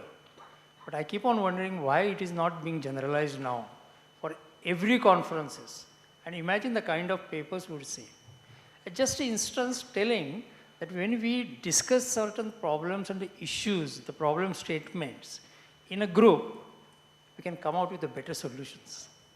Just wanted to give that example. I want to add something. Sure, yes, please. So we discuss about shift from plastic to paper, and now so mentioned that shift from paper to digitalization. Again, this banner also, we were discussing how we can replace the flex and we can now see the digital screen. But that takes me back to the question the boy asked was about the e-waste management. Now, when we say that we need to transform from paper to going paperless and going towards digitalization, we need to also think about the digital accessories that we are using, electronic accessories. So the one example to answer his question, the one example is if we, just to give one example of one institute, what they did was they had a drive of collecting the e-waste, what was there in their campus. So they had collected it in baskets, and those were given to their IT department, the hardware and the software engineers where they are, and they were told to fix it. So when I was in my learning, in my bachelor's, we were told about this theory of obsolescence. Like some devices, they are engineered in a way that they fail after 2 to 3 years. Now this youth, or the students, they understood that there is some mechanism that it is made to fail after 2 years. So they collected all the e-waste and they tried to fix it so that it starts again, it starts working again. So that is how, this students can make a change. So when we say going from paperless to digitalization, we need to have the solution for our e-waste management as well. Thank you Durga for that. Well, I understand there's a question here. Yes, please. Good evening, everyone. I'm Himanshi from Bhaskaracharya College of Applied Sciences. Sir and ma'am, I just wanted to ask that as you mentioned about the power of denial, and in which हमें बोलना चाहिए जहाँ पे हमें लगे कि ये गलत हो रहा है. एंड मेरे साथ एक अभी रीसेंट में मतलब बहुत जनरल बात पूछना चाह रही हूँ कि रीसेंट में मतलब क्योंकि दिवाली आ रही है, सब क्रैकर्स अभी जला रहे हैं, हालांकि उनको पता है पोल्यूशन इतना ज़्यादा हो रहा है फिर भी. So I told them like my neighbours कि पोल्यूशन इतना ज़्यादा हो रहा है, प्लीज़ क्रैकर्स इतने मत जलाओ. देन दे वर लाइक कि बच्चे हैं, बच्चे तो क्रैकर्स जलाएंगे ही क्योंकि दिवाली में यही एन्जॉयमेंट का टाइम होता है. तो सर ये नेग्लिजेंस जो आती है माइंडसेट में, तो ये हम कैसे टॉलरेट, मतलब कैसे इसका क्या वो हो solution? So we talked about educating the community also. So there was a talk going on that there are 3 crore students. Professor Chancellor Saab said that there are 3 crore students in the university and population of India is 140 crore. So it's 40 or 35 to 40 citizens per student. We have to do the capacity building. That's the only way out. See, you will find that people of all types in the community. I also live in a community living. I live in a society with 250 flats. I haven't burnt cracker for last 25 years, but people do that all around me, and I keep on talking to everyone, please let's stop doing. So even if you win, say 10 people, if you can win 10 people, that's 40 people are doing something wrong, you win 10 people, that's 25% of your work done. But 75% work still remains. So this is the capacity building of the community that's very, very important as a student for you. And it's not just about Diwali. When India is winning so many matches in the World Cup, we hear it all the time. Yeah. So yes. Just one response. Yeah. Mr. Ganeshan wants to add something. So I'm just saying that we are underestimating the capacity building of the kids. Bureau of Energy Efficiency, Government of India makes an advertisement which basically sensitizes kids, because kids can basically now ask their parents to basically change their habits. Yes, I think So usually like we say that, oh, parents want their kid to enjoy the Diwali crackers, right? But if kids are told properly, they can ask their parents, and to de-learn it is very difficult, but to inculcate that as a part of a growth or curriculum or knowledge for kids, it is like very easy. I think that's an excellent point. We underestimate the young ones. I think they're quite sensitive in so many ways. There was a question there. There's one more point. Yes, I will just add last point. I told you about OODA loop. Think about it. Go and read about it. Observe, orient, decide, act. So the people you are trying to refrain, put things in their observation. There was one movie of Sanjay Dutt, Munna Bhai, something like that. He wants to put things in the observation. That's one of the ways of community building or capacity building. So, and we have to do that in the college, and we do this with NZNZ program. Once you come up with NZNZ program, we will ask you to flood your campus with the posters of how to attain that net zero carbon drive. Thank you. Thank you. Thanks. Yes. Yeah, please. Thank you so much. Good afternoon, everyone, respected speakers and all the other attendees.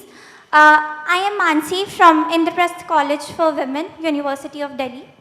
So my question to you, sir, is that it is very commonplace. We see that on onset of any initiative, especially like the ones such as net zero, which are the matter of general concern, but generally we are not concerned with it. The zeal in the starting is at peak, but then gradually the enthusiasm leaves the station. So what you people, as somebody who is more profoundly related to the program, suggest us for the revival so that the zeal is continued? Also adding on to the same, I would like to ask Rajendra sir that what was the, I am well aware of the term net zero, but how the inspiration led you all to connect it with reducing the carbon emissions? And will net zero be restricted towards the carbon emissions also, or will it cover the more areas such as water, energy and all that? Thank you. Okay. Thank you for that. So the part one of the question, that how to sustain the enthusiasm. Probably, as I said in my first morning speech, start from tomorrow. So probably you will start from tomorrow. Let's dream that everybody starts working on net zero. But then after 2 days, what happens is the Vice Chancellor gives you circular that everybody has to start filling the data for NAC exercise, because that is a priority. Nothing else or something else. So what to do with it? See, let me give you my practical experience. I was handling a global program for the protection of the stratospheric ozone layer. And some of the chemicals that man has produced on the earth will travel to the stratosphere and damage the ozone layer, which will risk your life on the earth. It's not only human life, the whole ecosystem. So it is pretty disastrous prediction, and everybody has to work. There is only one solution: get rid of those chemicals. So you get rid of chemicals, the ozone layer is saved. It's as simple as that. But you know, some of those chemicals were used as a life-saving material. So you cannot just get rid of everything, maybe some of them. So the issue came about what to do about it. I was in charge of the global capacity building for the whole world. And I also thought like you, that probably I can start it, make a big speech, encourage, inspire, motivational speech, influencer, that's the language that you use it, and start something. But then what? You're talking about 146 developing countries who has to get rid of those substances. How you do it? Maybe you start it, but then it will vanish, because many of these substances, chlorofluorocarbons, were used in air conditioning. So what do you do about the hospitals where the air conditioning is used? You can't have your patient die over there. So you have to have it. So probably you can get rid of the comfort cooling, but you cannot give up with the essential cooling. So we came with the problem. I think the solution was like this. Every country has to give a target. That target is, we will get rid of these substances by this and this time. That is easier said than done. So of course the first step is get rid, which was unnecessary. That is the first step. Second step is find out the essential uses of it, that you can keep it separate. Some are non-essential uses, so we can find alternatives. Yes, we can quickly find out. Take that. But for each step, prepare a road map for that. So every country who had signed on that international agreement called Montreal Protocol had to prepare a road map saying that this is a target. But preparation of the road map doesn't help. So that road map is reviewed every year globally. And if somebody is lagging behind, the name of that country was taken, saying that this country has not done that job properly. And then it is a name and shame. So naturally that country feels bad that somebody else did it in the region, I couldn't do it. I think the same model you can use in your university. Make a roadmap for the university or every department. Make a review, and a lot will depend on Dean Academic or the Vice Chancellor to have a time for review, and then say that this department has done a good work and this department is lagging behind. That department will feel bad about it. Now some of the students working in the department will say, "Kya farak padta hai? Hum to 4 baras mein nikal jayenge yahan se."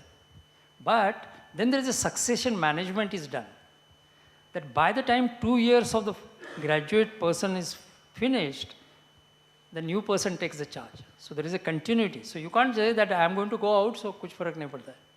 So I think there are management techniques to have that kind of thing. And remember one thing, your question is very relevant, but it is regularly addressed by all the businesses in India.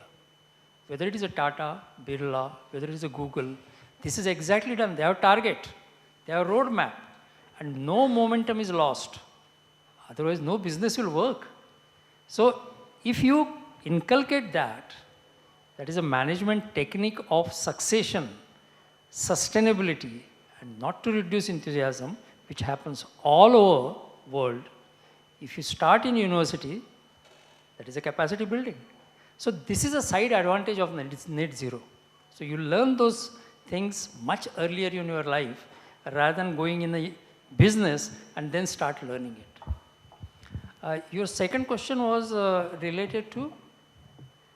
Okay, so most of us are aware of the word net zero, but how did you relate it to reducing something or? Other thing, yeah. So net zero, I think it was very well explained by all the experts, including Vice Chancellor today morning. We are not talking about not zero. We are not eliminating any substance. We are making it net zero. For example, if somebody says I have to decarbonize this earth, I think he is a wrong person. If the carbon is so important for this earth, without a carbon in the soil, you won't have a food to eat. What we are doing is human-induced carbon dioxide is adding to the greenhouse gases. That we reduce it. And it's true that net zero can apply to water, it can apply to waste, and it's being applied. Zero waste programs, those are very well going. And I think is also the behavioral change which we have to do. Somebody says we cannot have net zero waste, we cannot have net zero water. But I think those can be done. And I think more than me, the young people like you can probably contribute to the change in a mindset, which our Prime Minister keeps on saying. That our main object, your main barrier is a mindset. Once you cross that, everything is possible. There could be, except that the success cannot be with net zero efforts. That's the only thing you cannot achieve. Other than everything can be done with net zero. Thank you, Dr. Shinde. You're adding, sir, something, Mr. Narang? I can add. Yes, please, sir. So, in the principles of sustainability, it's a 3P formula: people, planet, and prosperity. Okay. So, traveling from Delhi to London by ship is low carbon intensive job. Traveling by air is high carbon, but nobody is asking you to travel by ship. What they are doing is they are improving the jet in terms of jet fuel, in terms of efficiencies. Nobody is asking you to switch off the air conditioners. People comfort, we want you to live comfortably, but at the same time, lower your carbon footprint. That's what I wanted. Thank you. Thank you so much, sir. Thank you. I'll have to seek permission if we have time for more questions. Well, I'm afraid we don't. I'm not sure if you're happy or sad. Nonetheless, thank you so much. I'm sorry, you can later maybe on tea ask this question. Thank you.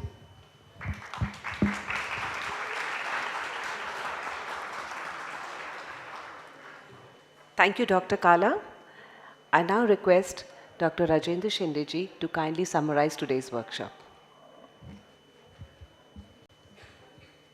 Thank you. I've been asked to summarize the workshop, and I'm not going to do it speaker by speaker, but I will do it overall. First of all, I want to summarize that we had an excellent announcer comparer was so clear with clarity that she was responsible for communicating net zero to you, because she asked the speakers to be introduced to you very well, so you're very attentive to their background, and I think she steered the way good, so thank you very much. Second, which I want to summarize, is the professor sitting on my left side. That is Dean Academic Professor Ratnabali. Probably I can never understand why she is called Dean Academic. Maybe she takes some lectures and all those things. Ah, okay. Right. But I want to call her Dean in bracket, smiling. Because we went through a lot of issues in arranging this event. And at the end of it, I met her yesterday for the first time. And she was still smiling. So I said, how did she manage to do that? But I think she was doing the job very efficiently. And with such a sprawling university, doing such kind of coordination jobs to get it well is really commendable. Next will be the question answer session before I start from the top bottom. I think I was present in a western region, southern region, and this is the northern region. The northern region, the question answers were one of the best. Congratulations to you. Not only that, you even exhausted the time. So there are still remaining question answers. But I think we are here. So unless some of the speaker friends have a flight to catch or urgent need to go home, they are there to answer it. And especially I'm there to answer any of your questions. The last thing I wanted to say is, I again remember this phrase of your Vice Chancellor, Diya jalta rahe. And I feel that that is a message we can take home. That net zero ka diya jalte rehna chahiye. And I will say the same thing in a northeast side, which will be our the last workshop, hopefully, in IIT Guwahati, where we will say the same thing. I think the speakers have done a wonderful job. They gave you exact information and allowed you to walk the talk. And if you still have something which you feel is a superlative, too much to understand, and you need some basic things, please, at the end of this session, talk to them. If they don't have time, talk to me. If it gets night, write to me. So we are all open for that. We have Durga Kamath, we have Riya Chandra, who are going to do that. Then we have Professor sitting in the left of me, and then there is her assistant, Dev Kumari. So they will be able to get all your questions back to us. Thank you very much. I'm very encouraged with 45 campuses joining apart from the Delhi University. I would like to just end by a couple of stories just to inspire and keep you not awake in the night, but at least sleep with a good feeling. First is the Ferguson College, which my friend on the right has visited. It has gone single-use plastic free. Modi Saab said that India will go single-use plastic free by end of 2022. It did not. But Ferguson College did it. And I think other universities are catching up with that. It's not difficult to ban anything. You can always ban a student from coming in a class. I think professor can say that she can issue a note saying that from tomorrow you cannot come in the class. Single-use plastics rather difficult, but it's not impossible to do it. But again, the same problem comes with the question asked by this girl, how you sustain it. And myself and Sandeep Narang, we went there for a surprise visit, and we found that some plastic lying near the canteen. And we told them, and then immediately principal issued and did something about it. So next time I went it there, I didn't find any plastic in a canteen. So I think sustaining is important, and for that the management comes in the picture. Another is the Sri Lankan University. I told you about in my speech that Sri Jayavardhan Pura University in Sri Lanka has become carbon neutral. Now look, there are many universities say that, oh, we are already carbon neutral, but there is no verification. Now these guys have got ISO certificate. It was displayed there.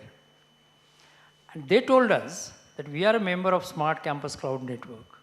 We are not going to go through all those things like behavioral change and then renewable energy and all those things. We are going to do the simple thing. We are going to catch the forest department in our country, ask them to rent the forest of 1,000 acres.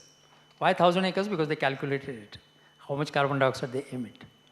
And then they said, once it is done, then whatever carbon dioxide they emit, that will be absorbed by 1,000-acre forest.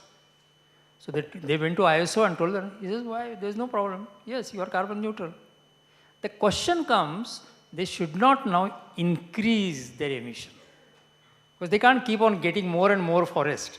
Because forest department told us, this is the last time we are giving this 1,000. So see the innovative ideas they get it. I'm not saying that you should do the same, but I'm saying that innovation is important to get certain things done faster. And it may happen if climate change turns out to be a pandemic. In COVID-19, just no argument. You just have to follow whatever is required to be done and get rid of that virus, or at least manage with that virus, something like that. Another example which I want to tell you is Australian University, which I quote number of times. You know, you mow the lawn. वो lawn को कटाई करते हैं ना, तो कटाई करते समय you have two options. One is use your muscle for a lawn mower, an electric one, or a diesel one, or a petrol one.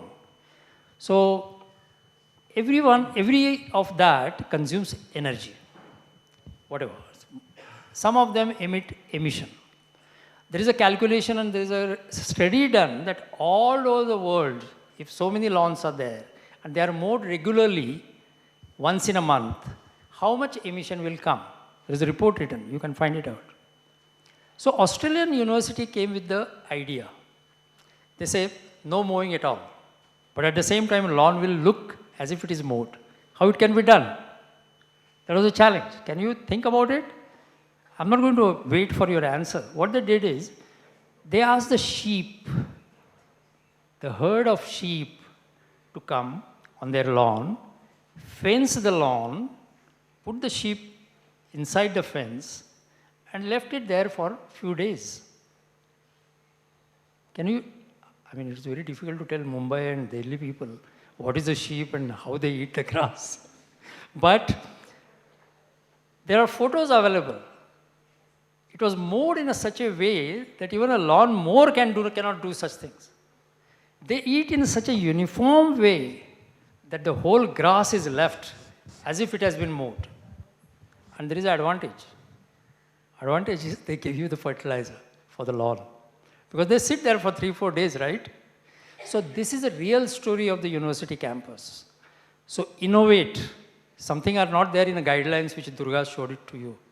In the landscape and all that, such things are not there. But they are there in our newsletter, which scoops the stories of the university action. In that newsletter, you will not find a news that Delhi University held a workshop. No. Workshop is not a news. Seminar is not a news. Talk, calling some dignitaries to do that is not a news. But if somebody does this, calling a sheep in the lawn, in a university campus, is the news. We give that. The other things which I want to tell is about the cycle. Cycle rallies regularly held in a campus, which starts off, cycle rallies, there are many cycle rallies taking place. But in one of the universities, the cycle rally was led by the Vice Chancellor. Won't you like it, Vice Chancellor leading your cycle rally? Then you will say that, oh, why not do it every week, it is nice to do that. So that is sort of a behavioral change or mindset change, you can do that. So these are the stories which I want to, there are a number of stories. Every Monday, we come out with a newsletter of what Durga Kama talked to you, Stories of Universities. And its name is Stories of Universities and the University of Stories. And that will inspire you every Monday. So please subscribe to that newsletter. It is not a newsletter, as I said, about some curriculum changed about the sustainable development goals and the online courses on sustainable development. No. Action. What action has been taken? How much emission, how much waste is reduced, etc., etc. So very final thing, I would like to summarize by saying that it was a grand experience to be here in Delhi University. It's a capital university. Normally, somebody gave me a WhatsApp message that you are in a capital, but there is air pollution. So don't you understand what exactly is the meaning of capital punishment? So that was a bit cheeky, but I didn't feel it. I mean, I come from the village, so villages are normally not polluted, but still I didn't feel much of this thing. That doesn't mean that pollution should not be reduced. It should be reduced. But I think I went around, whenever Ratnabali madam called me, I was here to obey you on that. So this was a wonderful experience, and I wish to get such an experience again when I will come for a review after 1 year. Thank you.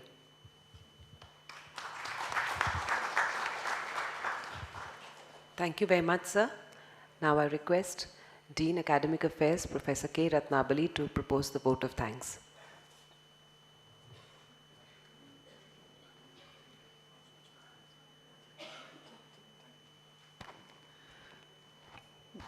Namaskar, very good evening.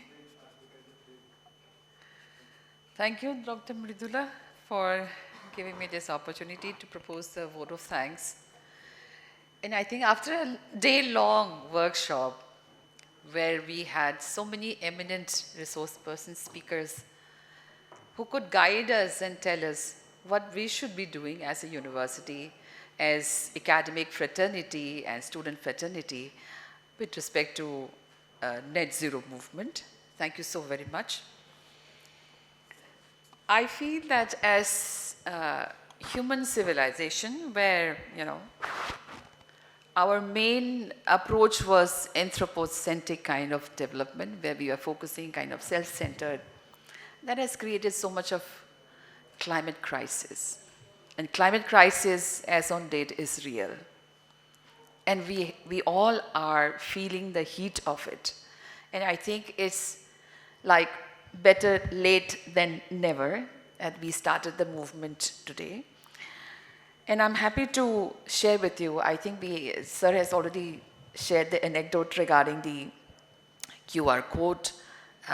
Ms. Durga had, shared the anecdote about how we change, even though I had got approval for having a flex banner that we generally have, how we overnight changed to electronic. And let me also share with you that after the inaugural session, we had discussion, we had, lunch with the Honorable Vice Chancellor, and he said, let's do away with these bottles, water bottles. From tomorrow, we'll have only glass. So I think that is the kind of initiative which is required at the individual level and then going to the institutional level and so on. I would also like to share with, with the resource persons on the days as well as people who are coming from different universities that we do have a paper as a compulsory paper, environmental science, for the undergraduate program. Any student pursuing any kind of science, arts, humanities, they have to compulsorily study. Now, what we have done this year is that, not this year exactly, from last year when we started implementing the national education policy, we had renamed that particular, paper as environmental science, theory to practice. And we have ensured that 1 credit out of the 2, 50% of the credit is given to the practice part of it. So there are many, I think, teachers coming from the colleges who are teaching. I can see Radhika, Dr. Radhika also, and Lakshmi and all, they are all there. Now, it's the role of the teachers to kind of, engage the students for waste management. And one of the teachers shared with me of Bharati, college, which is one of the periphery, Bhagini Nivedita college, which is one of the periphery college, that they have taken the students to the, offices, showed them where are the e-waste and how to manage them. They also planted, herbal plants and all. So these are the activities they are doing at the level. I think we need to inculcate more, innovative steps, as sir has said.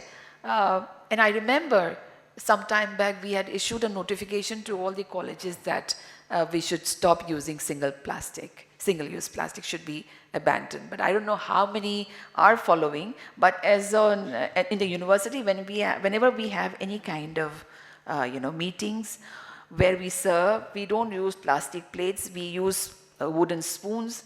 That's done long time back. But I don't think we have eradicated it totally in our university system, which I think we need to do.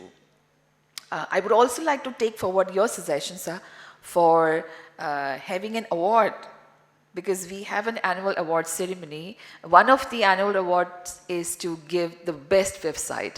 From now on, we can also think about having the best, net zero movement or initiative being taken up in the colleges and departments, so that, they are able to get motivation to do, such kind of initiatives for making it net zero emission. So thank you so very much. No workshop is complete without the participants, because it is for you that such workshop is being done.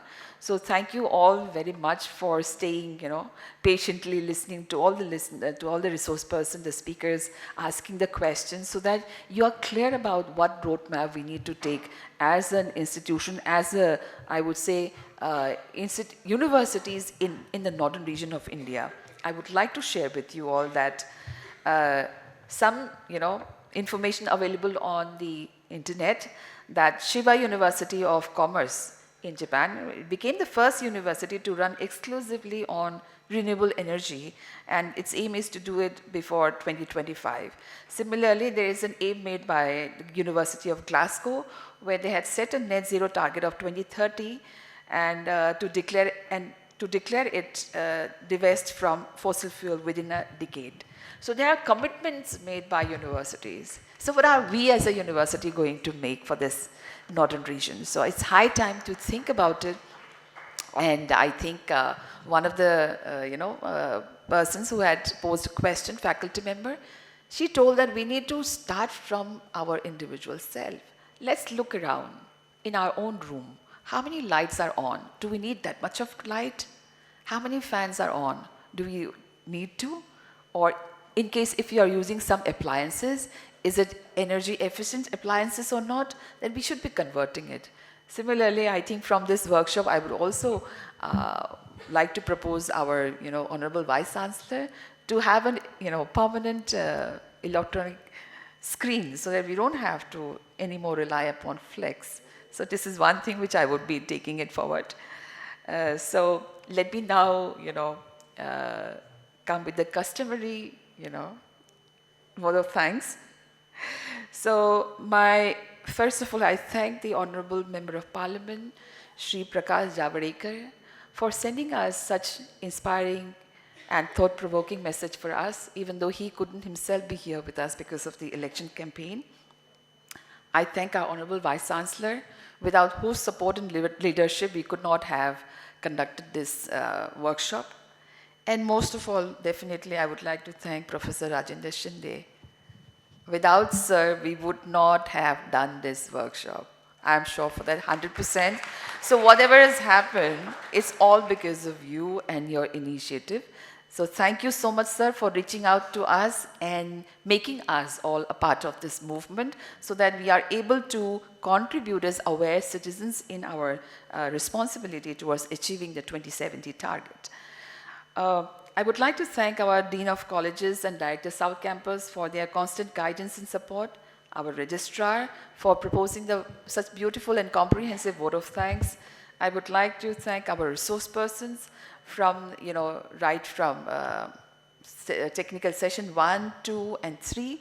So also I would like to thank Dr. Mamta Agrawal, who represented the chairperson AICTE, who had given us very good insight and I think powerful message which she had conveyed through the video, which she had shown it to us.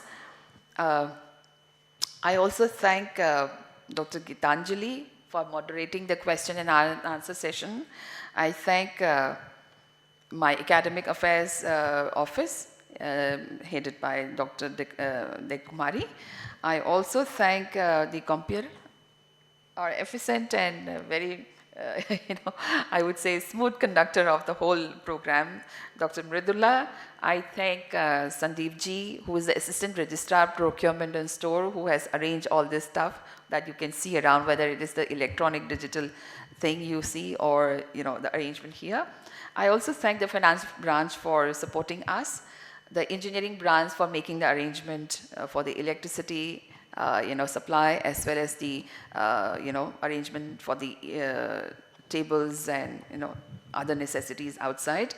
I also thank the Delhi University Computer Center for giving us the digital support for conducting this program, Garden Committee for the beautiful plants that you see around and the decoration they have done.